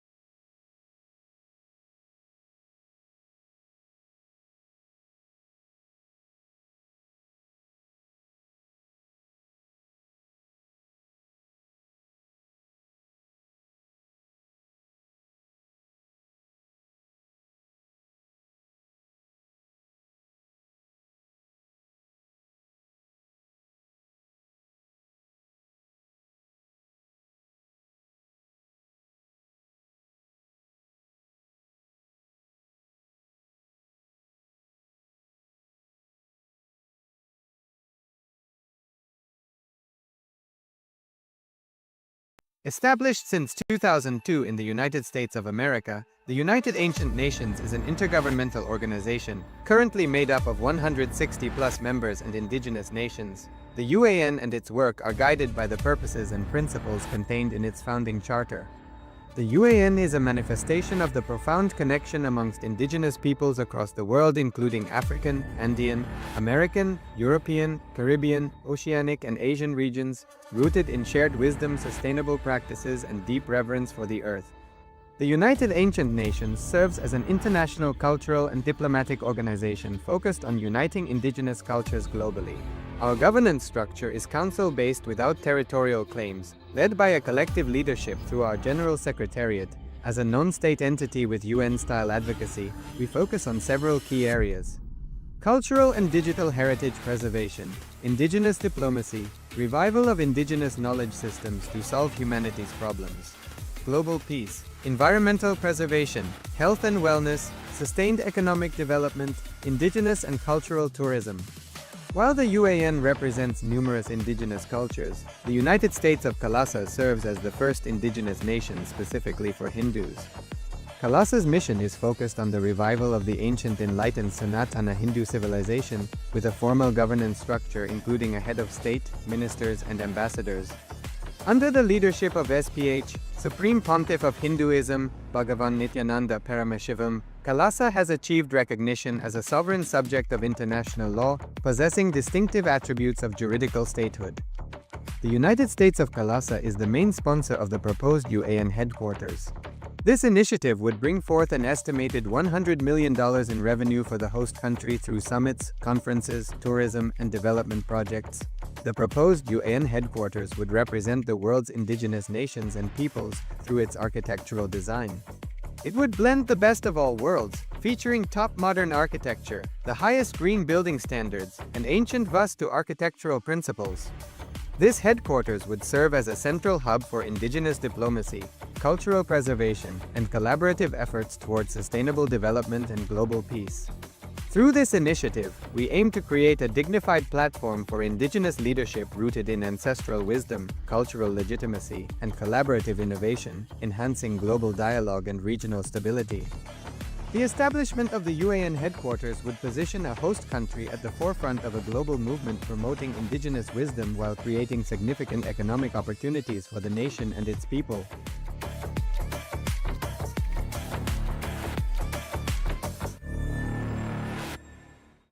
Established since 2002 in the United States of America, the United Ancient Nations is an intergovernmental organization, currently made up of 160+ members and indigenous nations. The UAN and its work are guided by the purposes and principles contained in its founding charter.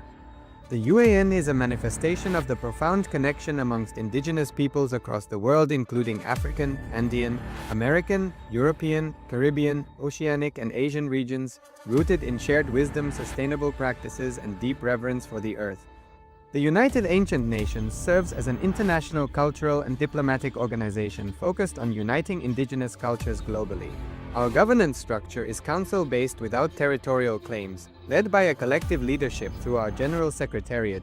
As a non-state entity with UN-style advocacy, we focus on several key areas: cultural and digital heritage preservation, indigenous diplomacy, revival of indigenous knowledge systems to solve humanity's problems, global peace, environmental preservation, health and wellness, sustained economic development, indigenous and cultural tourism. While the UAN represents numerous indigenous cultures, the United States of Kailasa serves as the first indigenous nation specifically for Hindus. Kailasa's mission is focused on the revival of the ancient enlightened Sanatana Hindu civilization, with a formal governance structure including a head of state, ministers, and ambassadors. Under the leadership of SPH, Supreme Pontiff of Hinduism, Bhagavan Paramashivoham, Kailasa has achieved recognition as a sovereign subject of international law, possessing distinctive attributes of juridical statehood. The United States of Kailasa is the main sponsor of the proposed UAN headquarters. This initiative would bring forth an estimated $100 million in revenue for the host country through summits, conferences, tourism, and development projects. The proposed UAN headquarters would represent the world's indigenous nations and peoples through its architectural design. It would blend the best of all worlds, featuring top modern architecture, the highest green building standards, and ancient Vastu architectural principles. This headquarters would serve as a central hub for indigenous diplomacy, cultural preservation, and collaborative efforts towards sustainable development and global peace. Through this initiative, we aim to create a dignified platform for indigenous leadership rooted in ancestral wisdom, cultural legitimacy, and collaborative innovation, enhancing global dialogue and regional stability. The establishment of the UAN headquarters would position a host country at the forefront of a global movement promoting indigenous wisdom while creating significant economic opportunities for the nation and its people.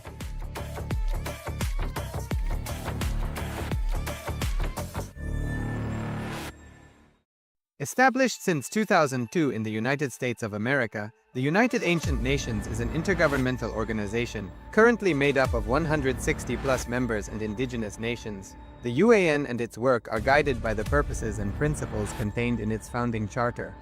The UAN is a manifestation of the profound connection amongst indigenous peoples across the world, including African, Andean, American, European, Caribbean, Oceanic, and Asian regions, rooted in shared wisdom, sustainable practices, and deep reverence for the earth. The United Ancient Nations serves as an international cultural and diplomatic organization focused on uniting indigenous cultures globally. Our governance structure is council-based without territorial claims, led by a collective leadership through our General Secretariat. As a non-state entity with UN-style advocacy, we focus on several key areas: cultural and digital heritage preservation, indigenous diplomacy, revival of indigenous knowledge systems to solve humanity's problems, global peace, environmental preservation, health and wellness, sustained economic development, indigenous and cultural tourism. While the UAN represents numerous indigenous cultures, the United States of Kailasa serves as the first indigenous nation specifically for Hindus. Kailasa's mission is focused on the revival of the ancient enlightened Sanatana Hindu civilization, with a formal governance structure including a head of state, ministers, and ambassadors. Under the leadership of SPH, Welcome to a journey of discovery, where ancient wisdom meets modern science. Today, we explore the profound impact of energy and consciousness on our lives. Through the insights of spiritual luminary, SPH Bhagavan Nithyananda Paramashivoham, and groundbreaking scientific research, we uncover the mysteries that shape our understanding of existence.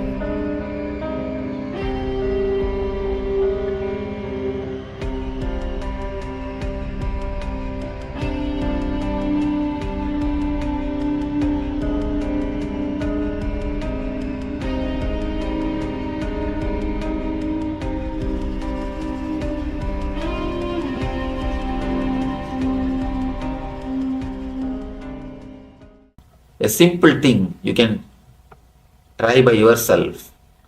Hold a pendulum and put your left hand under the pendulum. If your hands are free, the pendulum will run clockwise. If you just tense your hand, you will see the pendulum will go anti-clockwise. You may think it's a psychological effect. You hold the pendulum and close your eyes, let somebody else put their hand. If their hands are relaxed, you will see the pendulum will show clockwise. If their hands are tensed, you can do it by yourself and see. The pendulum will show anti-clockwise. Thoughts play a major role on the matter. Before the Einstein, matter and energy, they two are considered separate things. But once Einstein has declared that whatever exists is energy, the gap between the thought and the energy has disappeared. So the gap between the mind and the body has disappeared. Here are some of the brain scans I'm going to share with you. This is alert, non-meditative state. If you look at, let me see, there, let me point. Okay, if you look at the top, it's not very active, not very red and yellow. You know, yellow and red being the most active front. It's not alert in the back where he was seeing visual cortex is alert. So as I was talking, where you see that is active in the back. That's the front, that's left, and that's right. Next.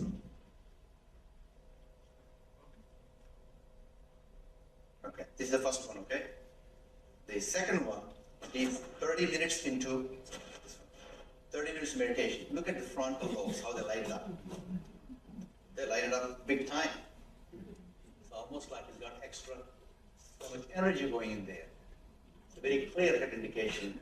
From the previous picture, I'll show you again, previous picture. See how it is? And how the next one is. Okay. Can you see that? That's in the 30 minutes of deep meditation. Next, 60 minutes of deep meditation. See how one side quietens down and the other side remains very active. 60 minutes of deep meditation. There is something else happening right here in the middle. Right in the middle. Right here, in the frontal area.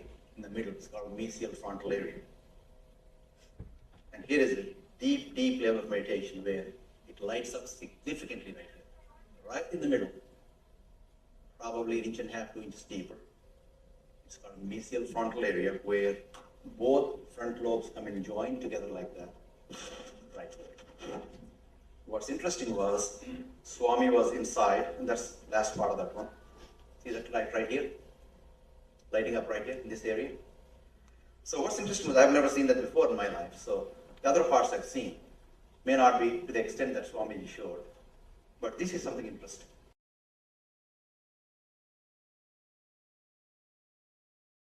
SPH Bhagavan Nithyananda Paramashivoham, a beacon of spiritual enlightenment, offers teachings that transcend time and culture. Join us as we dive into his enlightening discourse, recorded in Oklahoma, USA on May 2nd, 2007. Here, he addresses the essence of living in the present moment and unlocking the vibrancy of the soul. Whatever exists is energy. But in our life, the more the time passes, the more the day passes, we only become less energetic. Here, one side, all the great mystics, they claim the more you get old, you are supposed to become more energetic. That is why the East, we always worship the elderly people. We turn towards them for guidance, advice, and for everything. Youth is not worship. Only old, the elderly people are worshipped there. We turn towards to them. We turn and we look from them. We look to hear from them. When Rishi culture again and again says, whatever exists is energy, why are we not able to experience it? Where we are missing? There is a missing link. The missing link is you are caught with the past and the future, which is not existence, which is not reality, which is only imaginary level. Whether it is your past or the future, it's only imaginary level. What you perceive as the past or the future is not the reality. You are not perceiving the reality. Whatever you remember about as your past, whatever you remember as your past is only your remembrance. Please be very clear, it is not your past. It was not your past. We always remember, my childhood days are golden days. My college days are heaven. When I was in India, it was such a wonderful thing. But be honest, when you really lived that time, when you lived, was it great? No. When you lived, it was not. Now, your mind again and again projects, reminds you, it was great. Whatever you remember about your past is only your remembrance, your perception, not the reality. And the same way, whatever you remember about the future, all your worries, all your insecurity problem, all your fears, everything is only going to be your perception. It's not going to be a real future. I've seen people continuously worrying. See, in the beginning, if you have some reason to worry, you worry. After some time, you worry you master the art of worrying. You don't need some reason. You don't need some special reason. You can just create some reason. And after that some time, even if you don't find any reason, you simply start worrying. You are just habituated for that. You are just living with worries. Nothing else. It is just a mental habit. Actually, I did a small research with a group of people. I collected some 50 people, told them to write whatever worries they have about their next 6 months. About the next 6 months, whatever fears, insecurity problem, worries you have, please pen it down. Actually, even according to psychologists, you can't visualize more than 6 months of your life. You may try. You may try to make a calendar for 1 year. You may try to visualize about after 4 or 5 years and all. They say the data which you have, with that you can process only next 6 months of your life. And now they say it is coming down because the changes are happening so much of changes in all the level, socially, politically, economically, in all the levels, so much of changes are happening. They say that is even coming down. 6 months is the time maximum you can visualize about the future. So I told them, whatever fears and insecurities you have, please pen it down. They penned it. And then, after 6 months, again we all met. And I collected those papers when they penned it down. After 6 months, all of us again met. I distributed that paper and asked them to tick. How many of your worries have become reality? How many of your worries have become reality? You will be shocked to see the result. Hardly 3%. Actually only 3%. If there are 100 worries written by each person, only 3% is the maximum. I am telling about the maximum. Only 3%. Then can you imagine how much of mental energy is getting wasted? How much of your visualization capacity is getting wasted? How much of your power to create is getting wasted? The more you worry, the less you create. The more you are stressed, the less you are expressing.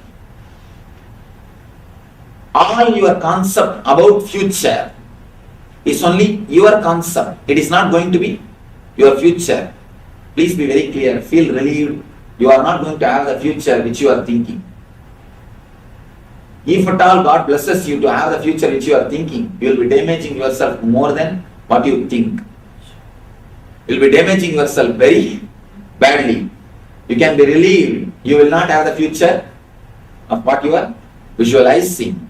Whatever you visualize, even if you visualize your future with all possible goodness, your visualization capacity itself is not enough to visualize all the dimensions of your future. So whether it is your perceptions about past or your ideas about the future, it is just your ideas. It is not the reality of what is.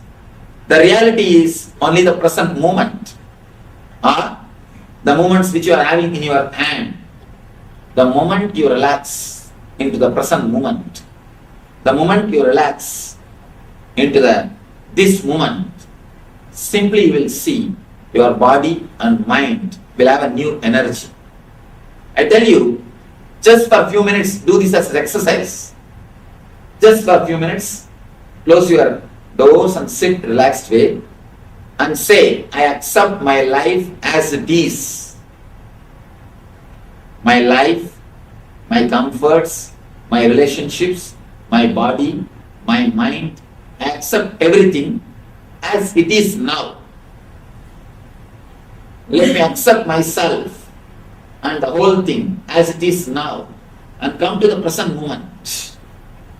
The moment you take a clear sankalpa means a conscious decision. The moment you take a conscious decision, very clearly come down to this present moment and start relaxing, you will be surprised, you can say you will be shocked to see the energy which happens to your being. Actually, only then you touch your inner being. Only then you touch your inner being, the source of your energy. As long as you are bothering about the future or thinking about the past, you will be away from the source of energy. The source of energy is always the present moment. When you come to the present moment, only then you are rejuvenated, you are fresh, you are alive, you start living. Physically, the concept of time makes you old, sick, uneasy. Mentally, the concept of time gives you stress, load and boredom. That's one more problem. Boredom is one of the important problems because of the concept of time. If you are caught in the past, you are just a stone, a rock which can't be moved, dead, no energy. If you are caught in the future, if you are caught in the past, dead rock. If you are caught in the present, if you are centered in the present, you will be a flowing river, water. You will be just a flowing river. You will be just a flowing energy.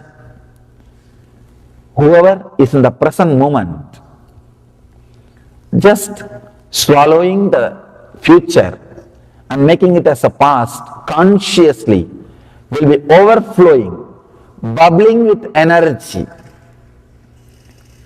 The Mahadeva, Shiva, who represents the rejuvenation process, are creating space for new things to happen. He is causeless auspiciousness. If you are centered in the present moment, you will be beyond fear, your Kundalini will be awakened, you will be radiating the causeless auspiciousness. The person who achieved that state, who is centered in the present, only he is worshipped.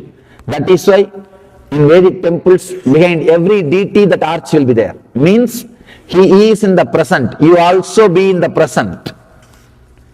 You also be like him. That is what is told. Symbolically, that is what is told to you. Be like him. Be in the causeless auspiciousness. Be a rejuvenator. In your mind you can see. You can decide whether you want to be a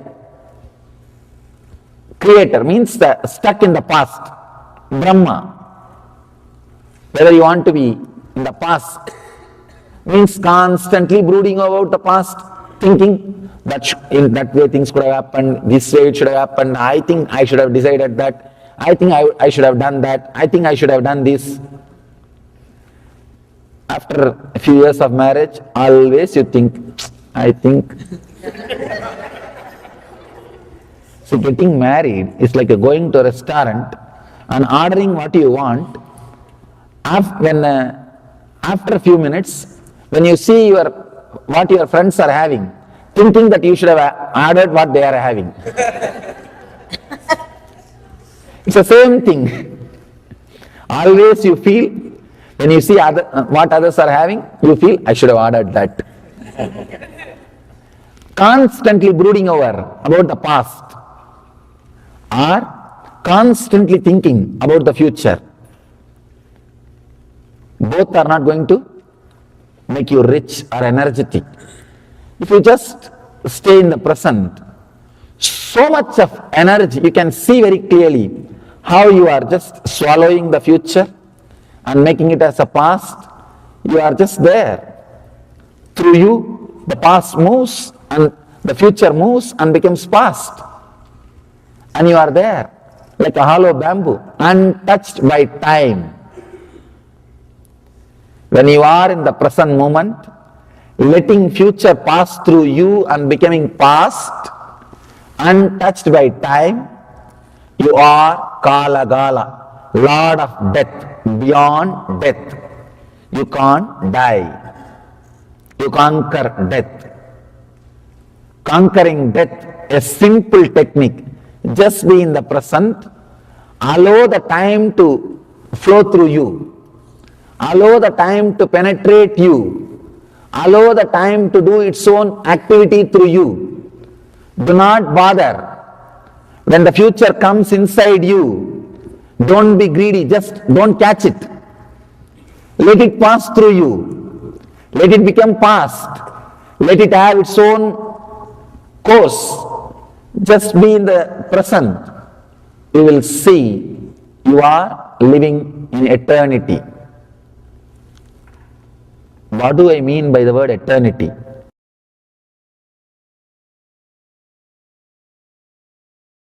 As we conclude our exploration, we invite you to reflect on the integration of energy and consciousness in your life.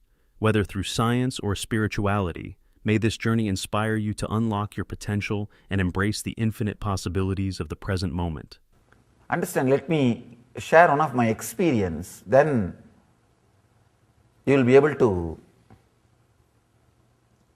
understand respect for whatever exists.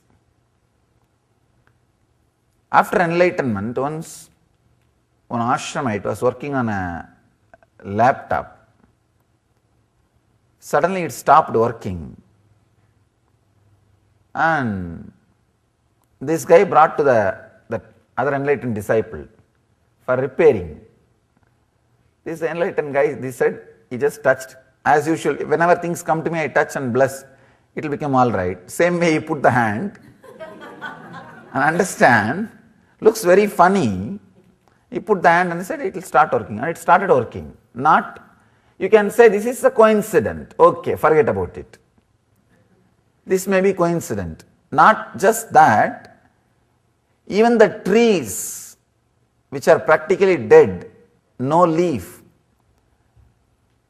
He said that, Swamiji, I repeated your name and put the hand on the tree, and it came to life. Actually, I got the interest to study exactly what happens. I told him to heal some inanimate objects like a machine, TV, or the tape recorder, that kind of things. When I asked him to heal and I studied the energy flow, suddenly I understood everything. It was like a revelation. Everything exists is living energy, only different degree of life. Even Himalayas are growing. Even hills are living energy. Understand? Different frequency of life, but whatever exists is life, is energy. When you start respecting, when you start living with that respect, whatever exists is energy, suddenly you will see the whole nature reciprocates. The whole nature lives with you.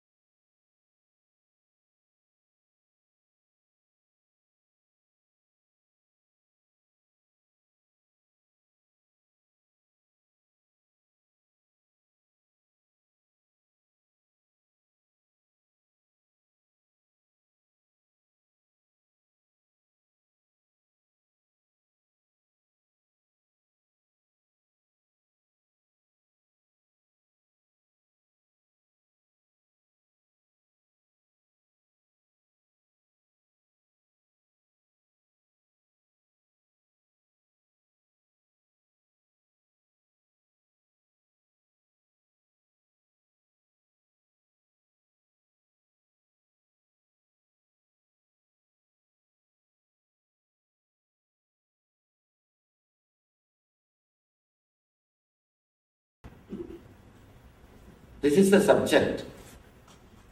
Actually, all the mystics, all the masters, all the saints, all the sages who walked on this planet Earth spoke about.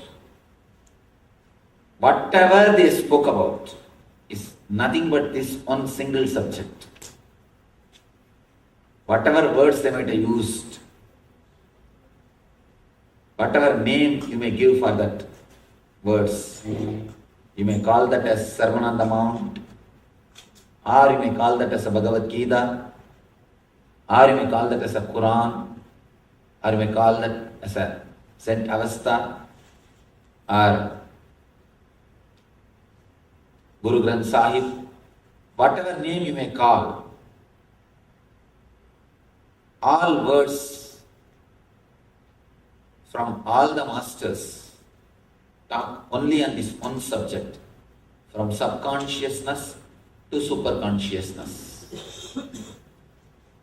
Not only religious masters, anybody who shared their wisdom, anybody who is intelligent, anybody who speaks some word about spirituality, live about spirituality, anybody who gives a little bit of intelligence to anybody, they touch only this one subject, subconsciousness to superconsciousness. Life solutions are problems to whatever the solutions to the problems which you are facing in the life.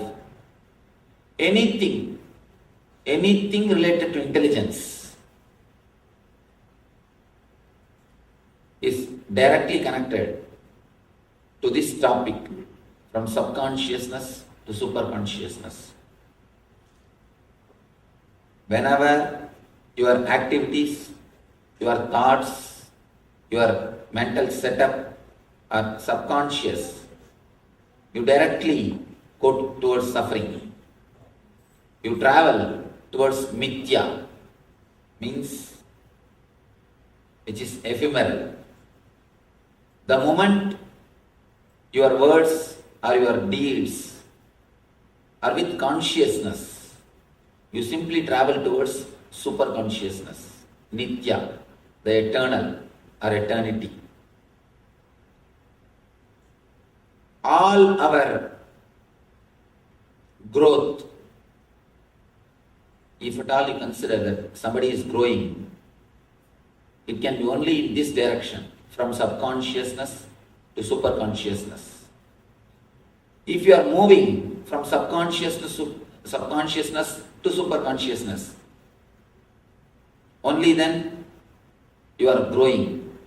Otherwise, you are only getting aged, getting old. Getting old is not growing. Anubhava is not anubhuti. In Sanskrit we have two words, anubhava and anubhuti. Anubhava means just getting old. Anubhuti means learning from the experiences. Anubhava is getting experiences. Anubhuti means learning from that experiences. A simple example. There are people who learn from experiences. First they touch the cigar fire and then they understand, oh, cigar fire will burn. Then they touch the matchbox fire. They say, oh, matchbox fire burns. Then they touch the oven fire. Oh, oven fire burns. They touch one by one all fires. By the time they come to the conclusion, all fire burns. They will be old, their body will be ready to be burnt. This is anubhava. You learn from experiences. But we don't have enough time to learn from experiences. We don't have enough time to commit all the mistakes and learn. It's an old saying, learn from your mistakes. I say, learn from others' mistakes. You don't have enough time to do all the mistakes and learn. Anubhava, is the path of subconsciousness. Next, another one beautiful word, anubhuti, means learning straight away from one mistake. It's like when you touch one fire, when it burns, immediately you realize all fire will burn. Coming to a clear understanding and conclusion, all fire will burn. Anubhuti is what I call superconscious state. Anubhuti is what I call a pure consciousness. Almost all the religions, all the rituals, all the techniques, all meditations are created only to drive man from subconsciousness to superconsciousness. Whatever you do, whether praying in the church or doing puja in temple or doing namaz in the mosque or any other ritual, any other religious ritual is designed originally to lead man from subconsciousness to superconsciousness. But the problem is, when you don't know the science, only you do the act. When you do the act without knowing the science, again you make that as a ritual. Subconscious process. Anything done with the knowledge, with the wisdom, with the science of that whole action, whole activity, it becomes meditation. When the science is lost, only the action, activities remains, it becomes ritual. It becomes ritual. When the juice of wisdom is not there in the activity, it becomes just a ritual. They say a beautiful word, religious nuts and spiritual fruit. If the juice of wisdom is not there, you become a religious nut. When the juice of wisdom is added, a religious nut becomes a spiritual fruit. So, any ritual, any technique starts only as a technique to transform you from subconsciousness to superconsciousness. But when you don't know the science, why should it happen? What way it helps me? What way it is going to add more energy to my life, more clarity to my life, more intelligence to my life? When we don't know that, naturally, again we make the whole thing into subconscious process. If you know, even just sitting can become a superconscious technique. Even just sitting or simply inhaling and exhaling is more than enough to reach the superconscious state. With the intelligence and the right understanding, even a simple thing like inhaling and exhaling can put you into superconscious state. That is what is all about vipassana. Vipassana is one of the wonderful meditation technique. I think the greatest gift given to the planet Earth by East is this vipassana technique. This vipassana technique is the greatest gift to the planet Earth from the East. Buddha's great contribution. According to me, thousands and thousands of people have become enlightened just because of this one single technique. This technique is all about inhaling and exhaling consciously, that's all. When you know the science, if you are conscious, even simple inhaling and exhaling can lead you to superconsciousness. When you are not aware, when you don't know the science, even the great rituals, big rituals can lead you to subconsciousness. Now I'll try to explain the science, what is subconscious and what is superconsciousness, how we receive the information from the world and how process of cognition happens in our system and how it becomes subconscious, how it can be transformed into superconsciousness. I'll explain based on Patanjali, a great master who happened in India. Based on his theory, I'll try to explain, then we'll analyze that theory with question answer, and that will help to internalize. Actually, a simple theory will not help much. When you analyze it with question answers, with a discussion, then it can be internalized in your system. So I'll try to propose that simple theory. You see, here is a small diagram. I'll try to explain how we receive the information from the outer world, how the process goes on in our being.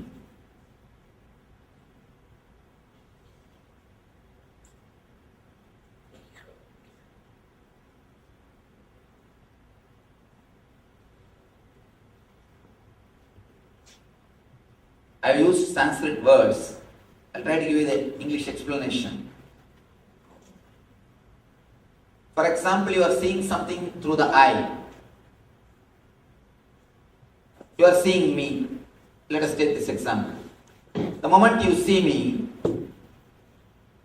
there is an energy called chakshu, which converts the information like a digital processing. If you want to process any information in the computer, you have to digitize it.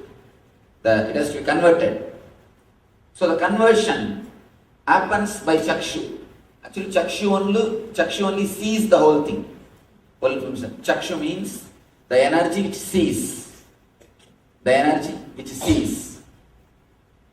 Chakshu takes the information to manas. The moment the information is received, chakshu is like a file. In that the information is put, and it takes to manas. Immediately manas is the place, we can say, the first step of our being. Manas analyzes. Manas completely analyzes, and it starts classifying. It will first say, a broad outline will be given. And he is a man, or he is a human being. A broad outline will be given. Then that file will go to Chitta. Chitta immediately starts analyzing. Have I seen him somewhere? Have I seen him somewhere, here, there? You try to connect whatever you have experienced with this color, or with me, or some other Swami like me. All these memories will come up. You try to connect. You try to connect yourself with the information which you have received. Till this time, till the information comes to manas, it will be only analyzed in a general way. The moment it comes to chitta, you will start. Chitta is the memory. All the memories which you have collected is stored only in chitta. The chitta, with all the old memories, past memories, you connect. You start analyzing the Swamis whom you have met. If they have done some good thing for you, immediately you start associating me also with the good thing. If you had some bad experiences, then you start associating me also with that same bad experiences. So whatever process, whatever you know, with that you connect, and the file goes to buddhi. Now buddhi will decide whether to sit here or leave. The buddhi will decide whether to sit here or leave. And if the process goes like this logically, you are safe. You are safe. But it does not go always logically. It does not go always logically. Even though buddhi decides, the buddhi is not the authority to give command. He decides and the file is moved to ego. to ego. This is the mysterious zone. Still now medical field is not able to penetrate this zone. This zone is still in the hands of meditation and the masters. Still now this zone is in the hands of the mystics and the spiritual masters. The buddhi sends the file to ego, and ego decides. Ego decides, the decision again comes back, it is given to chitta, to manas, chakshu, then the body starts working the decision. You get the decision from ego, then ego says, alright, let us sit and see, let us sit and watch. Then you sit. If the ego says, no, better let us leave, you simply walk. This is the way the information goes inside and comes out. First your eyes sees whatever you see, that is converted as a file, the form of a file on which through which they can do the process. That is done by chakshu. Then next it goes to manas. The manas gives a, you can say, view or an idea about what it is. Then the file goes to chitta. Chitta is the memories which you collected. See, in manas, you are no way associated. But in chitta, your memories are associated. Manas gives only from the collection. Manas never says right or wrong or anything. It just gives an overall view. Here is a human being with this cloth, with the turban. Just the idea is given to you. Then the chitta only starts analyzing. Oh, he is Swami. Already I have seen so many Swamis. These are my experiences. I think then what to do. Then that file goes to buddhi. Buddhi only decides. But the problem is buddhi doesn't have authority to give command. So the command can be given only by ego. For one shana, the whole file takes a quantum leap. From the ego, command comes. Your body executes that command. If whole thing happens logically, see, I said that now a small example of seeing me. Seeing me, you see, and then the information is digitized and is brought to manas. Manas gives a broad view about he is a human being standing here. All these ideas are given. And then it is brought to chitta. Chitta says, oh, I have seen so many Swamis. Better, now let us go back and do our work. Then immediately your buddhi decides. The file goes to the buddhi. Buddhi says, I have seen so many Swamis. Let us go. Then you decide to go. You leave. If this process happens, no problem. If it happens logically like this, no problem. Things go safe and your things go smooth. But sometimes, till here, one type of logic works. For example, smoking. From the level of eyes you receive the information. It comes to chakshu, it comes to manas, it comes to chitta, it comes to buddhi. The whole file, when it is processed, your buddhi says, no, smoking is not good for health. I don't want. Already I had so many bad experiences about smoking. That is the end conclusion of the buddhi. But suddenly something happens when the file moves like this.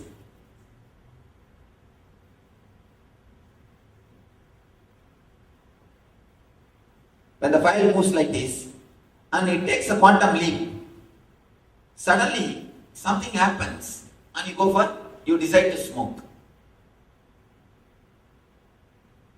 Please understand, if things go logically, if your buddhi's decisions are executed immediately, as it is, you are not in any difficulty. Things are really beautiful, you are safe.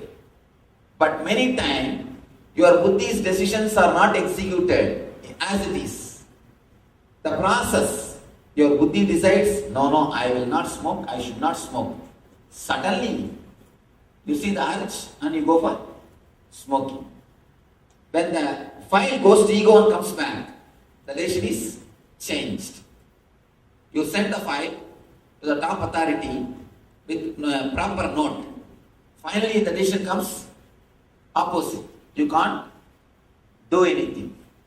This processing area, actually, this whole thing I call it as TP, processing time. This is TQ, the quantum leap time. This is the time.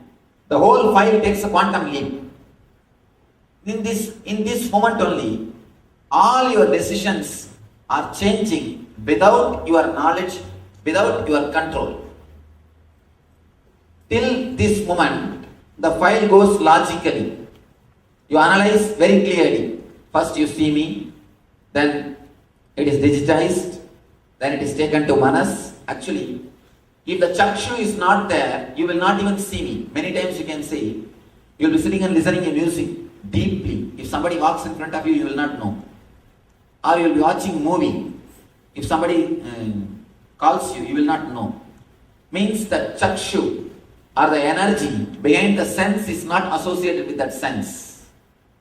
Only with the chakshu, the information is taken in. The whole file is digitized. When the file is digitized, it goes to Manas. Manas gives an overall view. Manas, only work of Manas is excluding all other things. The Manas will say, he is not animal, he is not plant, he is not, but all is not, that all will be eliminated. All the excluding will be done. And the file will be brought to Chitta. Then Chitta will start analyzing. Oh, he is Swami. I have seen so many Swamis. Or I have seen him earlier in Los Angeles. What is my experience with him? It's good. Okay. Then the idea, yes, it is good. I had a wonderful experience with him. That file will go to Buddhi. Then Buddhi will decide, oh, I had a wonderful experience with him last time. So naturally I will have a wonderful experience this time also. That file will be sent to ego. But ego only can decide, alright, sit and listen. Or get out and go. That decision will be done only by ego. The problem is, if the ego decides according to Buddhi, you are a Buddha. If ego decides against the Buddhi, you are a Buddha. That's all. Whole process, when the quantum leap process takes place, the whole decision changes. How it changes? Let us see. How it changes? Why it changes? For the informations to come to the sense and to reach the buddhi, it happens step by step. It takes its own time. So you have enough of awareness. Enough of awareness is there. Naturally, the process takes, with enough of awareness, it goes logically step by step. But this quantum leap happens in no moment. Actually, literally no time is taken for that quantum leap. Because there is no time, less awareness. Any decision taken with less awareness always leads to confusion. Here, the quantum leap happens with lot less awareness. If the TQ time is more than TP time, then you are a Buddha. You will take decisions with awareness. All your word, all your mental thinking, all your actions will be superconscious. If this TQ time is less than TP time, then you are working from subconsciousness. Your decisions are not logical. Your decisions are not clear. You are not tuned. You are not integrated with your buddhi. If you are integrated with your buddhi, you are called Buddha, awakened one. All we need to do is increase the TQ time, that's all. Now I give you a small equation.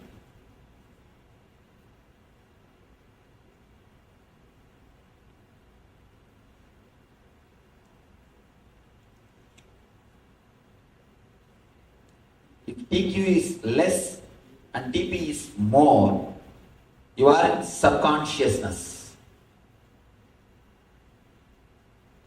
If TP is equal to TQ, you are in consciousness.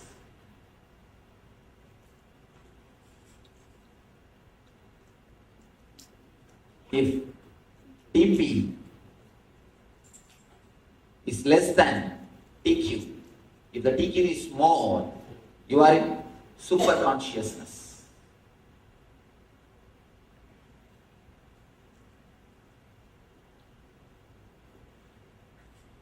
Actually, when the TQ is less, it gives you a sort of a thrill and kick. Quickly deciding. Deciding quickly gives you a sort of a thrill. You feel you are very courageous. A small story. One Dhirananda, means a courageous guy, and his friends, they all decided to go for a bullfight. Before going, they all went to a bar and started drinking. One friend told Dhirananda, why don't you also drink? Why are you sitting? Drink, it will give you a lot of courage to go ahead and drink. The fellow said, that is what I am afraid. That is why I am not going to drink. If I drink, I may have the courage. Actually, when your TQ is less, you feel you are courageous. If you continuously decide without having the TQ or without taking time, you claim yourself as a bold person. You think yourself as a great person. The person who decides, that is what in the social way, if somebody continuously goes on making decision without thinking, what we say? We say he is a great courageous person. We say he can do so many things. He can achieve so many things. But anything great, not only anything great is achieved, satisfaction that I live is achieved only by more TQ. Only by more TQ. See, as long as this time is more than this time, you are in subconscious. Continuously you are in subconsciousness. Because the buddhi gives a different decision and ego gives different command. Tug of war goes on inside your being. Continuously the tug of war goes on. Continuously the tug of war goes on inside your being. See, it is not getting that part.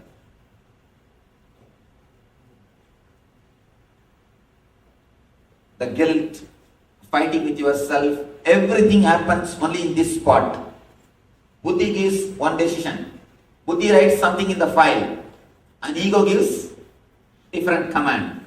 If you understand this one thing little deeply, your whole life can be transformed.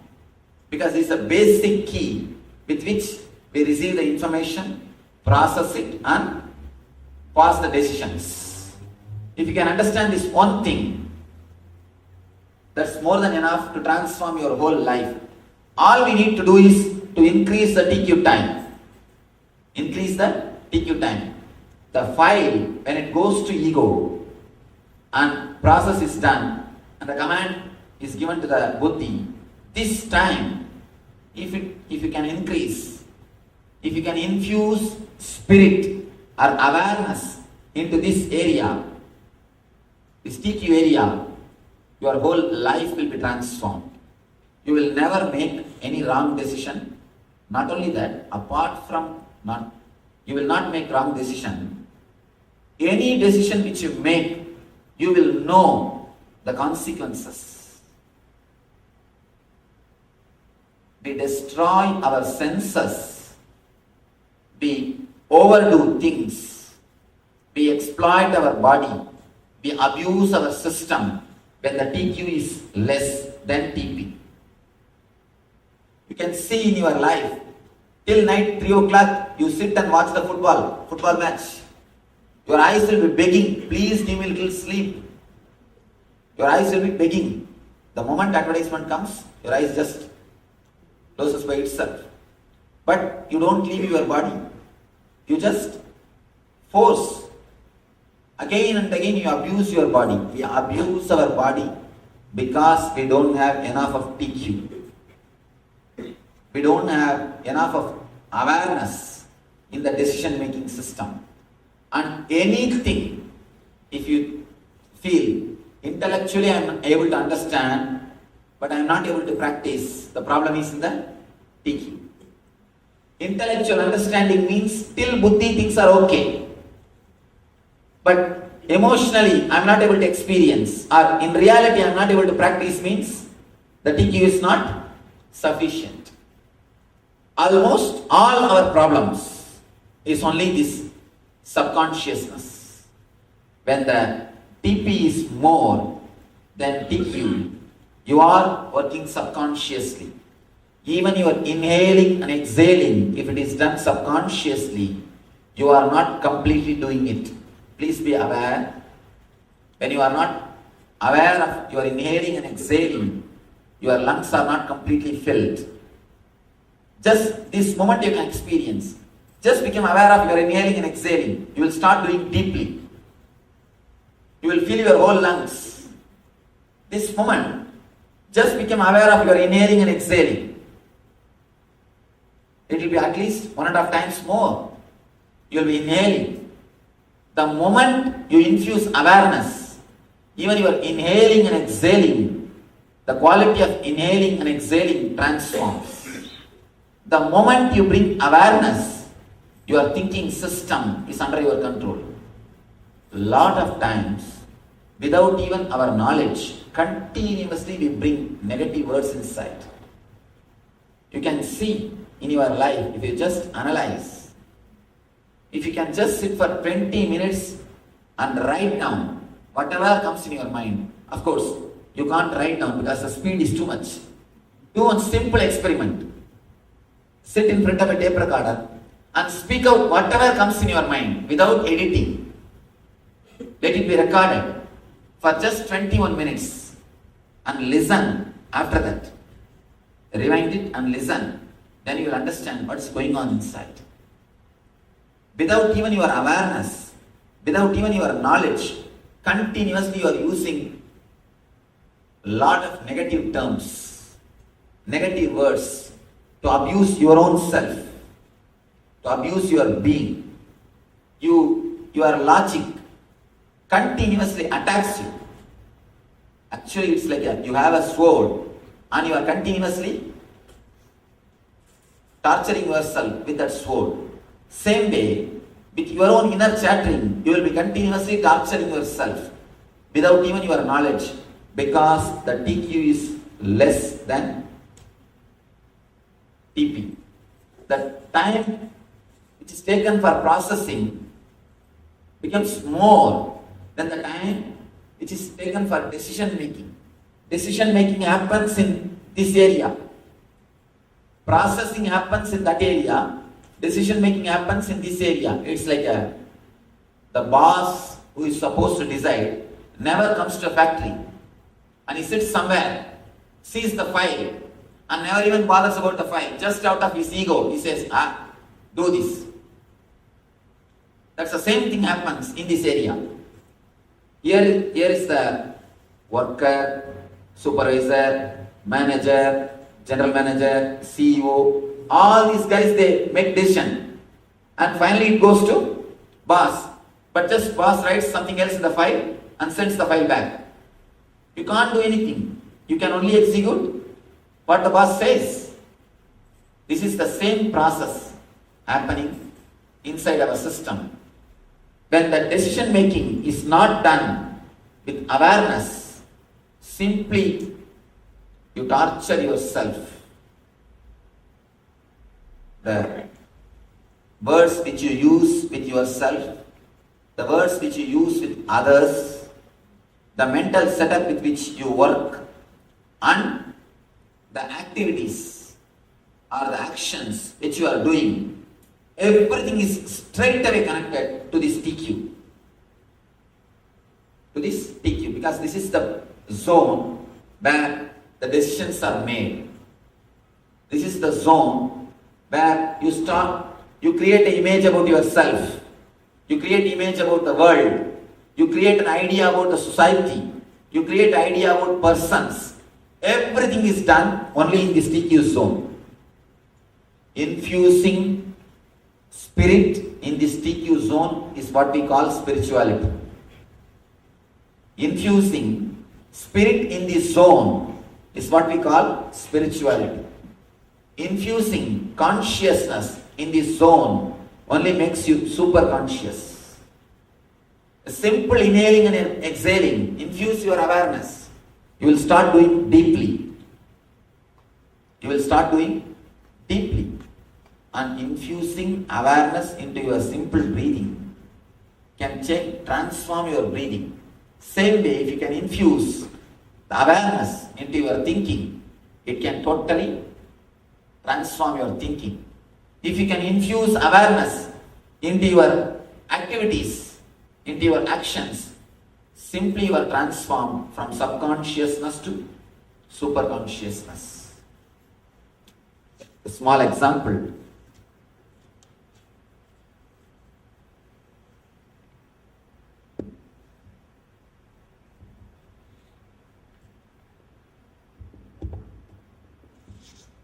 One person came to me and he asked me, Swamiji, I have the habit of smoking.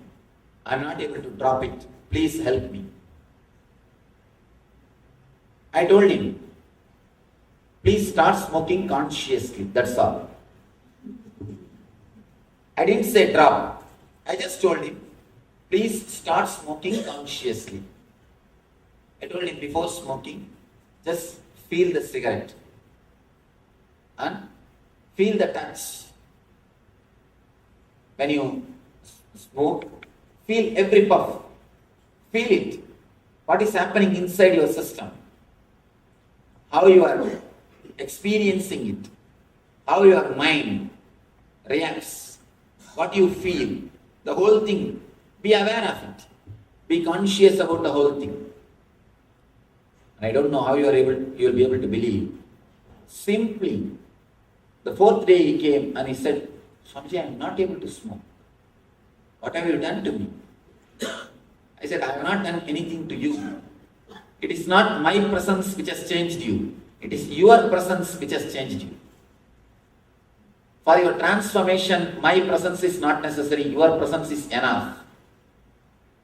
Your presence is more than enough for the transformation. My presence is not necessary. You see, if you understand this one statement, you will be liberated from gurus. That's the ultimate liberation. I tell you, liberation from gurus is the ultimate liberation. If you can understand this one technique, for transformation, my presence is not necessary. Your presence is enough. This one word is more than enough. Just infuse consciousness in the TQ. Just infuse consciousness in every action, in every moment. If you can infuse consciousness into every moment, you will see simply your whole life is transformed. This guy says, when I started with awareness, then I understood actually smoking is nothing but escaping, trying to escape from some thoughts, some mental thinking setup. All your addictions, analyze all your addictions, whether it is coffee or tea or smoking or drinking, everything. At particular time, you come upon a particular mental setup, whether depression or low mood, or some mental setup you face, which you are not interested in facing. Either you feel that you don't have enough energy to face it, or you don't want to face it. Then what do? Immediately, you drink something and escape from that mood. You just wanted to escape from that mood immediately for time being. Only then you choose drinking some tea, coffee, or alcohol, or smoking. Any addiction, anything, it is nothing but trying to escape from that mental setup for that time, for that few moments. When you can't escape consciously, you choose unconscious methods, unconscious techniques. It's like a pig felt too much of smell, the drainage. In India, open drainage system. And finally, it was not able to bear that smell. It just put his nose into that mud or slush. Same way, when you want to escape from some suffering, you just make yourself unconscious and you think you escaped. The drinking or any addiction process is just the same thing. When you are not able to escape consciously from a particular mental setup, you wanted to escape, you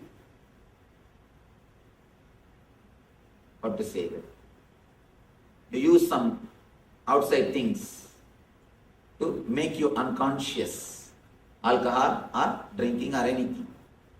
Anything which makes you unconscious is dangerous for the TQ. For TQ, you will not be able to make right decisions. Anything which makes you unconscious will naturally lead you to more and more dullness. You will be abusing your body, your mind and your whole system continuously. When you use methods and techniques to reduce the TQ, means putting yourself into unconsciousness, naturally you are traveling towards the path of suicide. It's like a slow suicide. Actually,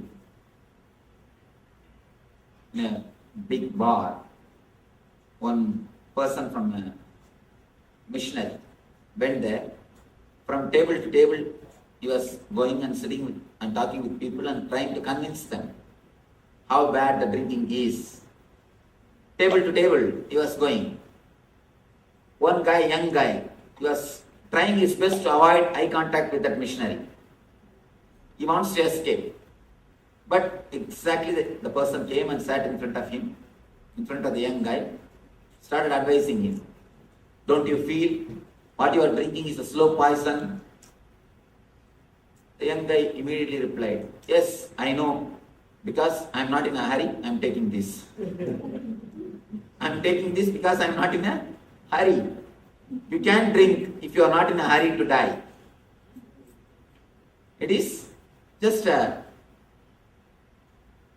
slow suicide process. It can make you dull and the awareness rate will be brought down. You will be traveling towards subconsciousness. Not only drinking, please understand, not only drinking, there are so many things which makes you unconscious, which makes you subconscious. If you do something which you don't want to do from your heart, but out of desire or impulse or compulsion, if you do, again you are creating subconsciousness. Again, the depth of the subconscious is getting increased. You are getting caught. You are creating a mental setup which is more and more going to give or create trouble for you, which is going to be more and more unconscious. Your whole life structure needs to be flooded with this single idea, with this single understanding. If you flood your whole life, it will be simply transformed. If you can understand this one key sutra, this one key mantra, infusing awareness into your TQ zone, infusing awareness into the area in which you are making the decisions. If you can infuse awareness into the TQ zone, your whole life will be transformed from this moment. Transformation does not need years, months, not even weeks. Not even weeks. It is just a conscious choice, a simple decision.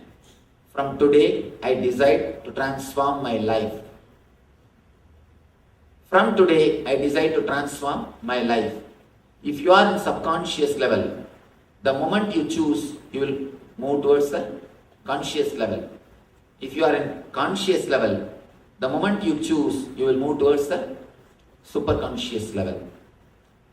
It's the ultimate technique, not only for the spiritual progress, even to live life happily. This is the master key.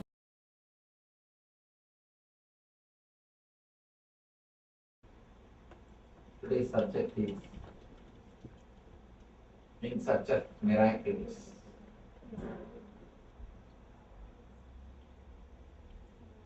From the time immemorial, human beings are searching continuously what we call miracles, extraordinary happenings. Almost all the religions, all the spiritual groups, all the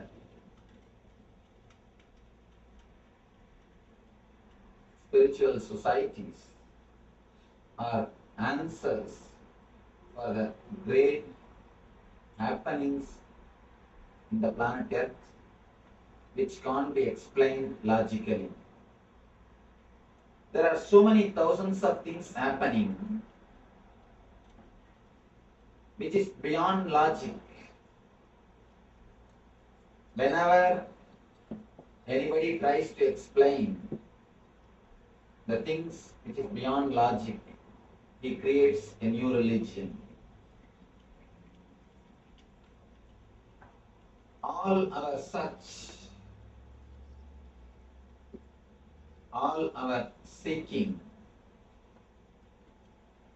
all our effort to find solution, to find answer for what is happening beyond our logic, what we call miracles. All our effort to demystify the miracles created new religions, different kinds of spiritual theories, different kind of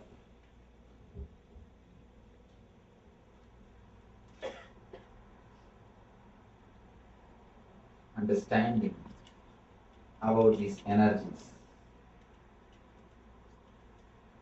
First, let us understand the word miracle. There is nothing on this planet Earth which is miracle actually. Patanjali declares very clearly, the greatest spiritual navigator ever born on the planet Earth. Patanjali is a person who declared first time there is no such thing as miracle happens in the planet Earth. Whatever happens has got clear cause. Cause and effect. If you do not know the cause, then you think it is miracle. You think it is something extraordinary. If you know the cause, you understand its cause and effect. If you do not know the cause, you always think it is miracle. Patanjali is the great spiritual navigator master who declared everything has got cause and there is nothing called miracle. He demystified the whole science, and in a way he made the whole spirituality as a science, which is possible in everyone's life.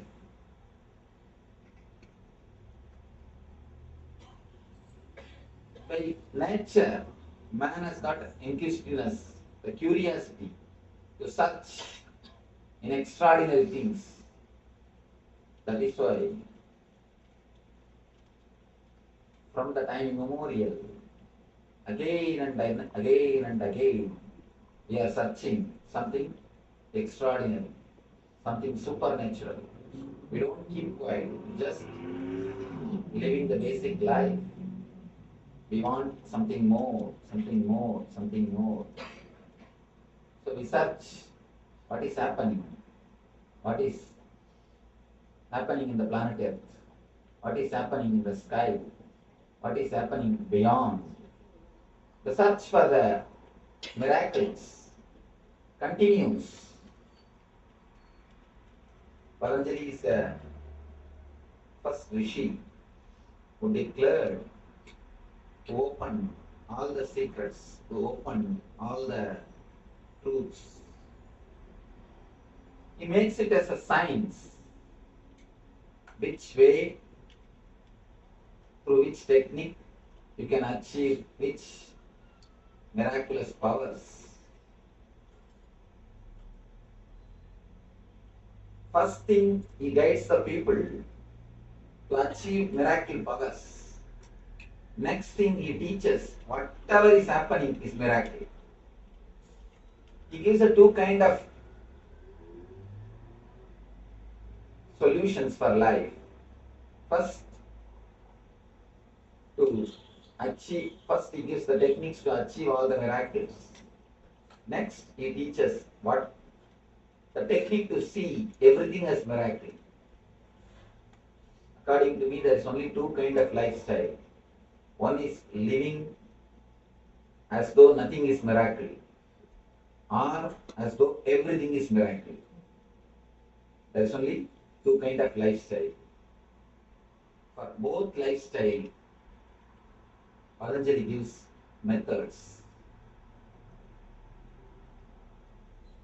He illumines a new path for human beings to travel. He shows a new way, and he demystifies whatever we call as miracles. Step by step, he explains the different kind of miracles and how those energies can be achieved, how you can penetrate. Now, I wanted to analyze one or two things. Search for miracles, is it going to help us? First, let us analyze.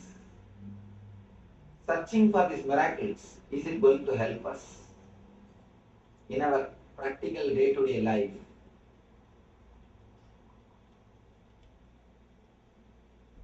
In a way, it can create inquisitiveness, it can create curiosity, it can give you the idea there is something beyond what you see with the five senses.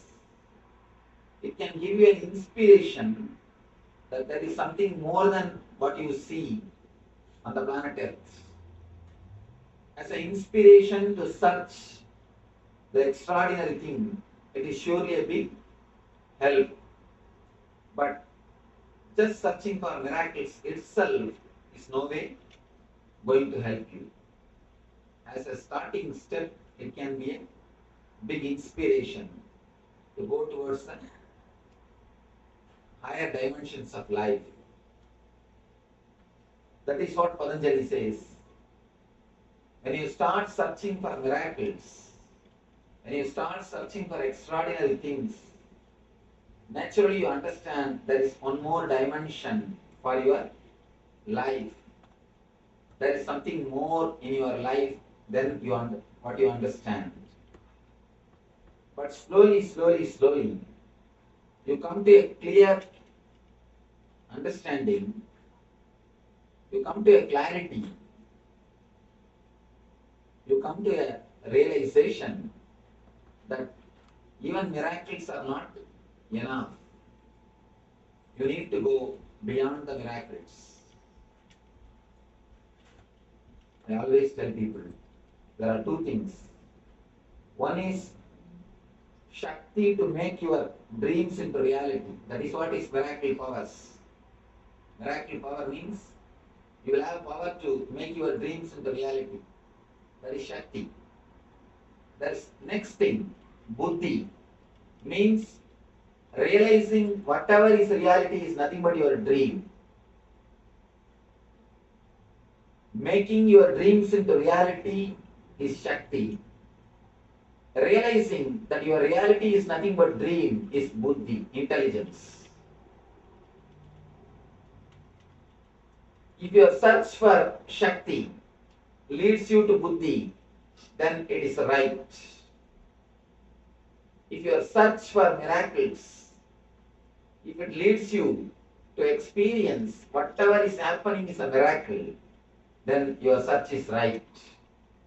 But if your search stops just in few miracle powers, you miss the real miracle, which is universe, which is existence. The greatest miracle is realizing the whole universe in your being, or your being in the whole universe. When you travel in your search of the miracles, when you start in your path, step by step you come upon few miracle powers. If your energy is getting solidified, in the second step you get the power of intuition. Intuition means seeing the things before it happens. People ask me, Swamiji, how can we see the things before it happens? It is just against the logic. It is just against the logic. How can we see before things happen? It is not against the logic.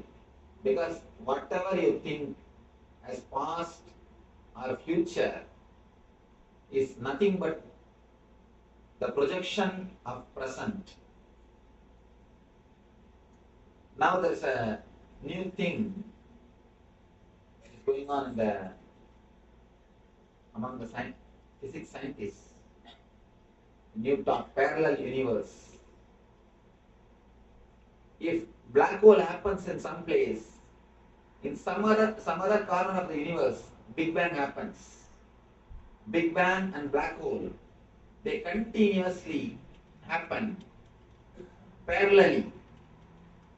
Continuously somewhere black hole is happening, and the parallel side of the universe, the other side, same way Big Bang is happening.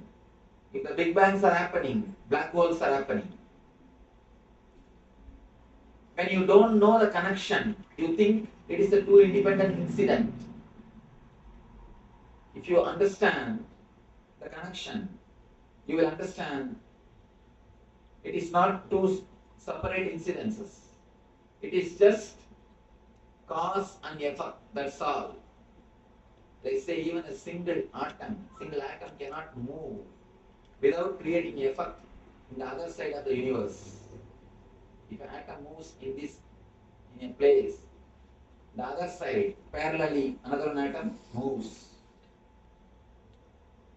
If you understand this parallel universe theory, you will be able to understand your future and past are not two independent things. They are just deeply related with the present. Understand the time as a shaft. Actually, time is a shaft. One side is past incidences, other side is future incidences. Center present. You never touch the time shaft actually. You are always pulled in the past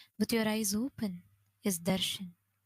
Come, let us all now move from meditation to darshan. Slowly, very slowly, please open your eyes.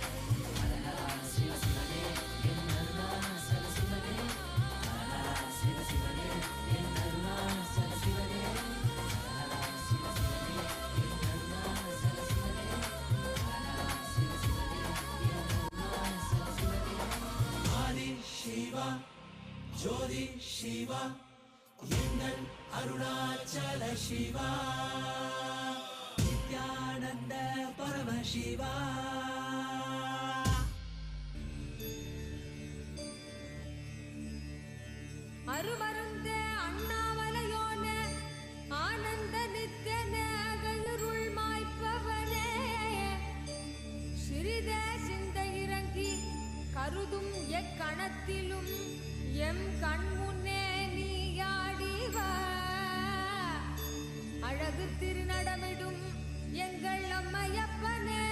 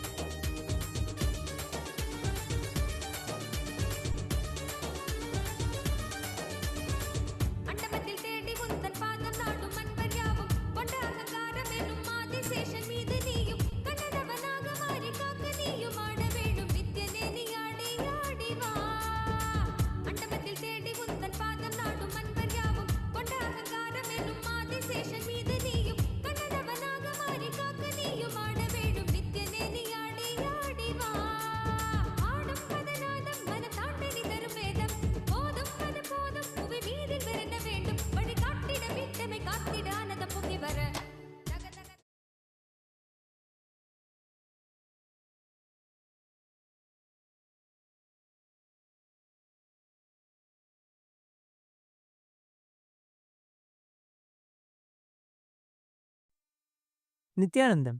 Today, with the grace and blessings of the Supreme Pontiff of Hinduism, Bhagavan Shri Nityananda Paramashivam, we are starting the 4th day celebrations of the Mahaparamashivratri Brahmotsava. The deities of Paramashiva, Paramashiva Shakti, Ganesha, Subramanya, Chandikeshwara, and the Supreme Pontiff of Hinduism, Bhagavan Shri Nityananda Paramashivam, are gracing now in Sarvalankara, the grandest decoration in the Utsava Mandapam in Kailasa's temples around the world. Let us now offer puja to all the deities and the Supreme Pontiff of Hinduism, Bhagavan Shri Nityananda Paramashivam, as puja is an activity done by the brain to mirror the neurological activity of the higher vertical time zones. On this 4th day of the Mahaparamashivratri Brahmotsavam, let us offer our devotion and love to Paramashiva along with the Shatmurtis and to the Supreme Pontiff of Hinduism, Bhagavan Shri Nityananda Paramashiva.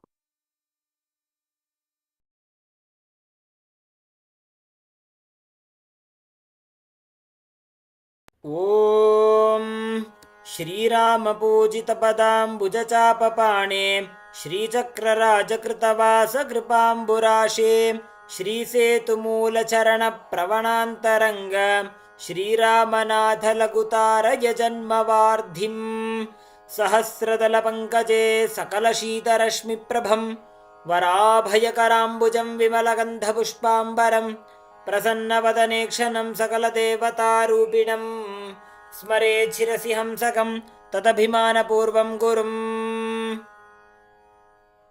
अथ धूपः ॐ दशाङ्गं गुग्गुलोपेतं सुगन्धं च सुमनोहरम् आघ्रेयः सर्वदेवानां धूपोऽयं प्रतिगृह्यताम् श्रीनित्यानन्देश्वरी परमशिवशक्ति पर्वतवर्धिन्यम्बिका समेत श्रीनित्यानन्देश्वर परमशिव रामनाथ स्वामिने नमः।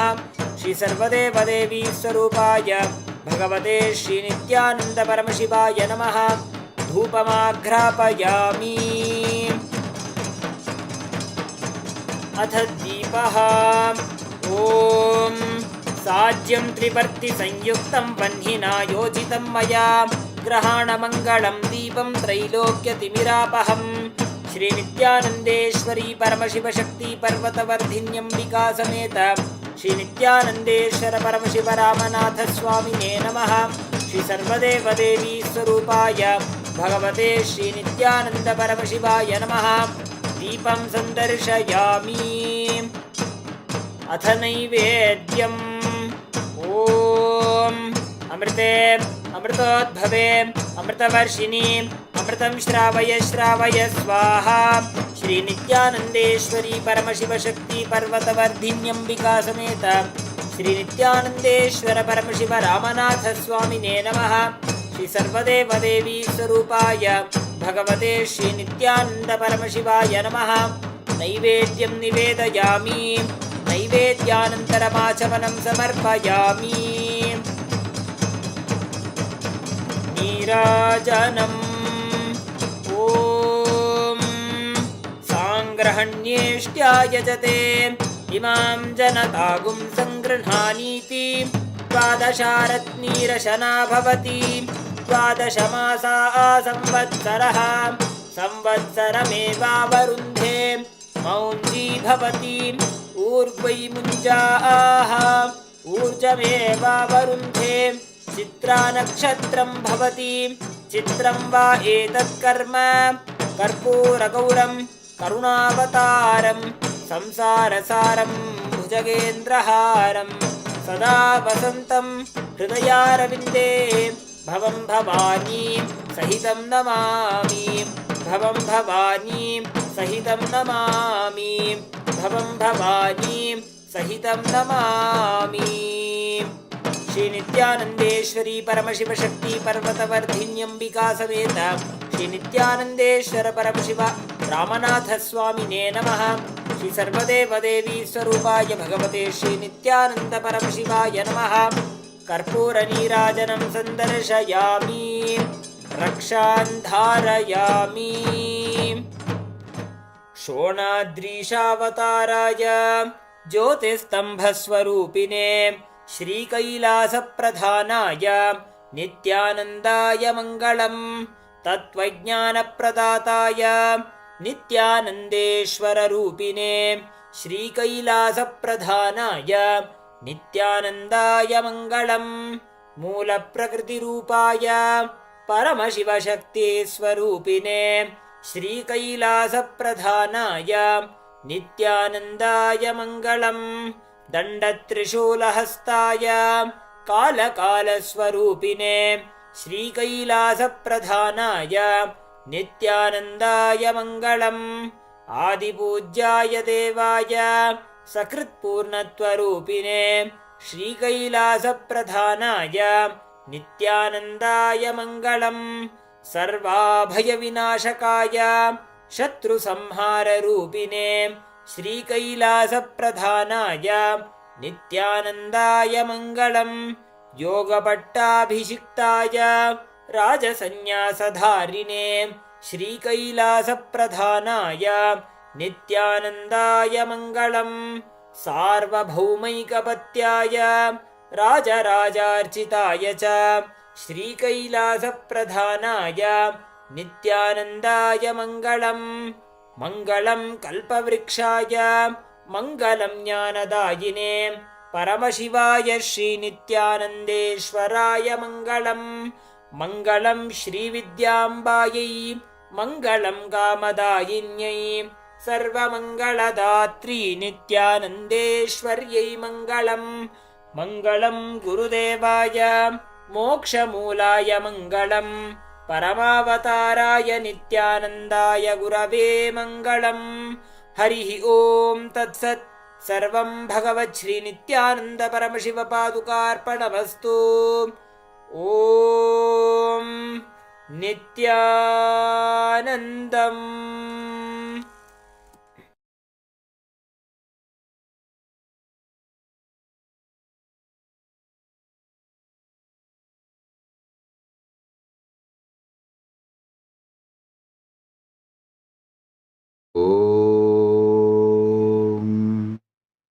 नित्यानन्देश्वर परमशिवसमारम्भाम् नित्यानन्देश्वरि परमशक्तिमध्यमाम् अस्मदाचार्यपर्यन्ताम् वन्दे गुरुपरम्पराम्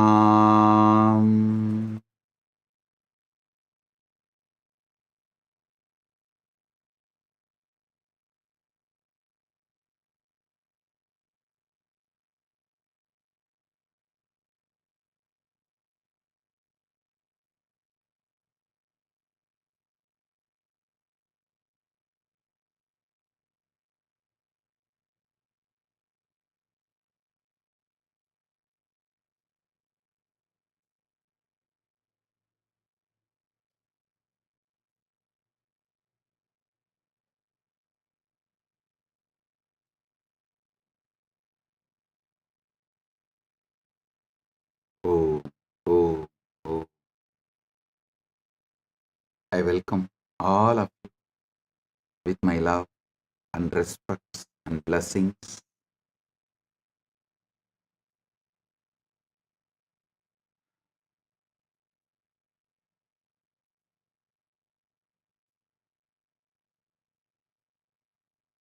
As the ultimate manifestation of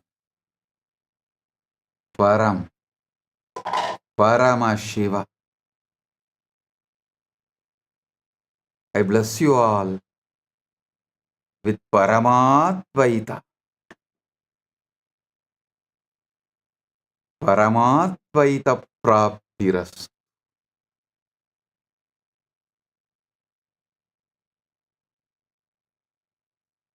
From today,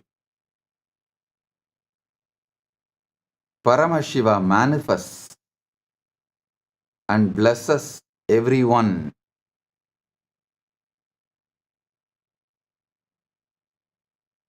with this Maha Shivaratri Brahmotsavam and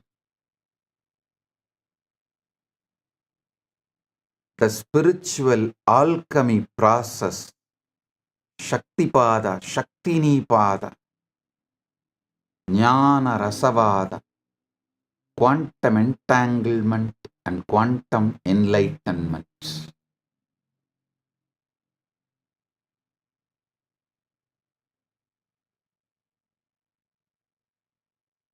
From today, the series of satsangs starts on quantum entanglement, quantum enlightenment as the ultimate manifestation of Paramburul, Paramashiva Paramburul. I bless you all with Paramadvaita.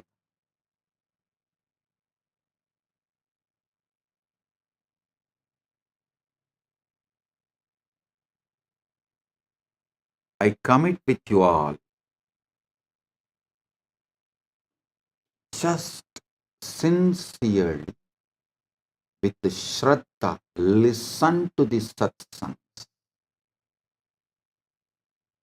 You will experience Paramadvaita.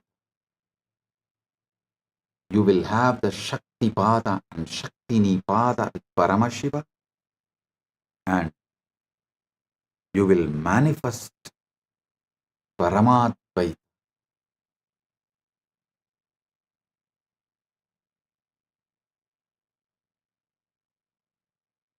Paramashiva is here to give you Paramadvaita. From today, 17 days continuously, every day on the same time, Indian time 8 to 10 p.m.,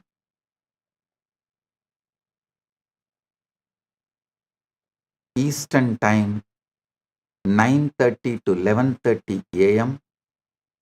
Next 17 days, this Maha Shivaratri Brahmotsavam, Maha Shivaratri Satsangs will happen. All I want from you is only one thing. Just listen sincere. That's all.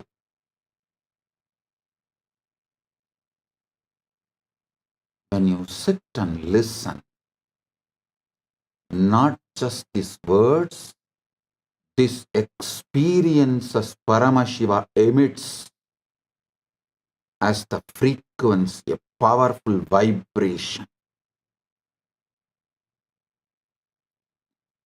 It enters into your being and gives you the Paramadvaita experience. So get ready for this great spiritual feast, spiritual blast. Paramadvaita Anubhuti.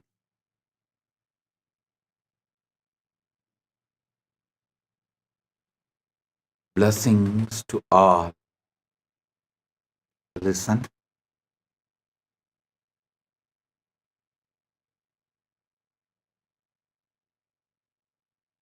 These 17 days, Paramashiva is here manifesting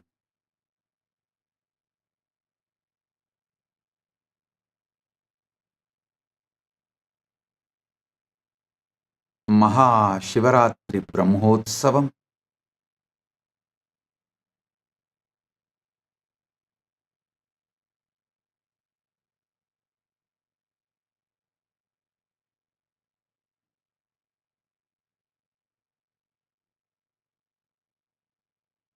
February 16th is Maha Shivaratri.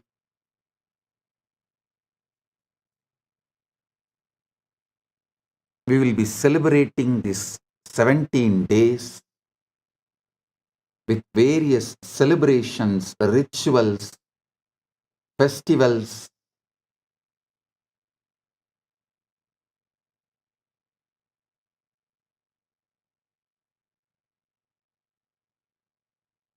Above all,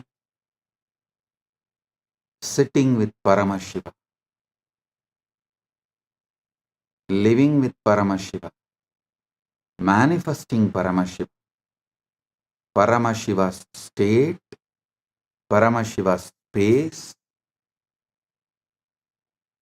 Paramashiva's being, Paramashiva's powers, Paramashiva's consciousness, and ultimately Paramashiva's superconsciousness and Paramashiva's Maha Kailas.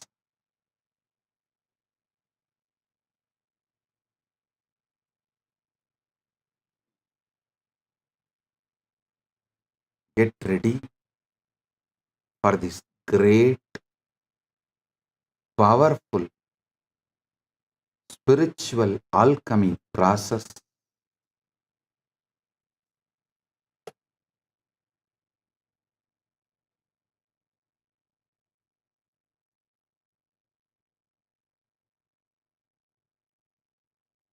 Paramashiva's direct message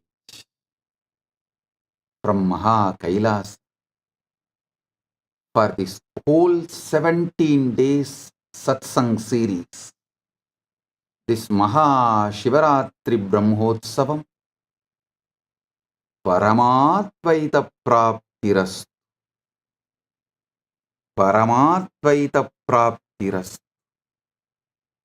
Paramatvaita Praptirastu. Let you all experience quantum enlightenment and quantum entanglement. Let you all experience the ultimate quantum enlightenment and ultimate quantum entanglement. Sarva Mangala Praptirastu, Sarva Aishwarya Praptirastu, Sarva Ananda Praptirastu, Sarva Arogya Praptirastu, Sarva Ananda Praptirastu.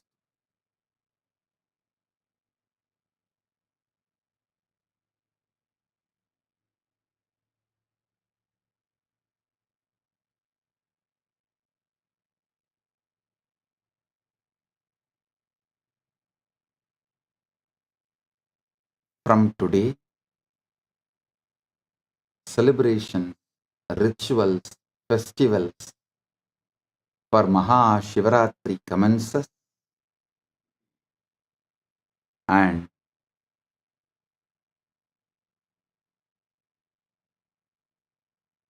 till February 22nd, Utsavas happen.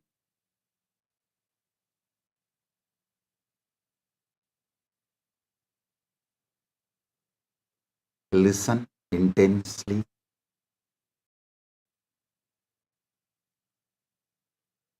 Listen without reaction.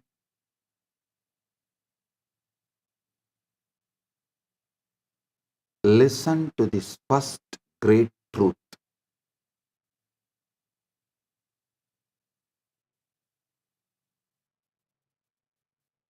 You are a field called Paramashiva, Param, ultimate. Listen. You are a field of Paramashiva. The field Paramashiva controls your body, mind, your life. You are not just body. You are a field which is centered, grounded, rooted in ultimate Paramashiva.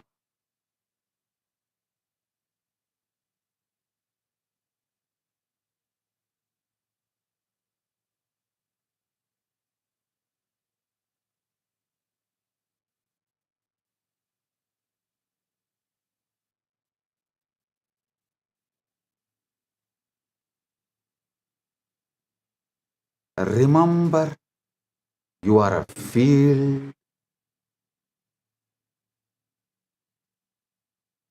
rooted in Paramashiva with that intensity. Listen. Listen to this whole satsang.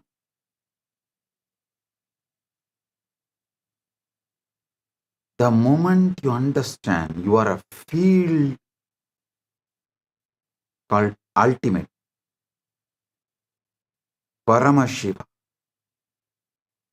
and that field is the ground on which you are rooted.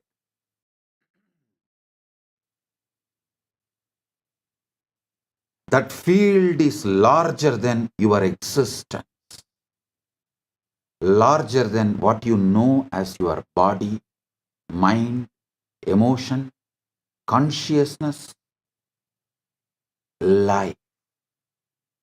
Whatever you call as your body, mind, emotions, consciousness, superconsciousness, life, enlightenment, everything happens inside the field called Paramashiva.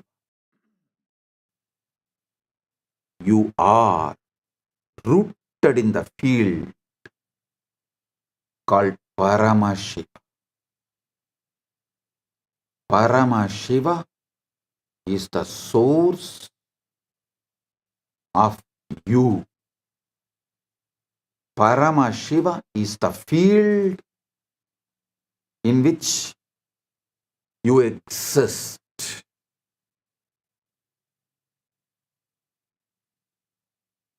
I'll give you step by step the ultimate truths. Listen.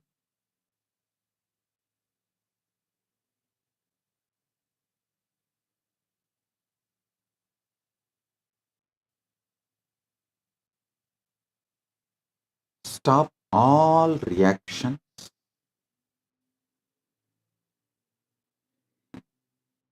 Stop endless distractions. Stop endless diversions. Stop endless triggered reactions. Stop all of it. Discard your past. Sit fresh. You are the field. Paramashiva. Sit as a field. Paramashiva. And listen intensely. Oh, listen intensely.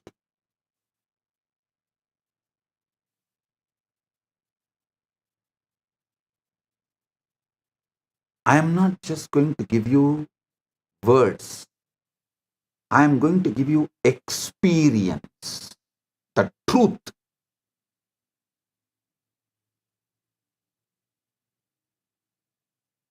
When I say you are Paramashiva, I know what all kind of reactions come inside you.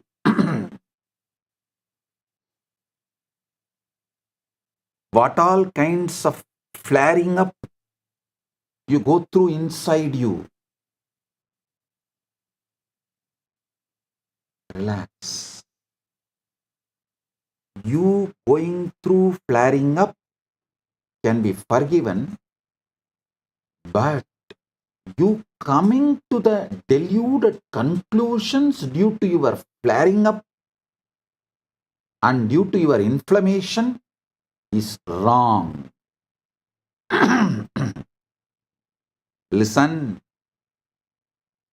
inflammation in your consciousness, acidity in your consciousness, inflation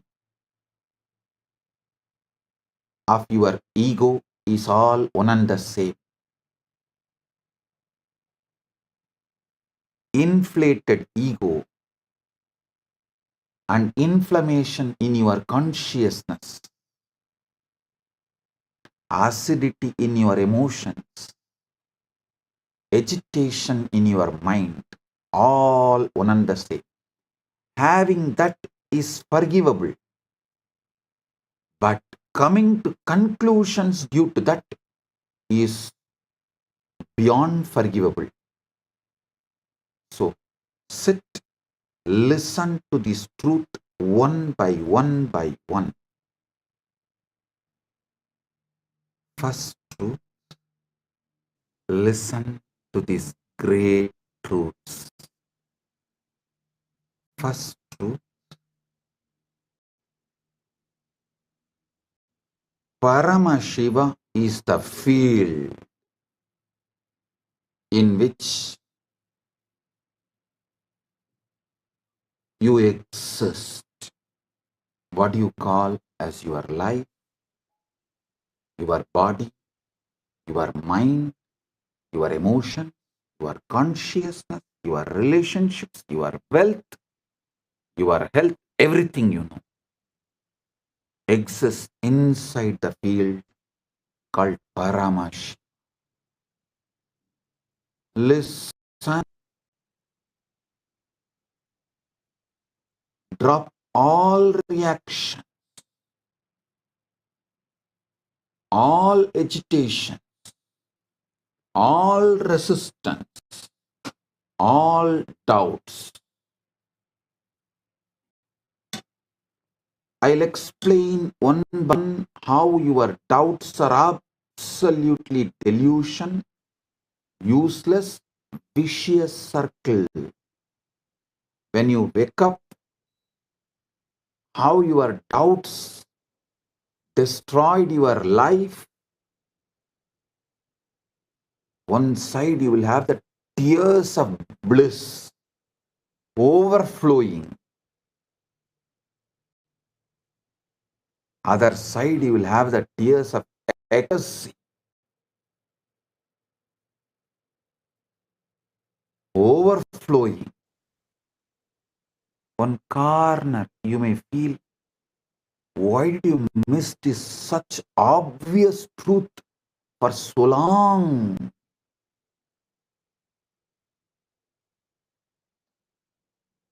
Now listen.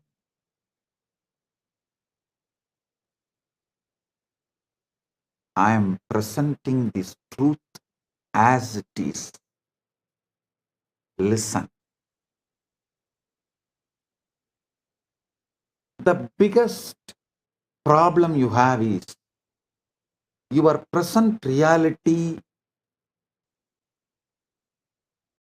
is so sickening, toxic.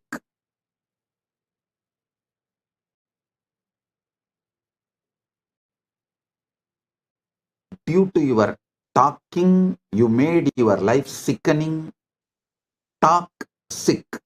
That's one level. And always toxic. Health, not as you want. Wealth, surely not as you want. Relationship, surely not the way you want. Inside there is so much confusion, tiredness, boredom, irritation, laziness. So naturally your reality stands in front of you and says you are not Paramashiva. Don't get brainwashed. Listen. Listen to this truth deeply. You are present. What you see around you right now is nothing more than echo of your past thoughts, old beliefs, and yesterday's assumption. Your present is an echo of your past. It's a photograph of a moment long gone, a snapshot of a mind you no longer have to live with. Mandukya Upanishad says beautifully,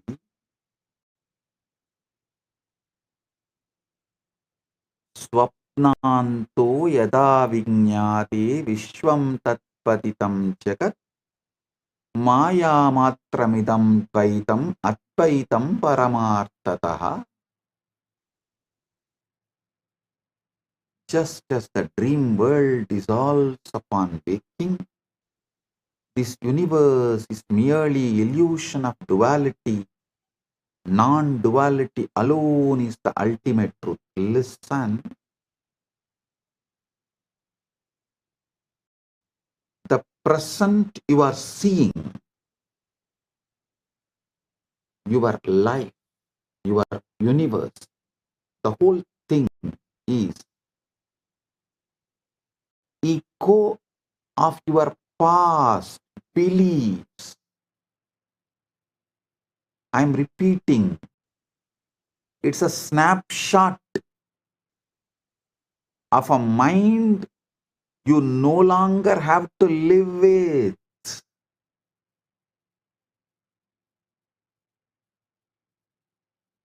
Yata saumyaikena mritpindena sarvam mrinmayam vinyatam syat. Just as by knowing one lump of clay, all clay objects are understood as mere names and forms, so too the universe is a projection of mind perception. Listen.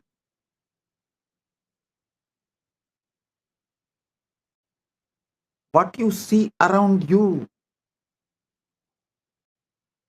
is just echo of your past thoughts, old beliefs, yesterday's assumptions. Don't call the echo as the truth. The greatest error you can make is to look at this picture and call it as truth.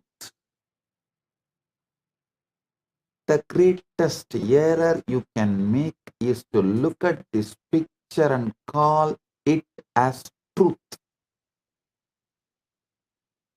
The truth is not what is before your eyes.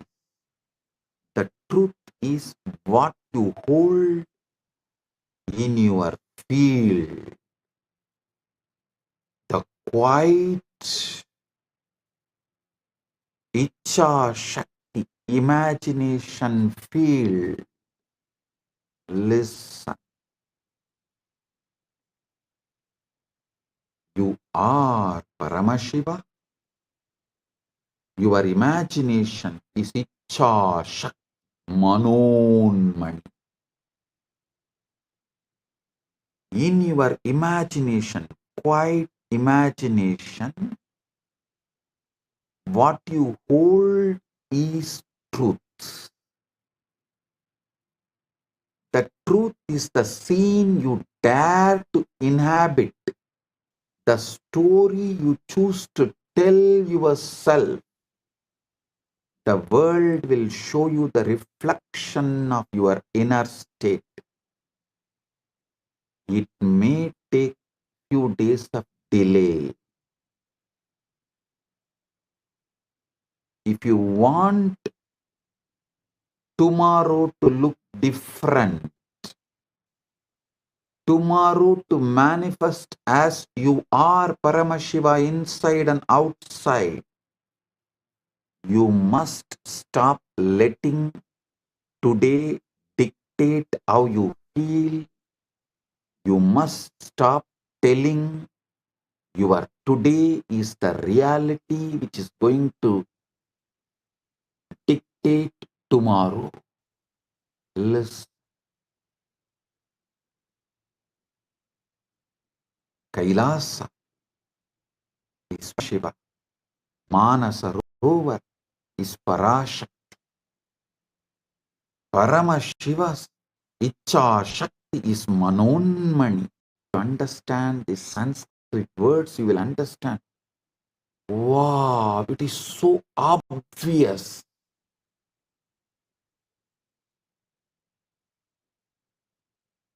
In your Icha Shakti, quiet imagination, if you decide your Paramashiva, tomorrow you will see your reality manifests as Paramashiva. It reflects. The world will show you the reflection. You are Paramashiva. It may delay for a few days because whatever you built till now needs to collapse.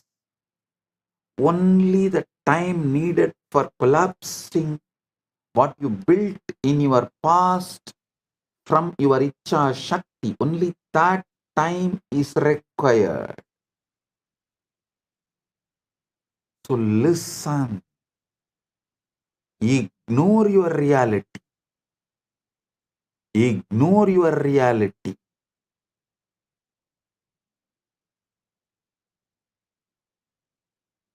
Your reality, the present reality, will try to speak loudly. It will wave its hands and demand your attention, saying, no, no, no, you are not Paramashiva. You can't be Paramashiva. You can't be Paramashiva. No, no, no, no, no. See, you have to pay your bills. See, you have a back pain. See, you have a knee pain. See, your mind is so tired. See, already you are bored. It will wave its hands and demand your attention. It will tell you what is real, what is possible, and what is likely. But reality is a poor prophet. It only knows the past. It does not know the future. All intuition showing your future is false. All intuition giving solution for your future to manifest the ultimate is right intuition. I am defining what is intuition. Intuition means it will give you the tuition to manifest your ultimate and the right and the best. Not it will warn you that this may happen. Anything which warns you is solidified fear from the past leaked.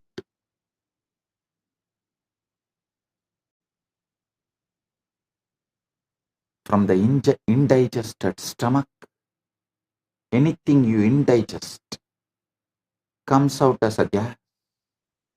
Same way, the fear inside you comes out as fear warning. Don't call that gas as an intuition. No. No. Intuition means it will give you the tuition how to manifest your future, your ultimate, your right, your best. You are the creator of your future. You are the creator of your future. Kalpayat yatmanatmanam atmanam devasvamayaya sayeva buddhyate vedan idi vedanta nischayaha. Mantukya Karika. Kalpayat yatmanatmanam atma devasvamayaya sa eva Buddhyade Vedanta Nischayaha. The self by its own Maya imagines within itself by itself, and it alone knows the differences thus projected. This is the conclusion of the Vedanta. Kalpayat yatmanatmanam atma deva swamayaya.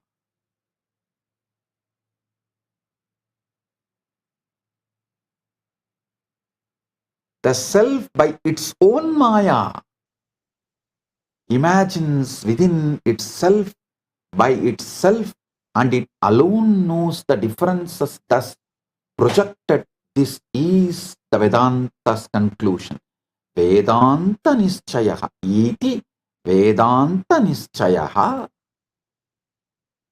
Next, from Viveka Chudamani, Apta Pramana. Mano yasyendriya kramam prakasayati sarvataha swapne chakrativa sarvam manaha kalpitameva hi. The mind alone illuminates the senses, whether in waking or dream states. Everything is a projection of the mind.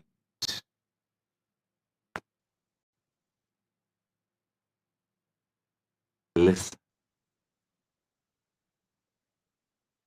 In the tradition, when a guru initiates a disciple, you are the ultimate. Tattvamasi. Tattvamasi. Listen.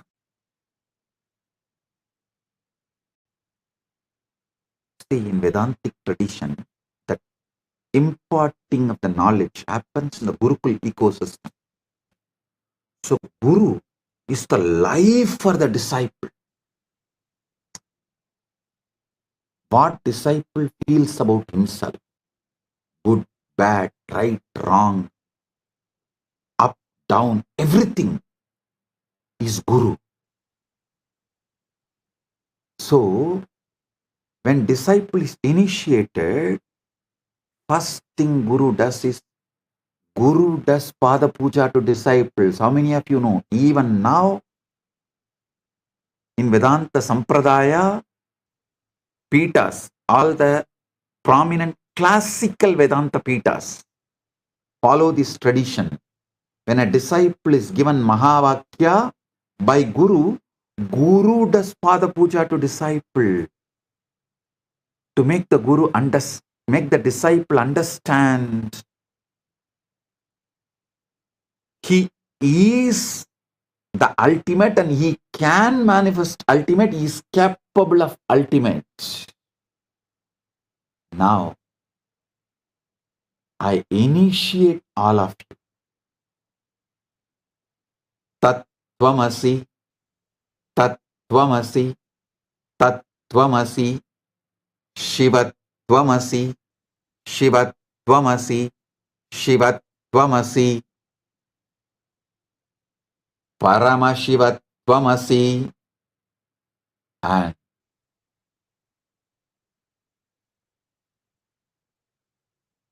wake up to this truth. Aham Brahmasmi, Shivoham, Paramashivoham, Nityananda Paramashivoham. Everything else which opposes this truth will fall down, collapse, disappear. Don't worry.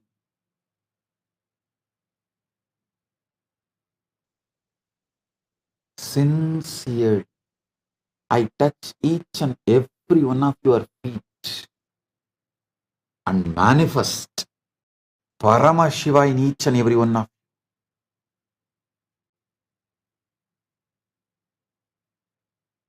By touching your Sahasrara, Shaktipada is showered on you. Tattvamasi.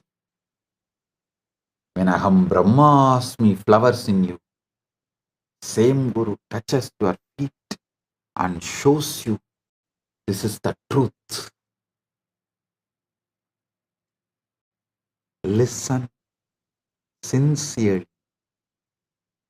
I sincerely touch all your feet and show you this great truth, that ultimate truth.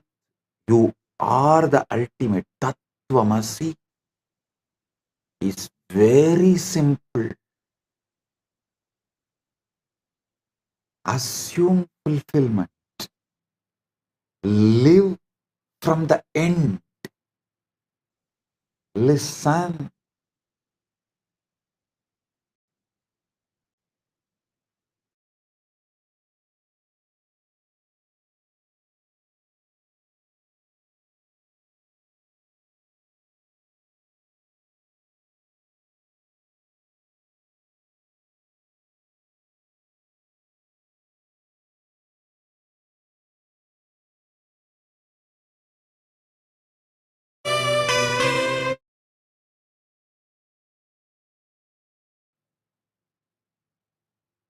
Listen. Past, present, future. Assume all the three as a cubicle. See, the past, present, future. It's like a cubicle.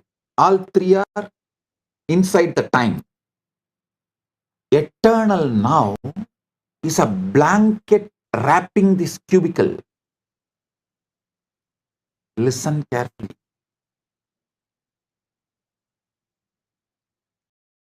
Past, present, future is like a cubicle. All three are inside time. Sometimes your past appears, sometimes your future appears, sometimes your present appears. But this whole thing is covered by a blanket called eternal now. Because only in eternal now all these three appears. Don't live from your past. Live from your future. Listen. For example, if your age is 25, 25-year-old person, you are at the age of 5, you at the age of 10, you at the age of 15, you at the age of 20 is in your past. You at the age of your 30, you at 35, you at the 40, you at the 50, you at the 60 is in your future.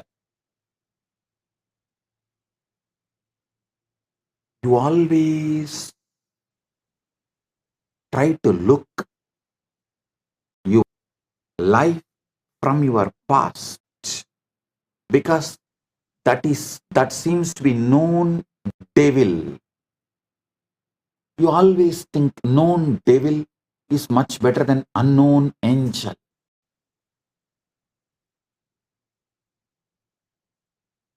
All I am asking you is shift. See your past. You were without health. You were without wealth. You were tired, bored, irritated, low. You did not have good relationships. The whole past was a hell, no doubt. But the future, there is a space where you are going to have all the best things you want to manifest in your life.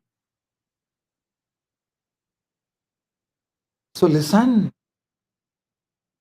don't live from this end, live from this end.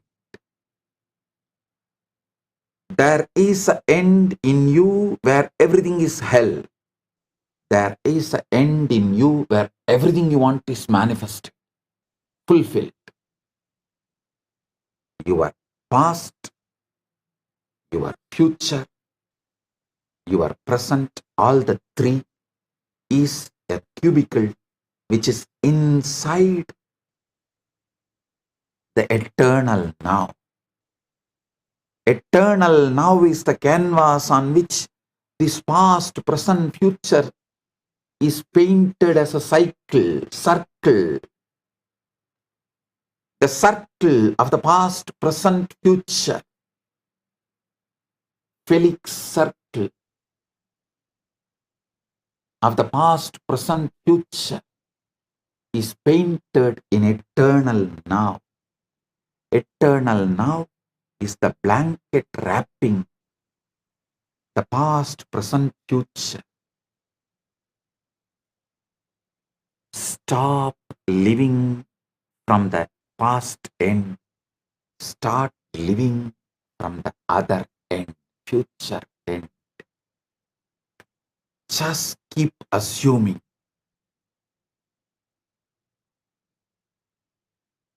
Trust me.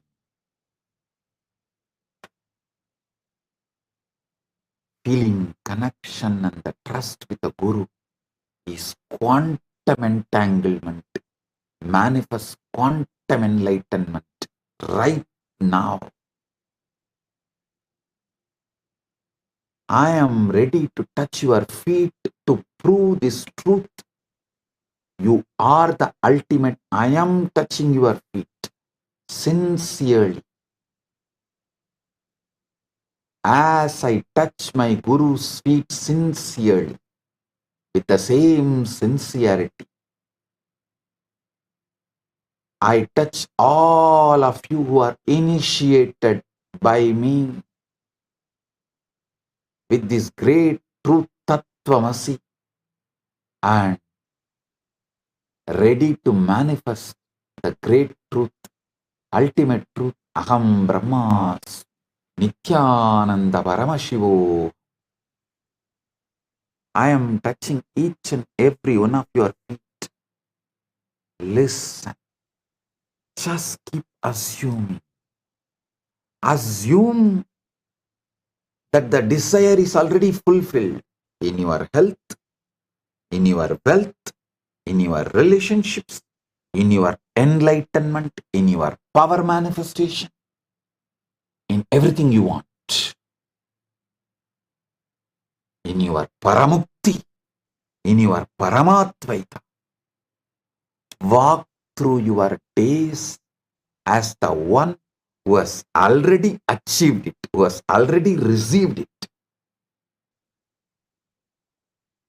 I am telling you the greatest secret, Raja Vidya, Raja Gupta, the royal secret, royal knowledge.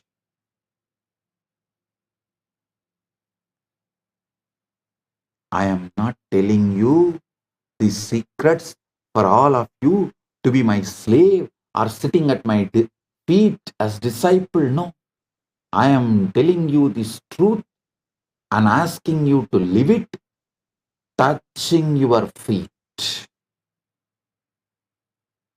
Because Paramashiva celebrates by making everyone Paramashiva, waking up everyone to their Paramashivatva. When you wake up to your Paramashivatva, you are not a competition for me. You are one more body I have got to manifest me. You are my addition. You are complement to me, not competition to me. That is why I am sincerely interested in awakening you to this Sadashivatva, Paramashivatva. Puyurayen Bugatturaye. I won't lie. I am sincere.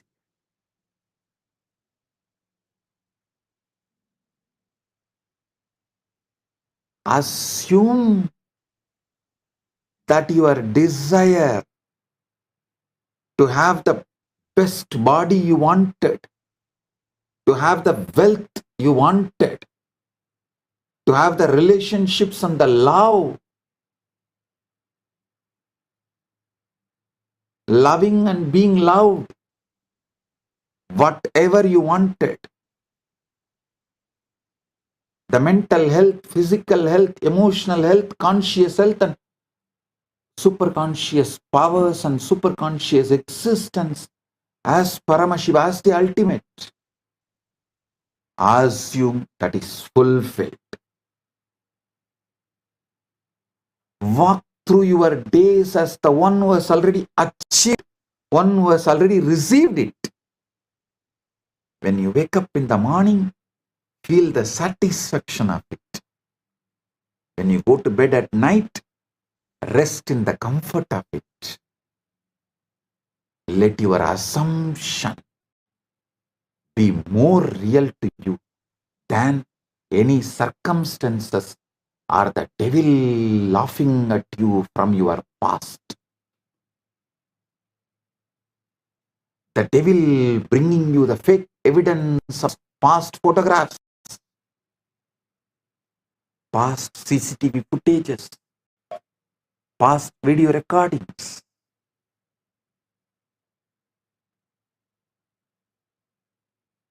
Let the senses argue. At first, your senses will argue. They will show you your knee pain, your back pain, and they will show you your bank account you don't like to see. They will show you the relationship you don't have yet, but you always wanted to have. They will show you the body you wish, but you don't have. Smile at these things, for they are only the fading remnants of the life you have outgrown. Do not fight them. Have udasi bhava. In Vedanta Sampradaya, there is one Sampradaya of sannyasis who are called Udasina Sampradaya, who have the Udasi bhava towards their past, pre-initiation past. They treat their pre-initiation past other than their initiated truth. They treat everything else with Udasi bhava. Do not fight them.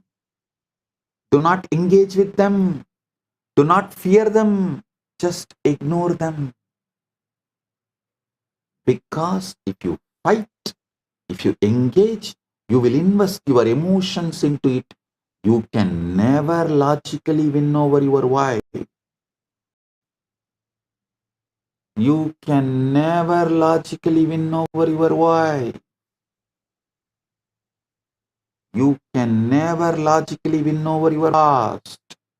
The only way you can win, make your past disappear, is Udasi bhava. Ignore. Just ignore them.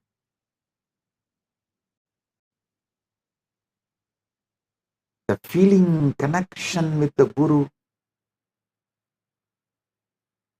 literally makes you do this truth, helps you to take the jump. That is why I say feeling connection with the Guru is quantum entanglement. Listen intensely. Paramashiva's direct message from Maha Kailasa for all of us. You do not need any pre-qualification for manifesting the ultimate, manifesting what you want. Listen. Listen to this fundamentally. This message This is ultimate truth. You do not need, you don't need any pre-qualification for manifesting the ultimate other than your conscious decision, your will. That's all. Listen. All your doubts, problems, questions, I know it much more than you know it. You know only how you perceive the doubts in your mind, but I know even the roots from where it has come.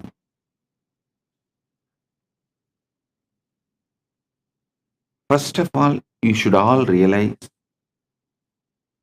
all of you have grown up in an artificial plastic society, fake society, where man-made laws, man-made economical systems, man-made social systems,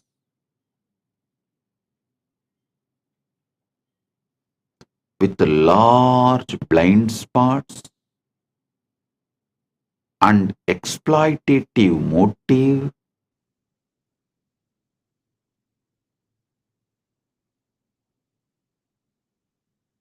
untrusted, with that kind of a structure, you all have grown up so naturally. Whether your family or a school, your college, your team, everything teaches you a false idea. Outside first, inside next. Means you have to work hard to get something, earn something, gain something. Then you will be happy inside. Listen. This is not the organic, natural law of life. Listen. That is why even now, all middle class level success, mediocre level success,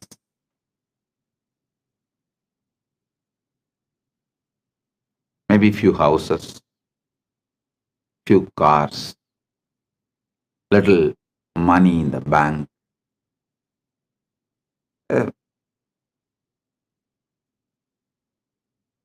career, successful career.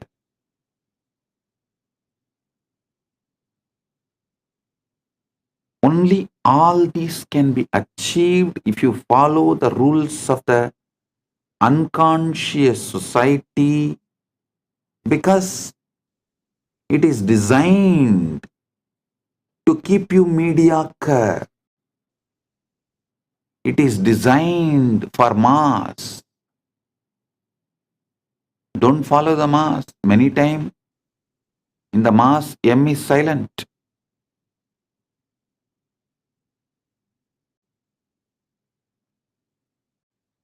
It is designed to keep you mediocre.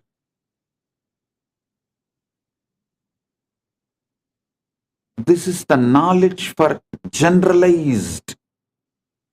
See, the moment you generalize, the organic growth is destroyed.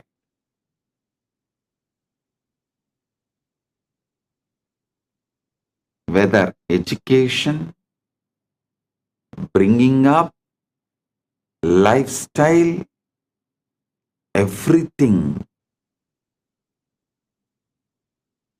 Knowledge, the ideas we teach, the groom and make people experience, everything is specialized in royal schools.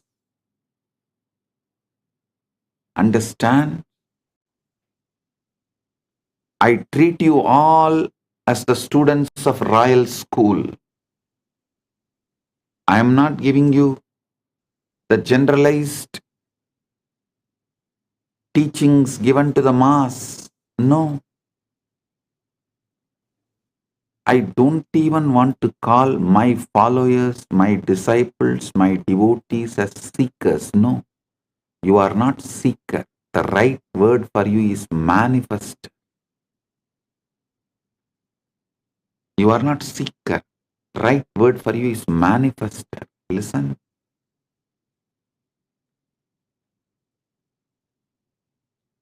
The primal assumption, first assumption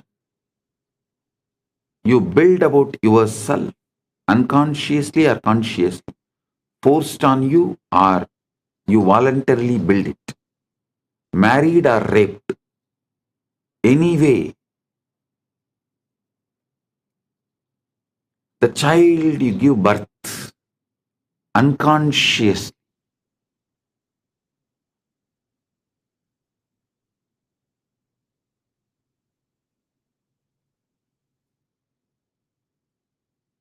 remains as a load on your system,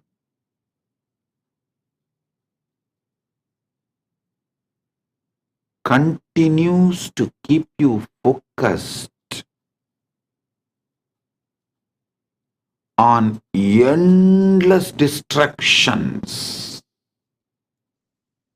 It is not even something productive in your life about what you want. It's not even making you healthy or wealthy or happy or blissful. It is just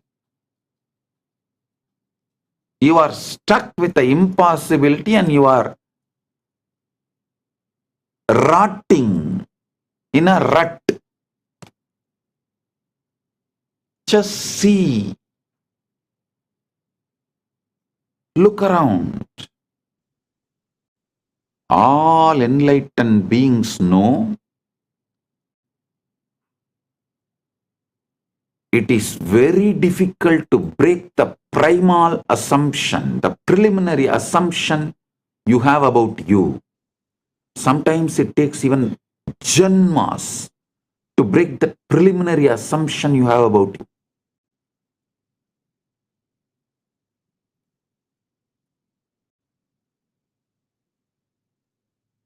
That is why I am very clear. The preliminary assumption you have about you itself, I am giving you right. Ultimate assumption. Listen. All the traditions, whether religions or philosophy or psychology, starts with you as just body-mind combo are doing the worst crime against humanity. Because the moment you start thinking you are a body-mind combo and you have to gain step by step by seeking, accumulate and achieve the enlightenment, the ultimate, over.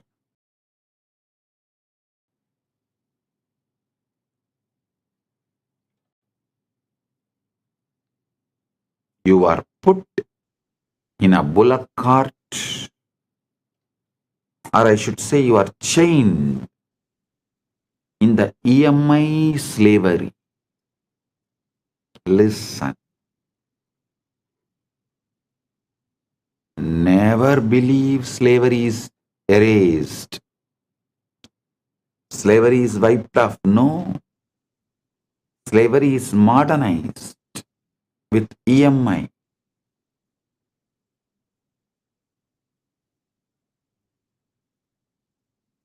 Economy should be indigenous. Religion should be indigenous. Social rules and regulations should be indigenous. Food should be indigenous. clothes should be indigenous. Even social laws, criminal laws, right, wrong, philosophies, all should be indigenous, organically grown.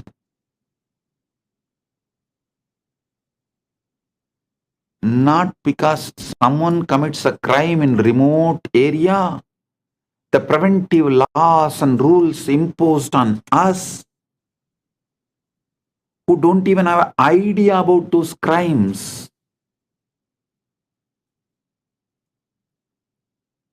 One good thing I found is that due to the AI revolution, the Gen Z is going to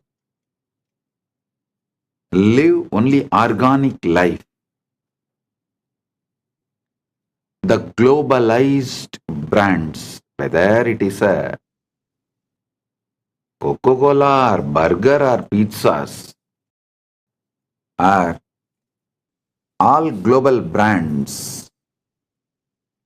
Business brand, retail brands, cloth brands, religion brands, philosophy brands, all have no future due to AI revolution. People are going to choose the indigenous lifestyle. They are no more interested in following the dead, unwanted, unknown. Actually, neither the person who imposes the rule, nor the person who maintains the rule, nor the person who obeys the rule knows why the rule exists. What the hell you are doing? What the hell is going on? No, neither legislature nor executive or judiciary or the obedient citizens, all four do not know why this law exists. That kind of laws exist in every country. In every country, practically.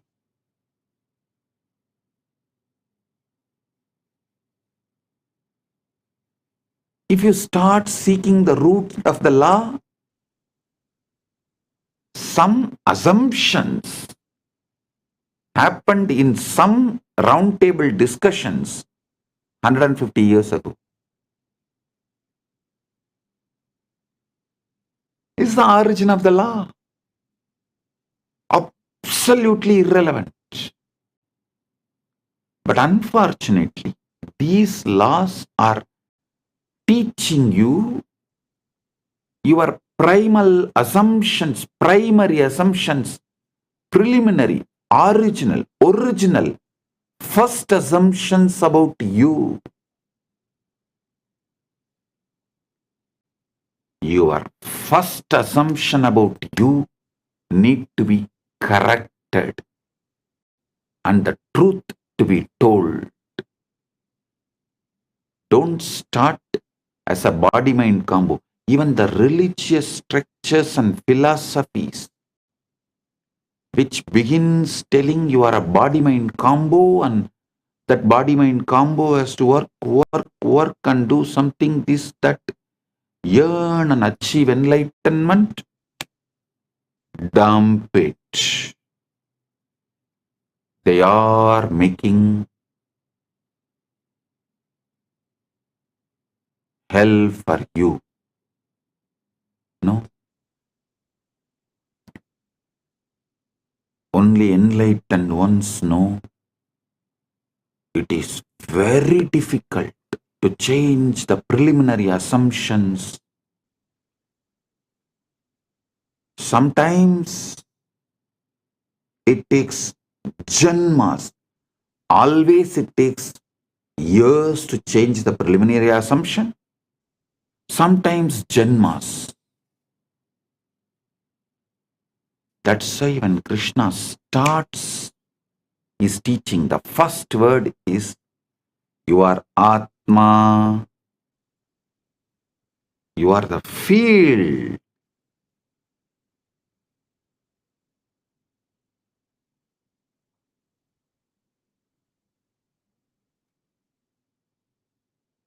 You are the field which is carrying the ultimate, pregnant with the ultimate.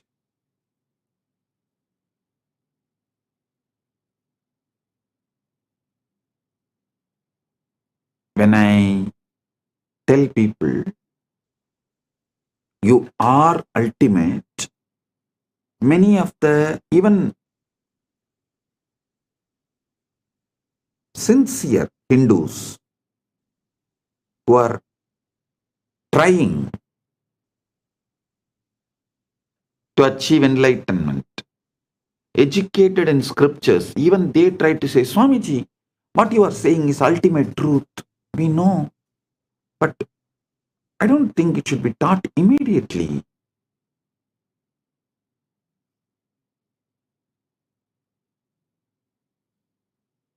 People should go step by step.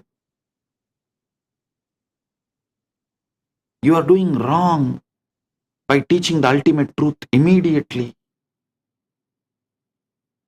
If I am wrong, Krishna is wrong. The moment he opens his mouth, actually Krishna opens his mouth only in the second chapter, Sankhya Yoga. In whole Bhagavad Gita, there are 18 chapters, and second chapter is Sankhya Yoga. First is Arjuna Vishada Yoga. Second chapter only Krishna opens his mouth. The moment he opens his mouth, the first thing out and falls. You are Atma.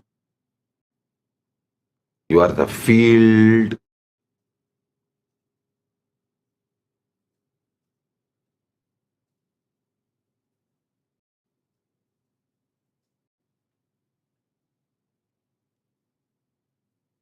Which literally carries the ultimate.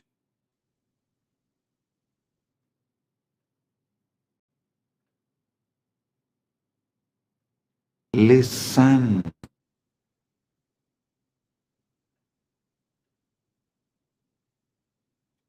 Preliminary assumption should be right.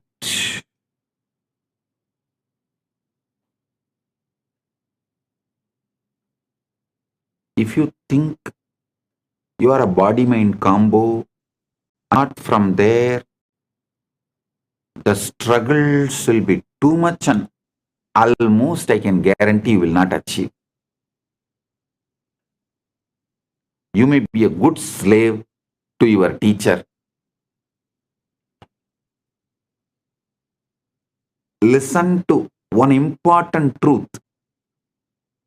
A teacher who accumulates slaves will be slave for those slaves because he has to be constantly maintaining those slaves.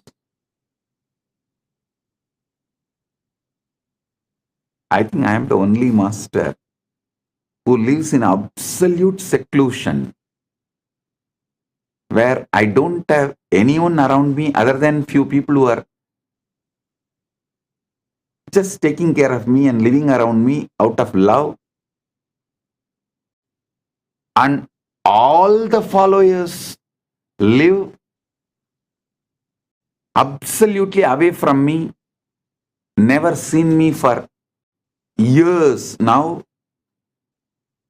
but continuously the following is expanding, growing.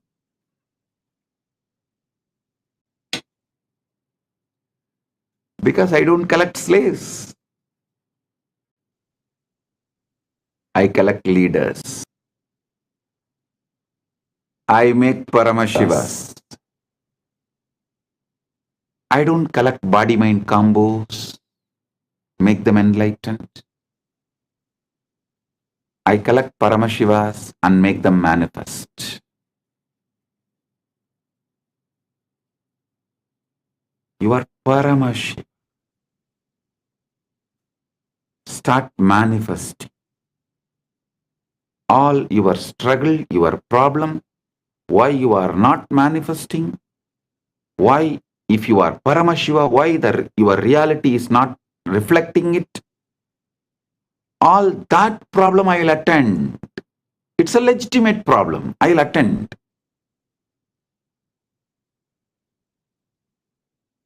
But assuming your body-mind combo and trying to evolve,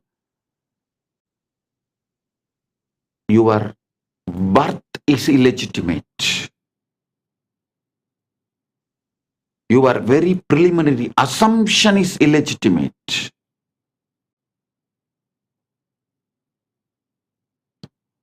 Your preliminary assumption about yourself, your original assumption about yourself, if it is body-mind combo, you are born out of rape by the society,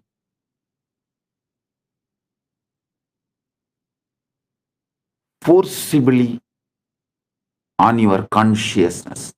Society commits a forcible rape on your consciousness, and out of that illegitimate child born is your original identity. If you think you are a body-mind combo, listen.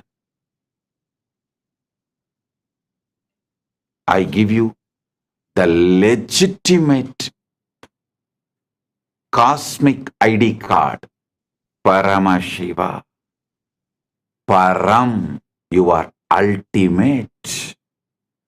That's a legitimate cosmic Aadhaar card, social security card. I think I'll start issuing one. Legitimate cosmic ID card.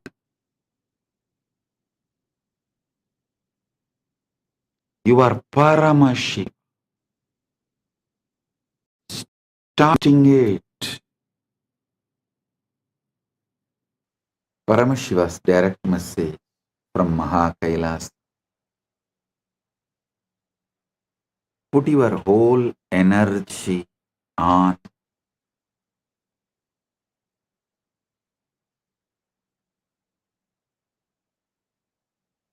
your being,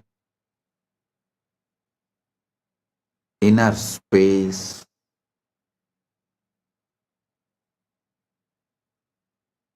remove even the smallest weed, even the seed of the weed.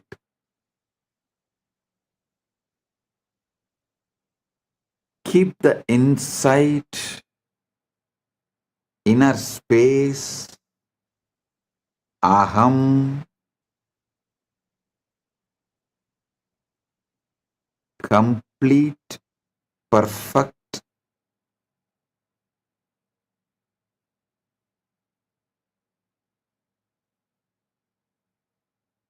as you already achieved.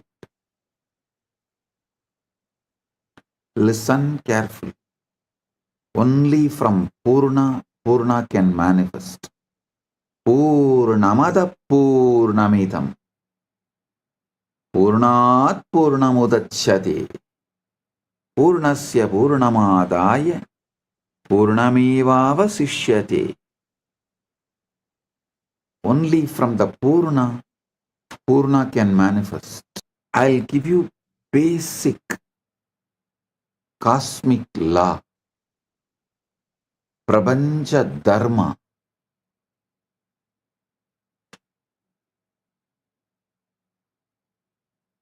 Listen.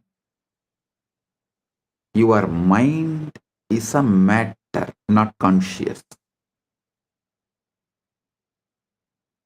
It believes what you consciously repeat.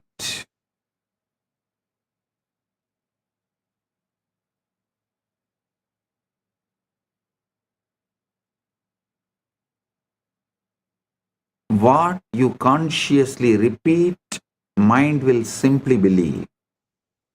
Mind is the fertile ground. Anything you sow grows. So the first law is your mind believes what you repeat. I want to speak to you a simple truth, yet one so profound that it determines the entire course of your life. Listen, I want to speak to you about a simple truth, yet one so profound that it determines the entire course of your life. The truth is this: your mind will believe whatever you repeat to it. That is why I insist so much on ajapa japa.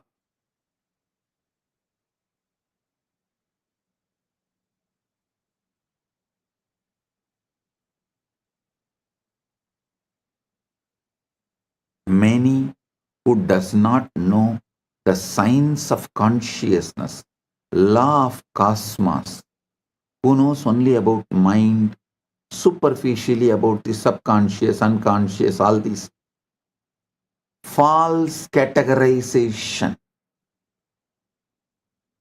of small knowledge, incomplete knowledge. People know only those few things.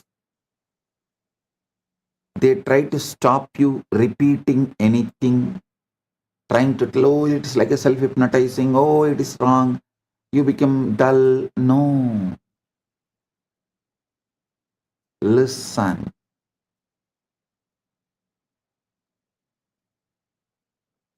If you consciously repeat,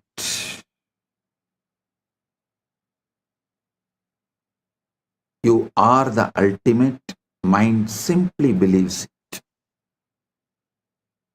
You just need to repeat it. Understand this very well. It's not just casual statement I am saying. It's a very foundation of all creation, all progress, and all failures.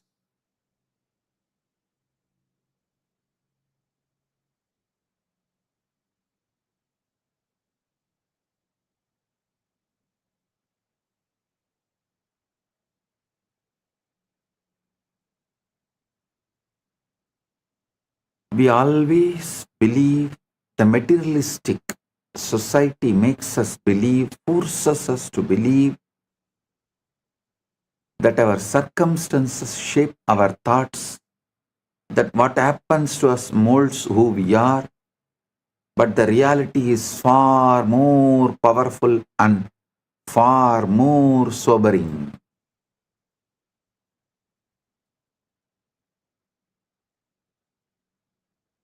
In the modern day, many countries have started legally forcing you to believe only the external situation can decide your internal mood.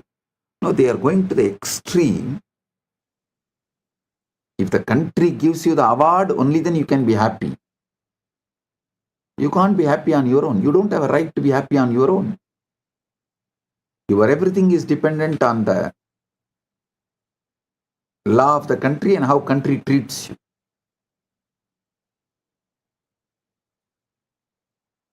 One thing I am happy. Gen Z is going to choose off the grid life. They are not going to be hooked anymore to the grid. I am telling you, in 10 years you will see half of the humanity will renounce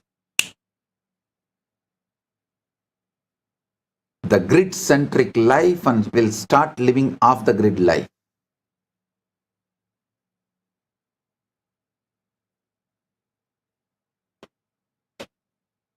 The Gen Z is tired, sick and tired, bored of these toxic laws which no one knows why it came, why it exists, what is the relevance to it.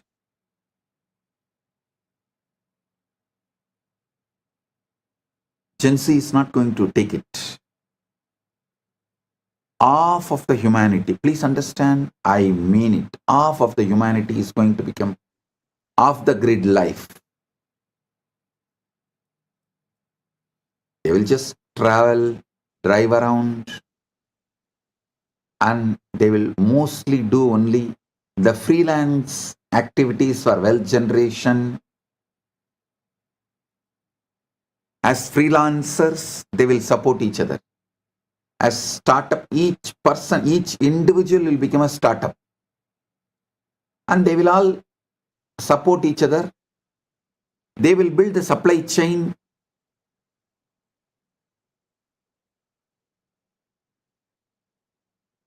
Whether it's a food, shelter, clothes, money, all the basic needs, everything. The traditional system built after the Second World War is going to collapse due to the AI revolution. The new world order is going to evolve. Mainly, it is going to be off the grid life. Most of the countries will lose the idea of border. Means any human being will be able to travel to any country, live, work as long as they want. The off-the-grid life is going to be welcomed by almost all countries.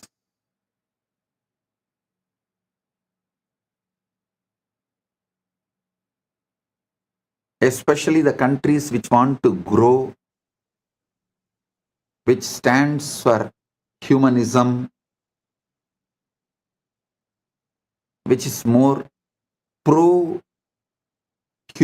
based.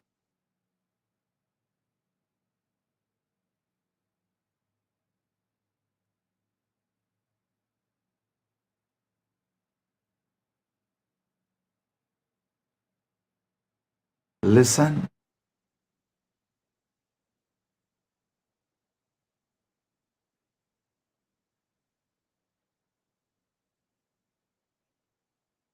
Society is struggling very hard to brainwash you and make you believe that your circumstances shape your thoughts.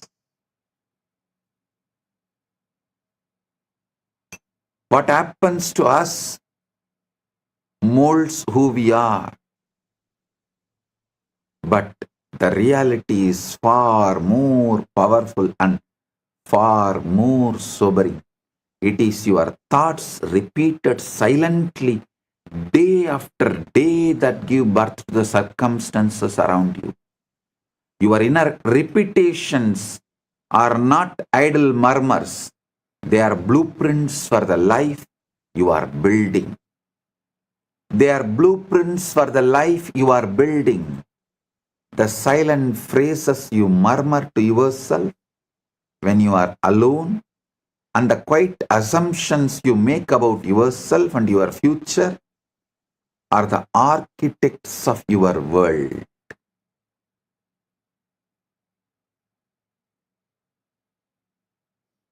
Whether you are aware of it or not, your life is a reflection of the loudest and most frequent voices in your mind. Every man, every woman, every child becomes nothing more or less than the sum total of their most persistent thoughts. In all indigenous traditions, indigenous civilizations,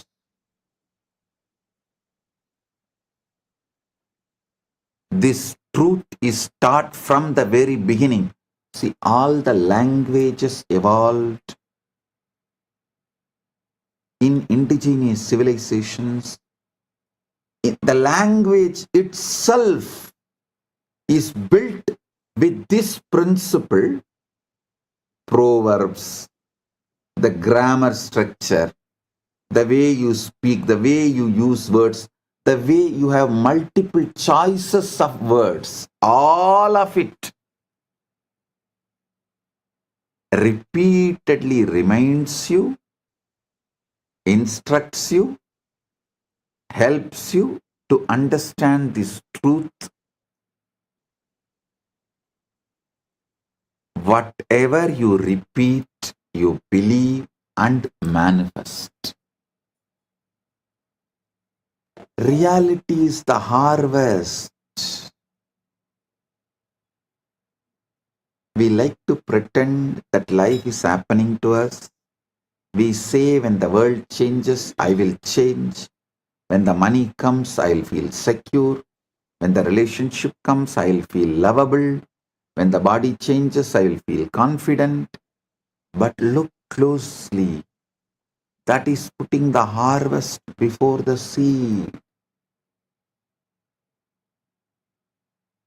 It's asking mangoes from the field where you planted thorns. The mind does not care about your hopes. It only responds to your sowing. So what have you been sowing? Not what you say in public, that is performance.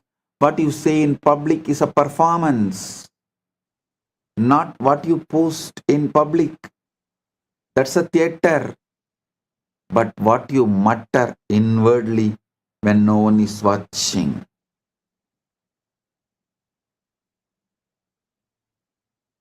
What you mutter inwardly when no one is watching. Those little sentences, those private conclusions, those unconscious refrains. I'm not enough, this won't work, I always lose, people don't value me, I am stuck. Those which you repeat need to be cleared.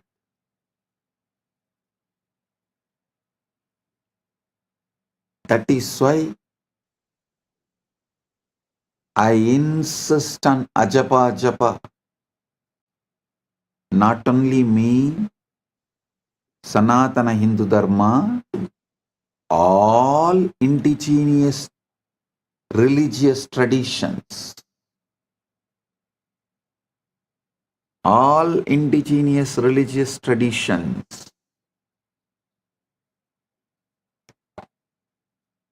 repeatedly tell you to repeat the right things consciously. So your mind starts believing it and building it and manifesting it. Your mind will believe whatever you repeat to it. Not because your mind is stupid, not because you are gullible, but because mind by its very nature is soil. And soil has no ideology. Soil has no argument. Soil does not hold a parliament to decide whether the seed is worthy or not. Soil receives. And in the same way, your mind receives again and again whatever you drop into it with repetition. Your mind is the soil, words are the seed, reality is the harvest. That's it. Your mind is the soil, words are the seeds, reality is the harvest. I am the farmer who have come here to grow your ultimate. The ancient rishis knew this.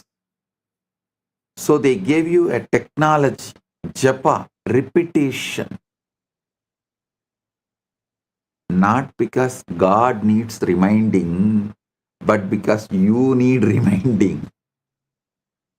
People try to come and ask me, Swamiji, does the God count only based on God count how many japa I do only based on my japa? He will bless me. Relax. Anytime people come and tell me, If I do only 10,000 japa, God will bless me. It means God is sitting and counting how many japa am I doing. He does not need your japa. He does not need your reminding or your repetition, but you do.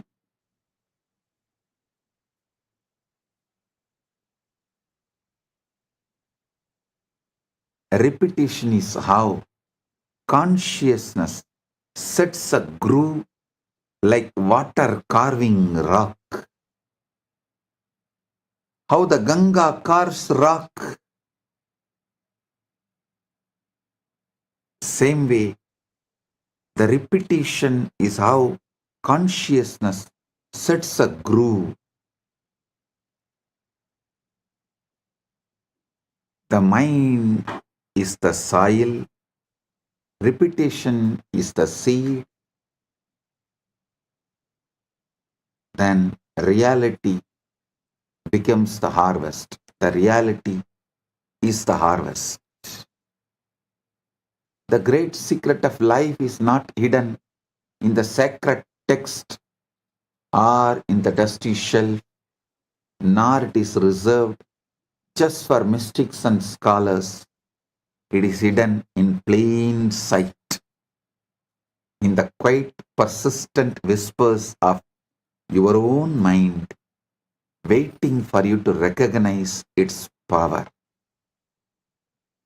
Understand the power of repetition and understand that it does not matter whether a thing is objectively true or completely false.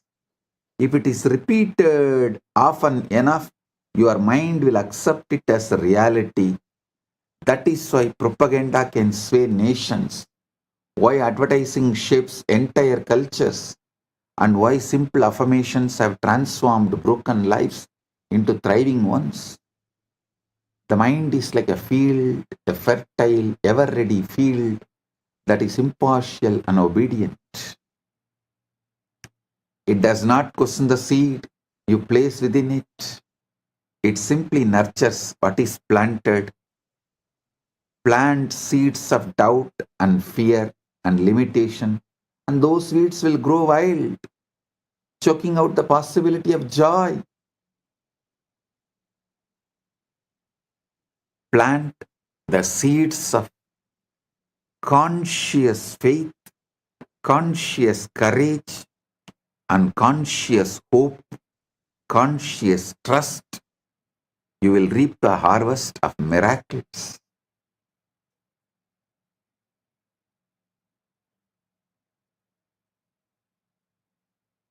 The soil does not care whether you plant thorns or roses. It will simply multiply what you give it. So too with your mind.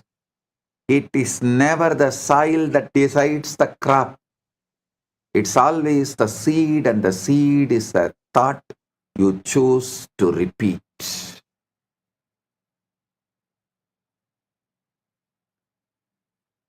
Quantum coherence is when alignment beats intensity. Listen, I'm introducing the new word, quantum coherence. If we borrow the phrase coherence, we can say that coherence is what happens when your inner system stops contradicting itself. Coherence is when thought, feeling, identity, and action point in one direction and stop cancelling each other out. Coherence is not emotional excitement, it's an inner order. This is the most important thing you should know. Coherence is not emotional excitement, it is inner order. Devotion is not emotional excitement, it is inner order. From that inner order, you start celebrating life, God, yourself, Guru, everything. That is devotion.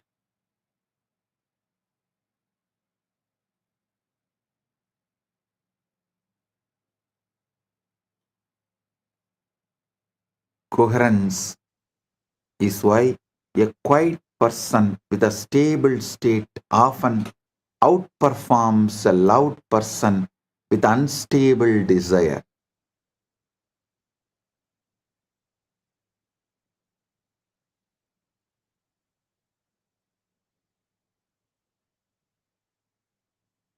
The universe does not respond to pleading, it responds to state.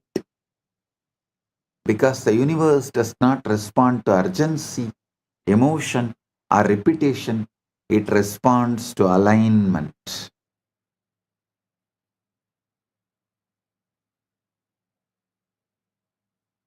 Most people ask constantly but receive little, while others ask once quietly and watch reality rearrange itself around that request.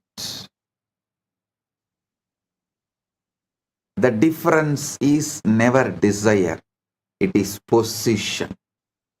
To ask correctly is not to plead, it is to assume. The universe does not evaluate requests, it reflects the states. The state from which you ask determines the answer that arrives. This is why so many prayers feel unanswered. They are spoken from longing rather than ownership. They are voiced from awareness of absence rather than consciousness of fulfillment. The universe gives you whatever you ask.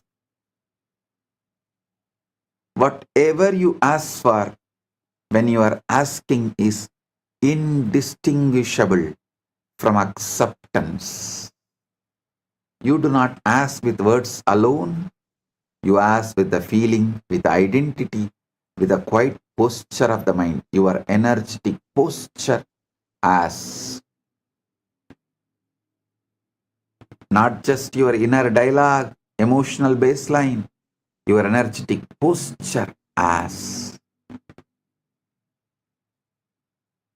So understand,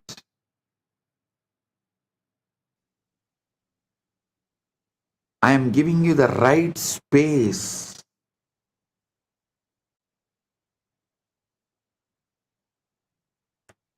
where manifesting and praying is one and the same.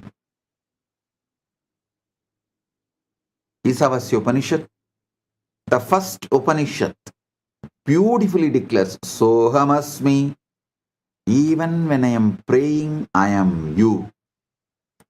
I am praying to me who already achieved it, who already has it.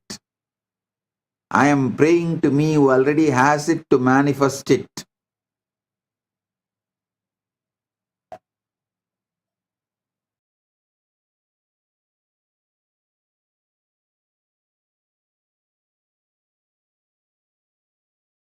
Pushanye karshe yama surya prajavatya vyuharasmin samuha teja yatte rupam kalyanatamam tatte vashyami yo savasau purusha sohamasmi. Every moment you are asking something. You are asking for something, whether intentionally or not. Your emotional tone is a request. Your self-concept is a request. Your inner dialogue is a request. And the universe answers faithfully. Most people believe the universe withholds, but it does not. It just echoes. It doesn't withhold.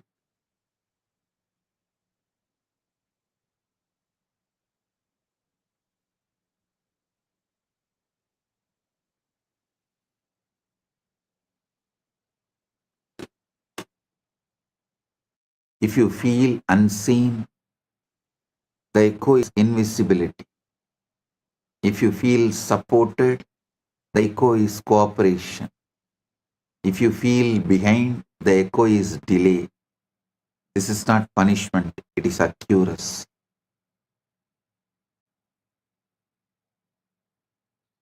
Watching is doubt in disguise. This is where most people fail. They ask loudly, they wait anxiously, and they watch for signs. Watching is doubt in disguise. The universe responds when you stop checking and start assuming.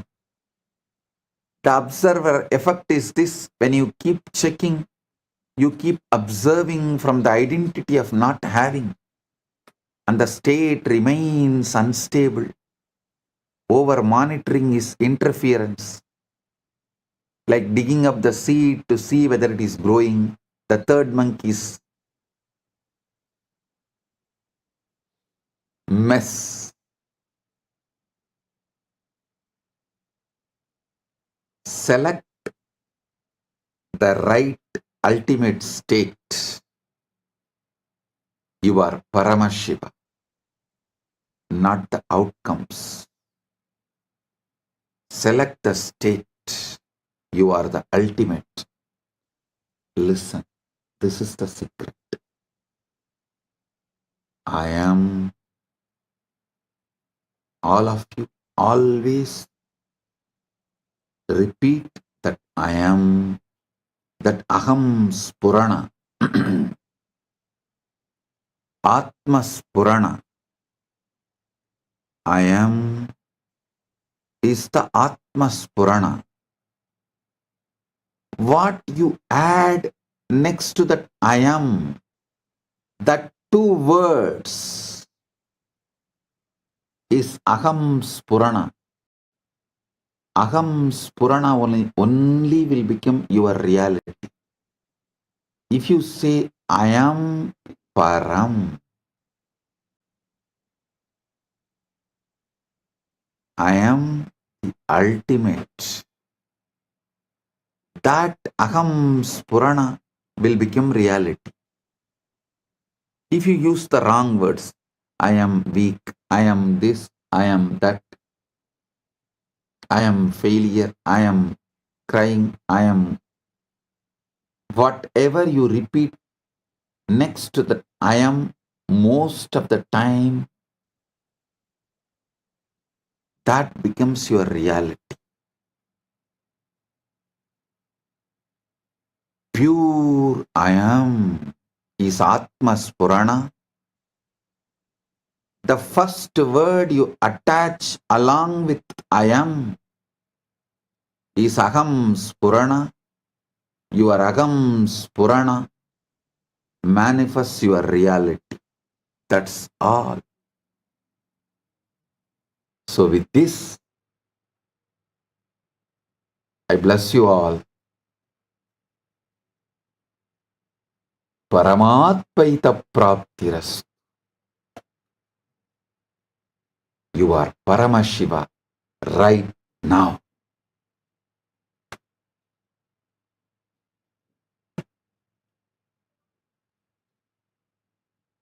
With this, I bless you all.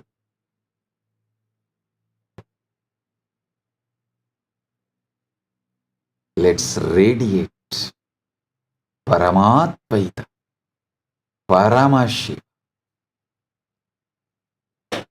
with Nityananda, the eternal bliss, Nityananda. Thank you. Be blissful.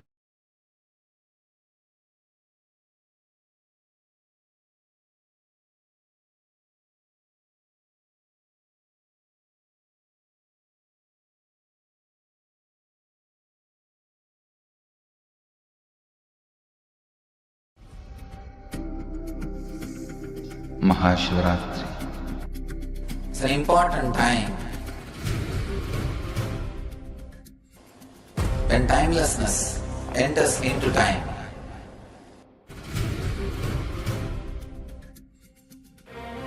When space enters into place.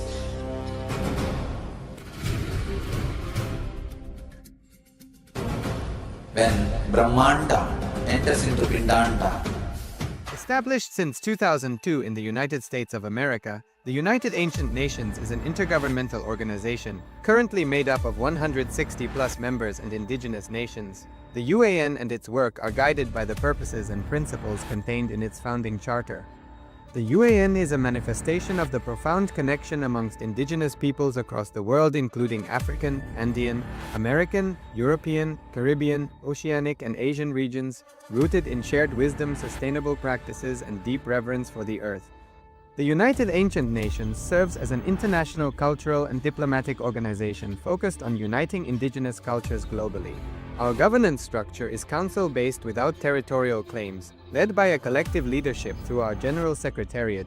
As a non-state entity with UN-style advocacy, we focus on several key areas: cultural and digital heritage preservation, indigenous diplomacy, revival of indigenous knowledge systems to solve humanity's problems, global peace, environmental preservation, health and wellness, sustained economic development, indigenous and cultural tourism. While the UAN represents numerous indigenous cultures, the United States of Kailasa serves as the first indigenous nation specifically for Hindus.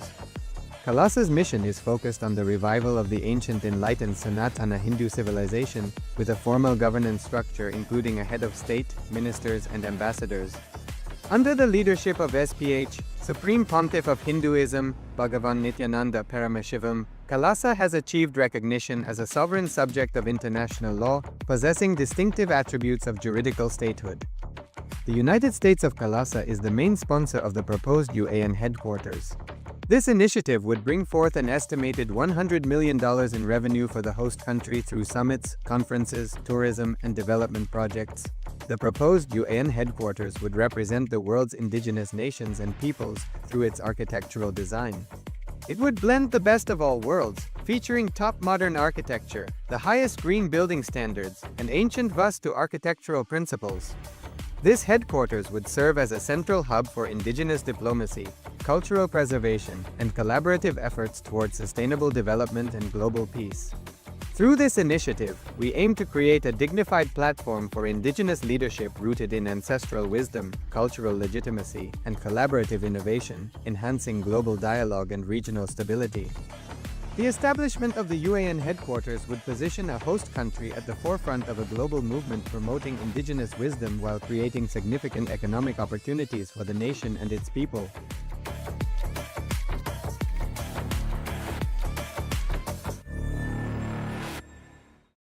Established since 2002 in the United States of America, the United Ancient Nations is an intergovernmental organization, currently made up of 160+ members and indigenous nations. The UAN and its work are guided by the purposes and principles contained in its founding charter. The UAN is a manifestation of the profound connection amongst indigenous peoples across the world, including African, Andean, American, European, Caribbean, Oceanic, and Asian regions, rooted in shared wisdom, sustainable practices, and deep reverence for the earth. The United Ancient Nations serves as an international cultural and diplomatic organization focused on uniting indigenous cultures globally. Our governance structure is council-based without territorial claims, led by a collective leadership through our General Secretariat. As a non-state entity with UN-style advocacy, we focus on several key areas: cultural and digital heritage preservation, indigenous diplomacy, revival of indigenous knowledge systems to solve humanity's problems, global peace, environmental preservation, health and wellness, sustained economic development, indigenous and cultural tourism. While the UAN represents numerous indigenous cultures, the United States of Kailasa serves as the first indigenous nation specifically for Hindus. Kailasa's mission is focused on the revival of the ancient enlightened Sanatana Hindu civilization with a formal governance structure including a head of state, ministers, and ambassadors. Under the leadership of SPH, Supreme Pontiff of Hinduism, Bhagavan Paramashivoham, Kailasa has achieved recognition as a sovereign subject of international law, possessing distinctive attributes of juridical statehood. The United States of Kailasa is the main sponsor of the proposed UAN headquarters. This initiative would bring forth an estimated $100 million in revenue for the host country through summits, conferences, tourism, and development projects. The proposed UAN headquarters would represent the world's indigenous nations and peoples through its architectural design.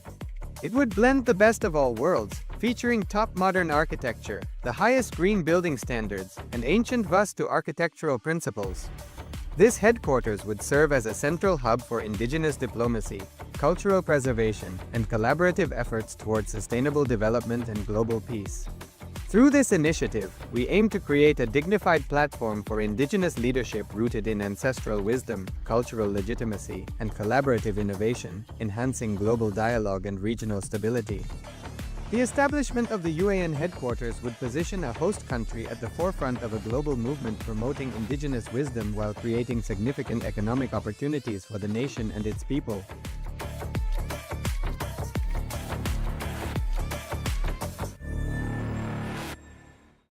Established since 2002 in the United States of America, the United Ancient Nations is an intergovernmental organization, currently made up of 160+ members and indigenous nations. The UAN and its work are guided by the purposes and principles contained in its founding charter.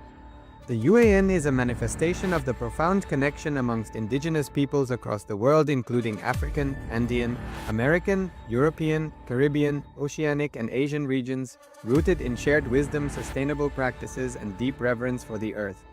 The United Ancient Nations serves as an international cultural and diplomatic organization focused on uniting indigenous cultures globally. Our governance structure is council-based without territorial claims, led by a collective leadership through our General Secretariat.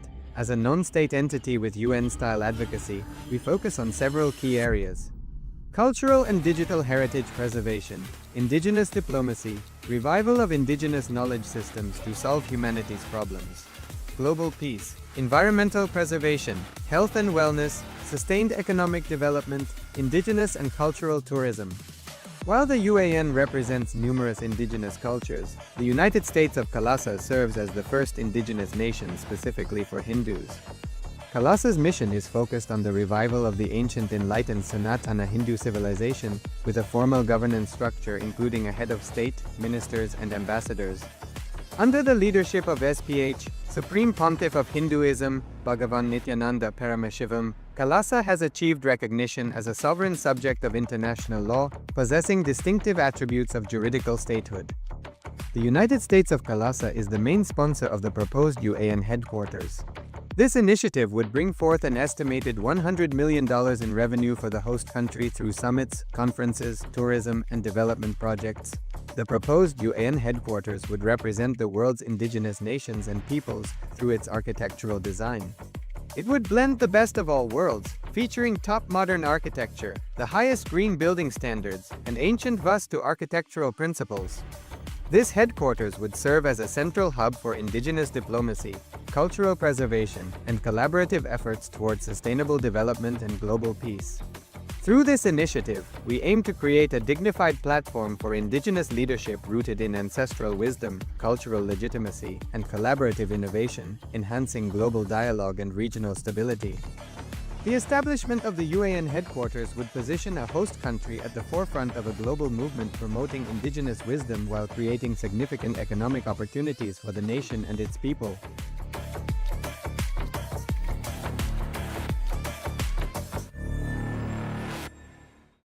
Established since 2002 in the United States of America, the United Ancient Nations is an intergovernmental organization, currently made up of 160+ members and indigenous nations. The UAN and its work are guided by the purposes and principles contained in its founding charter.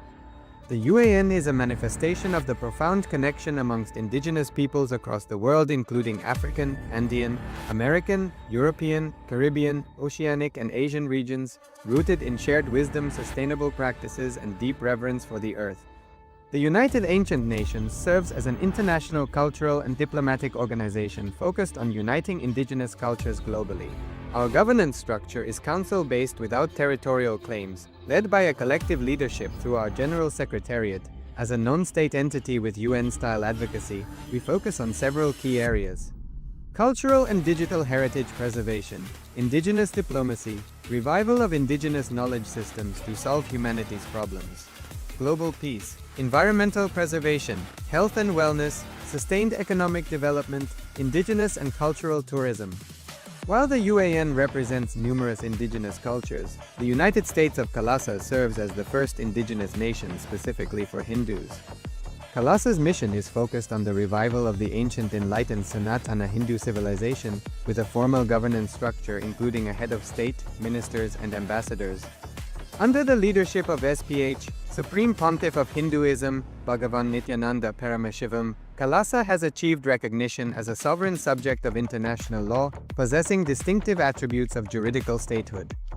The United States of Kailasa is the main sponsor of the proposed UAN headquarters.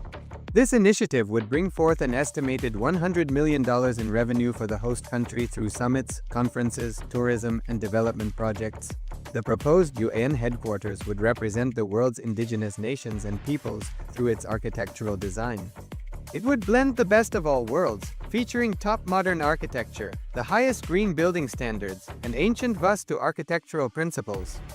This headquarters would serve as a central hub for indigenous diplomacy, cultural preservation, and collaborative efforts towards sustainable development and global peace.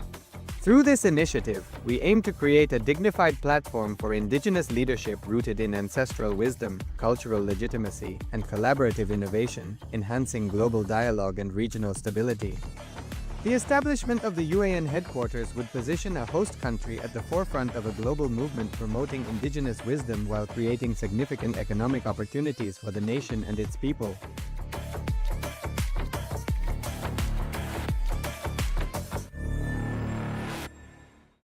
Established since 2002 in the United States of America, the United Ancient Nations is an intergovernmental organization, currently made up of 160+ members and indigenous nations. The UAN and its work are guided by the purposes and principles contained in its founding charter.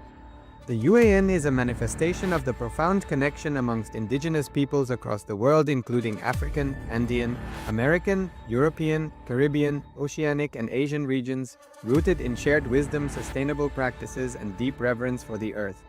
The United Ancient Nations serves as an international cultural and diplomatic organization focused on uniting indigenous cultures globally. Our governance structure is council-based without territorial claims, led by a collective leadership through our General Secretariat. As a non-state entity with UN-style advocacy, we focus on several key areas: cultural and digital heritage preservation, indigenous diplomacy, revival of indigenous knowledge systems to solve humanity's problems, global peace, environmental preservation, health and wellness, sustained economic development, indigenous and cultural tourism. While the UAN represents numerous indigenous cultures, the United States of Kailasa serves as the first indigenous nation specifically for Hindus. Kailasa's mission is focused on the revival of the ancient enlightened Sanatana Hindu civilization, with a formal governance structure including a head of state, ministers, and ambassadors. Under the leadership of SPH, Supreme Pontiff of Hinduism, Bhagavan Paramashivoham, Kailasa has achieved recognition as a sovereign subject of international law, possessing distinctive attributes of juridical statehood. The United States of Kailasa is the main sponsor of the proposed UAN headquarters. This initiative would bring forth an estimated $100 million in revenue for the host country through summits, conferences, tourism, and development projects. The proposed UAN headquarters would represent the world's indigenous nations and peoples through its architectural design. It would blend the best of all worlds, featuring top modern architecture, the highest green building standards, and ancient Vastu architectural principles. This headquarters would serve as a central hub for indigenous diplomacy, cultural preservation, and collaborative efforts towards sustainable development and global peace. Through this initiative, we aim to create a dignified platform for indigenous leadership rooted in ancestral wisdom, cultural legitimacy, and collaborative innovation, enhancing global dialogue and regional stability. The establishment of the UAN headquarters would position a host country at the forefront of a global movement promoting indigenous wisdom while creating significant economic opportunities for the nation and its people.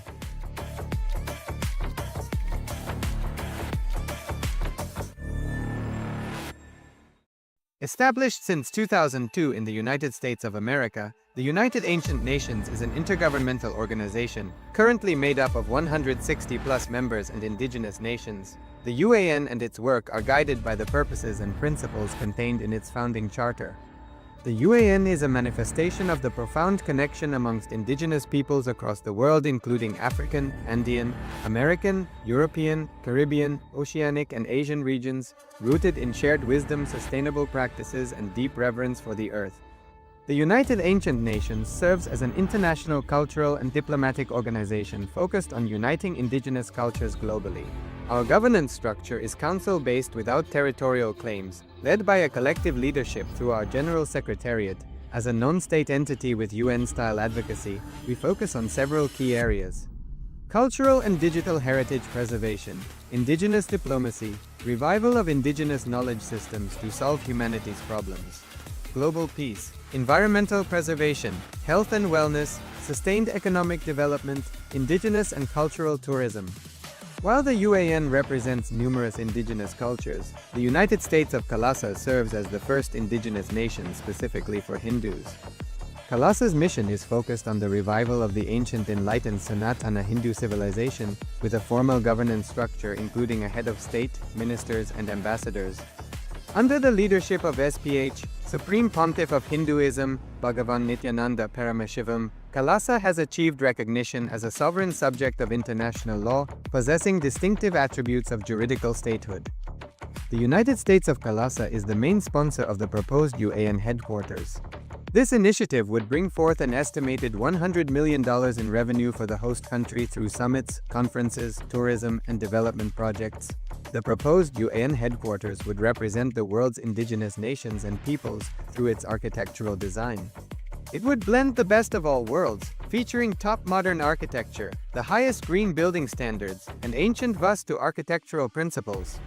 This headquarters would serve as a central hub for indigenous diplomacy, cultural preservation, and collaborative efforts towards sustainable development and global peace. Through this initiative, we aim to create a dignified platform for indigenous leadership rooted in ancestral wisdom, cultural legitimacy, and collaborative innovation, enhancing global dialogue and regional stability. The establishment of the UAN headquarters would position a host country at the forefront of a global movement promoting indigenous wisdom while creating significant economic opportunities for the nation and its people.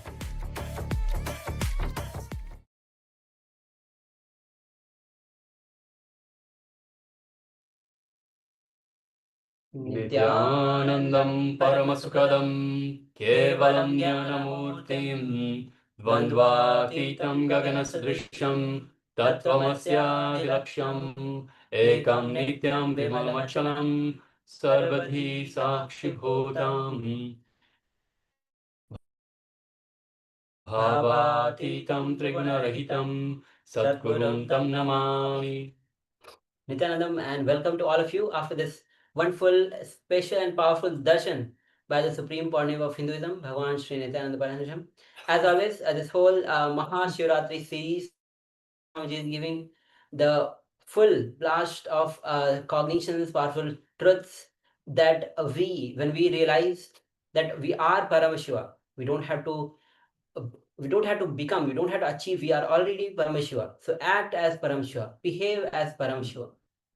And in today's darshan also, in the satsang, Swamiji also further reiterated that if we want something to come true, so first of all, we are manifestors, we are not seekers. Swamiji made it very clear that we are not seekers, we are manifestors. And in terms of being these manifestors, if we want something, a result, something to come true, to manifest something, we simply act as if it has already come true.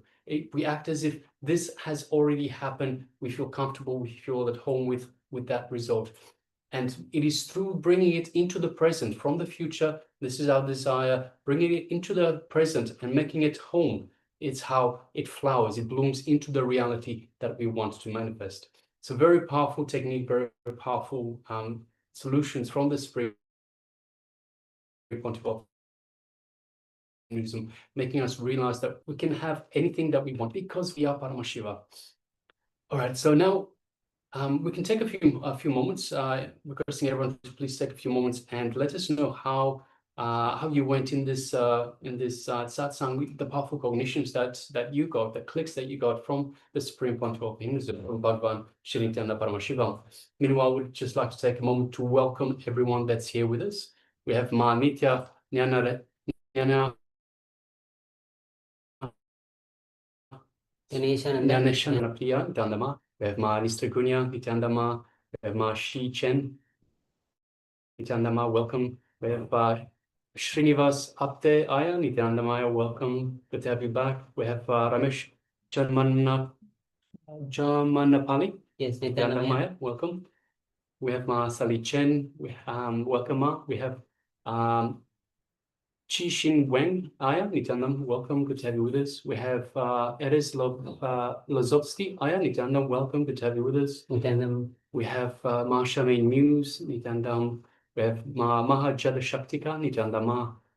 We have Ma Nitya Sangha Shaktini Nitandam, welcome. We have Ma Helen Gomez Nitandama, welcome. We have Ma Mahakalakala Nitandam. We have Ma Weiping Shu Nitandama, welcome. We have Ma Yan Hui Jing Nitandama, welcome back. We have Ma Ekaterina Dikodko Nitandama, welcome, good to have you with us. We have Ma Karina Wong Nitandam. And we also have Ma Aini Shi Nitandam, welcome to everyone. Good to have you with us for this this Darshan, post-Darshan segment, and of course the Paramashivoham program. So to start off with, after every powerful cognition, powerful Darshan that the Supreme Pontiff of Hinduism has infused these higher energies, higher vibrations into us, the first thing we need to do is to bolt in these higher energies, higher vibrations by practicing the power manifestations. See, understand that we are Paramashiva. This is one and the most important powerful cognition that each one of us should be cognizing. We are Paramashiva. There is no other. All there is energy and intelligence, Paramashiva. We are all independent, individual instances, intelligent instances of Paramashiva, but we are still Paramashiva. So in a way, we are both in oneness with and one with Paramashiva. And it is through this practicing of power manifestation that we get to remember that we are Paramashiva. It is through this connection to Paramashiva that we have access to these power manifestations. And by practicing the power manifestations again and again, by making it our lifestyle, we open up the floodgates, we open up our true reality, our true self, to help us realize, help us remember that we are Paramashiva. So let's get ready for this powerful power manifestation, requesting everyone will be doing the power of third eye vision, seeing images blindfolded. So requesting everyone to please gather an eye band. We'll be practicing the third eye vision, seeing images blindfolded. So everyone, if you could please gather an eye band and cover your eyes. If you don't have an eye band, you can use any piece of cloth that will cover your eyes entirely, anything that's opaque in nature, such that you can see through the material, and also such that the light doesn't fall onto your eyes. So there's no visual stimuli which will trigger your mind. So understand that we have access to these powers through the feeling connection to Paramashiva, through the realization that we are Paramashiva. The mind has no role to play in these power manifestations. So by having the visual stimuli, it just triggers the mind and it gets in the way of the power manifestation. So it's important that we have the eyes closed, we have the eyes covered, so no light falls into the eyes, and of course that we don't see through the material, so that way we don't affect the result of the power manifestation. So once again, I'm requesting everyone, please cover your eyes. Now, also requesting everyone to please switch on the cameras. So if you have switched the cameras off, towards after the darshan itself, if you could please switch the cameras back on and be available in the camera frame, so that we can communicate easier, and we can also guide you through these the Paramashivoham program, and of course through the power manifestation. Now, before we start with the power manifestation, we'll enter into the Shastra Pramana, which is the scriptural reference for this power manifestation. And the scriptural reference for manifesting the power of third eye goes as Kapalantarmano yasya tishthanmilitalochanaha kramena vanasodhayat lakshaye lakshamuttamam. Bhagavan Paramashiva says, by fixing the mind on the inner space within the crown center and sitting stably without any movement, having the eyes closed in succession, by that stability of the mind and the inner space, through the power of third eye, one directly sees the ultimate goal, Laksham, by having the vision beyond the sight that reveals any object or place, attaining oneness, space of oneness with the source, Paramashiva. So with this, let's get ready to enter into this round of war manifestation. So we, the acharyas, will be projecting an image on your screen, and through the power of third eye, see every single detail of the image that is being revealed to you. Image in terms of details, in terms of the color, the object, the items, the whole environment itself, whatever detail is being revealed to you. So please close your eyes, cover your eyes if you haven't yet covered your eyes. If you don't have a blindfold, you can use any piece of cloth to cover your eyes. And with this, let's enter into this round of power manifestation. Visualize Swamiji in your inner space. Remember any sweet moment that you cherish in your inner space with Swamiji. And simply connect with him. Understand, only when you connect with Swamiji, that super conscious energy, you allow Swamiji to flow through you, and you start manifesting the power of Paramashiva. So keep your eyes closed, visualize Swamiji in your space, and unclutch any thought, emotions that stops you being in the space of Paramashiva. Just simply unclutch and gently bring your awareness to the third eye, and through your third eye, gaze at Swamiji's third eye. Now start chanting the Mahavakya. Om Nityananda Paramashivoham. Om Nityananda Paramashivoham. Om Nityananda Paramashivoham. Keep your eyes closed.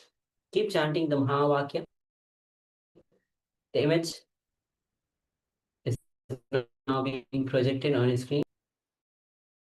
Om Nityananda Paramashivoham.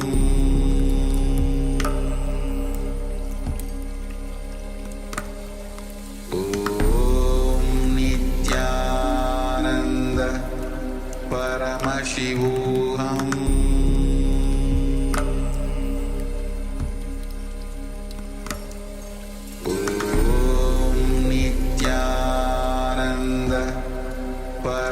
Paramashivoham.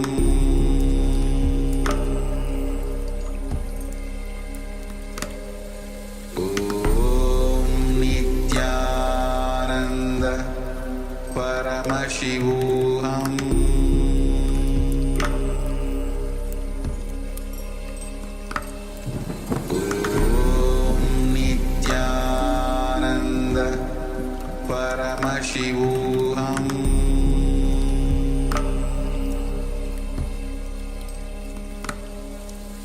Om Nityananda Paramashivoham. Om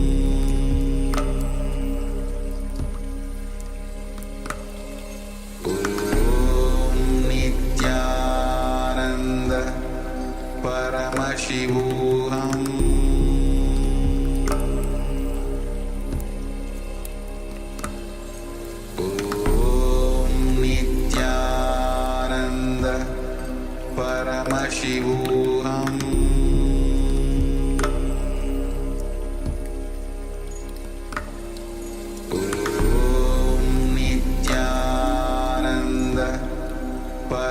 Paramashivoham.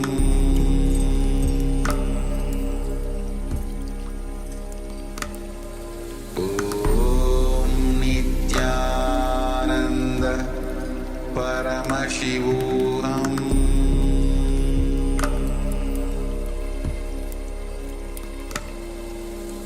Om Nityananda Paramashivoham.